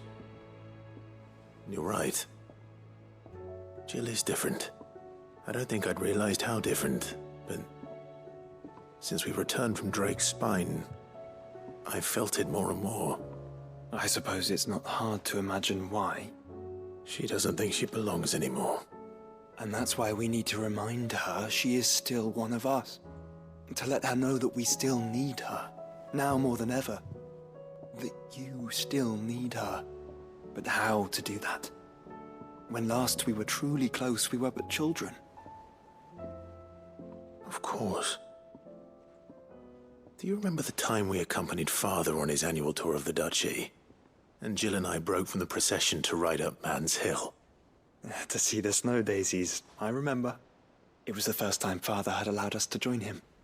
And when he realized you were missing, he had the entire retinue down to the pot boys combing the countryside. In the rain.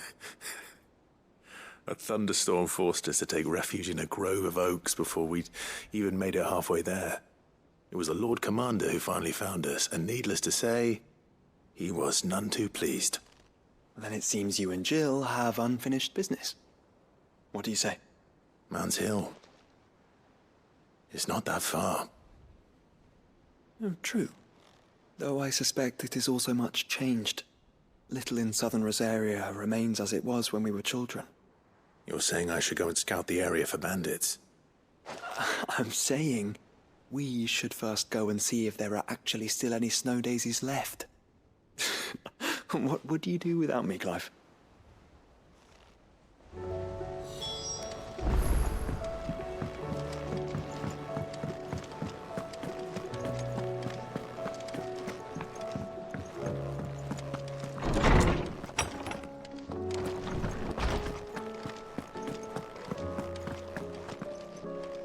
Lawsman Harpocrates.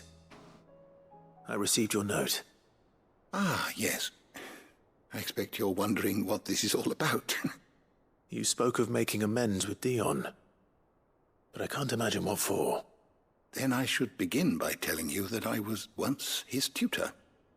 This was some years ago, of course, before I joined Sid in his hideaway.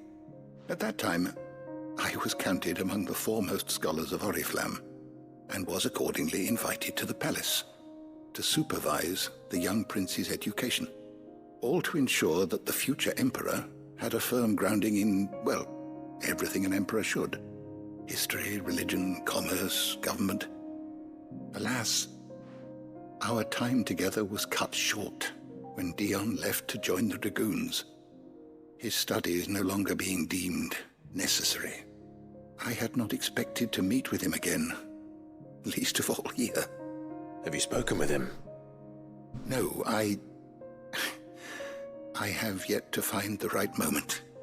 His Highness always seems so preoccupied, especially when alone. I would not wish to disturb his ruminations with idle words of greeting. Not when I know he dwells upon the evil Ultima had him commit in the Dominion. The guilt weighs heavily on him, I know. But as you say, that was Ultima's doing. Surely you can't blame yourself. When I first met him, it was not guilt, but his people's expectations that weighed heavily upon him. And I did nothing to ease that burden. He bore it alone, until the day he could not bear it any longer. It is one of my greatest regrets that I only ever offered him my wisdom, when what he truly needed was friendship. The blame for Dion's transgressions lies not only on his shoulders, but on mine. I see. I'm ready to help you in any way that I can. Then I beg that you bring me a wild wyvern tail. Apothecaries across the ages agree that even to glimpse such a flower is to be granted inner solace. Fabulists and fraudsters all, of course. But there is oft a seed of truth to be found where even the most outlandish opinions align. Well, it can't hurt to try. Where can I find this flower? And how will I know it? You have seen cultivated wyvern tails before, I trust. The lily-white blossoms from whose roots the poisonous ink for the brand is distilled. Well, those which grow in the wild differ only in their purple hue. The harsher the environment in which they are raised, the deeper the color. There is a waterfall in Rick Mal's roost across the strait, where the flowers once grew in abundance. Whether they still survive there, I know not. But try as I might, I can find no likelier location. It's all right. I'll find you a wyvern tail one way or another. Thank you, Clive. And please, be safe.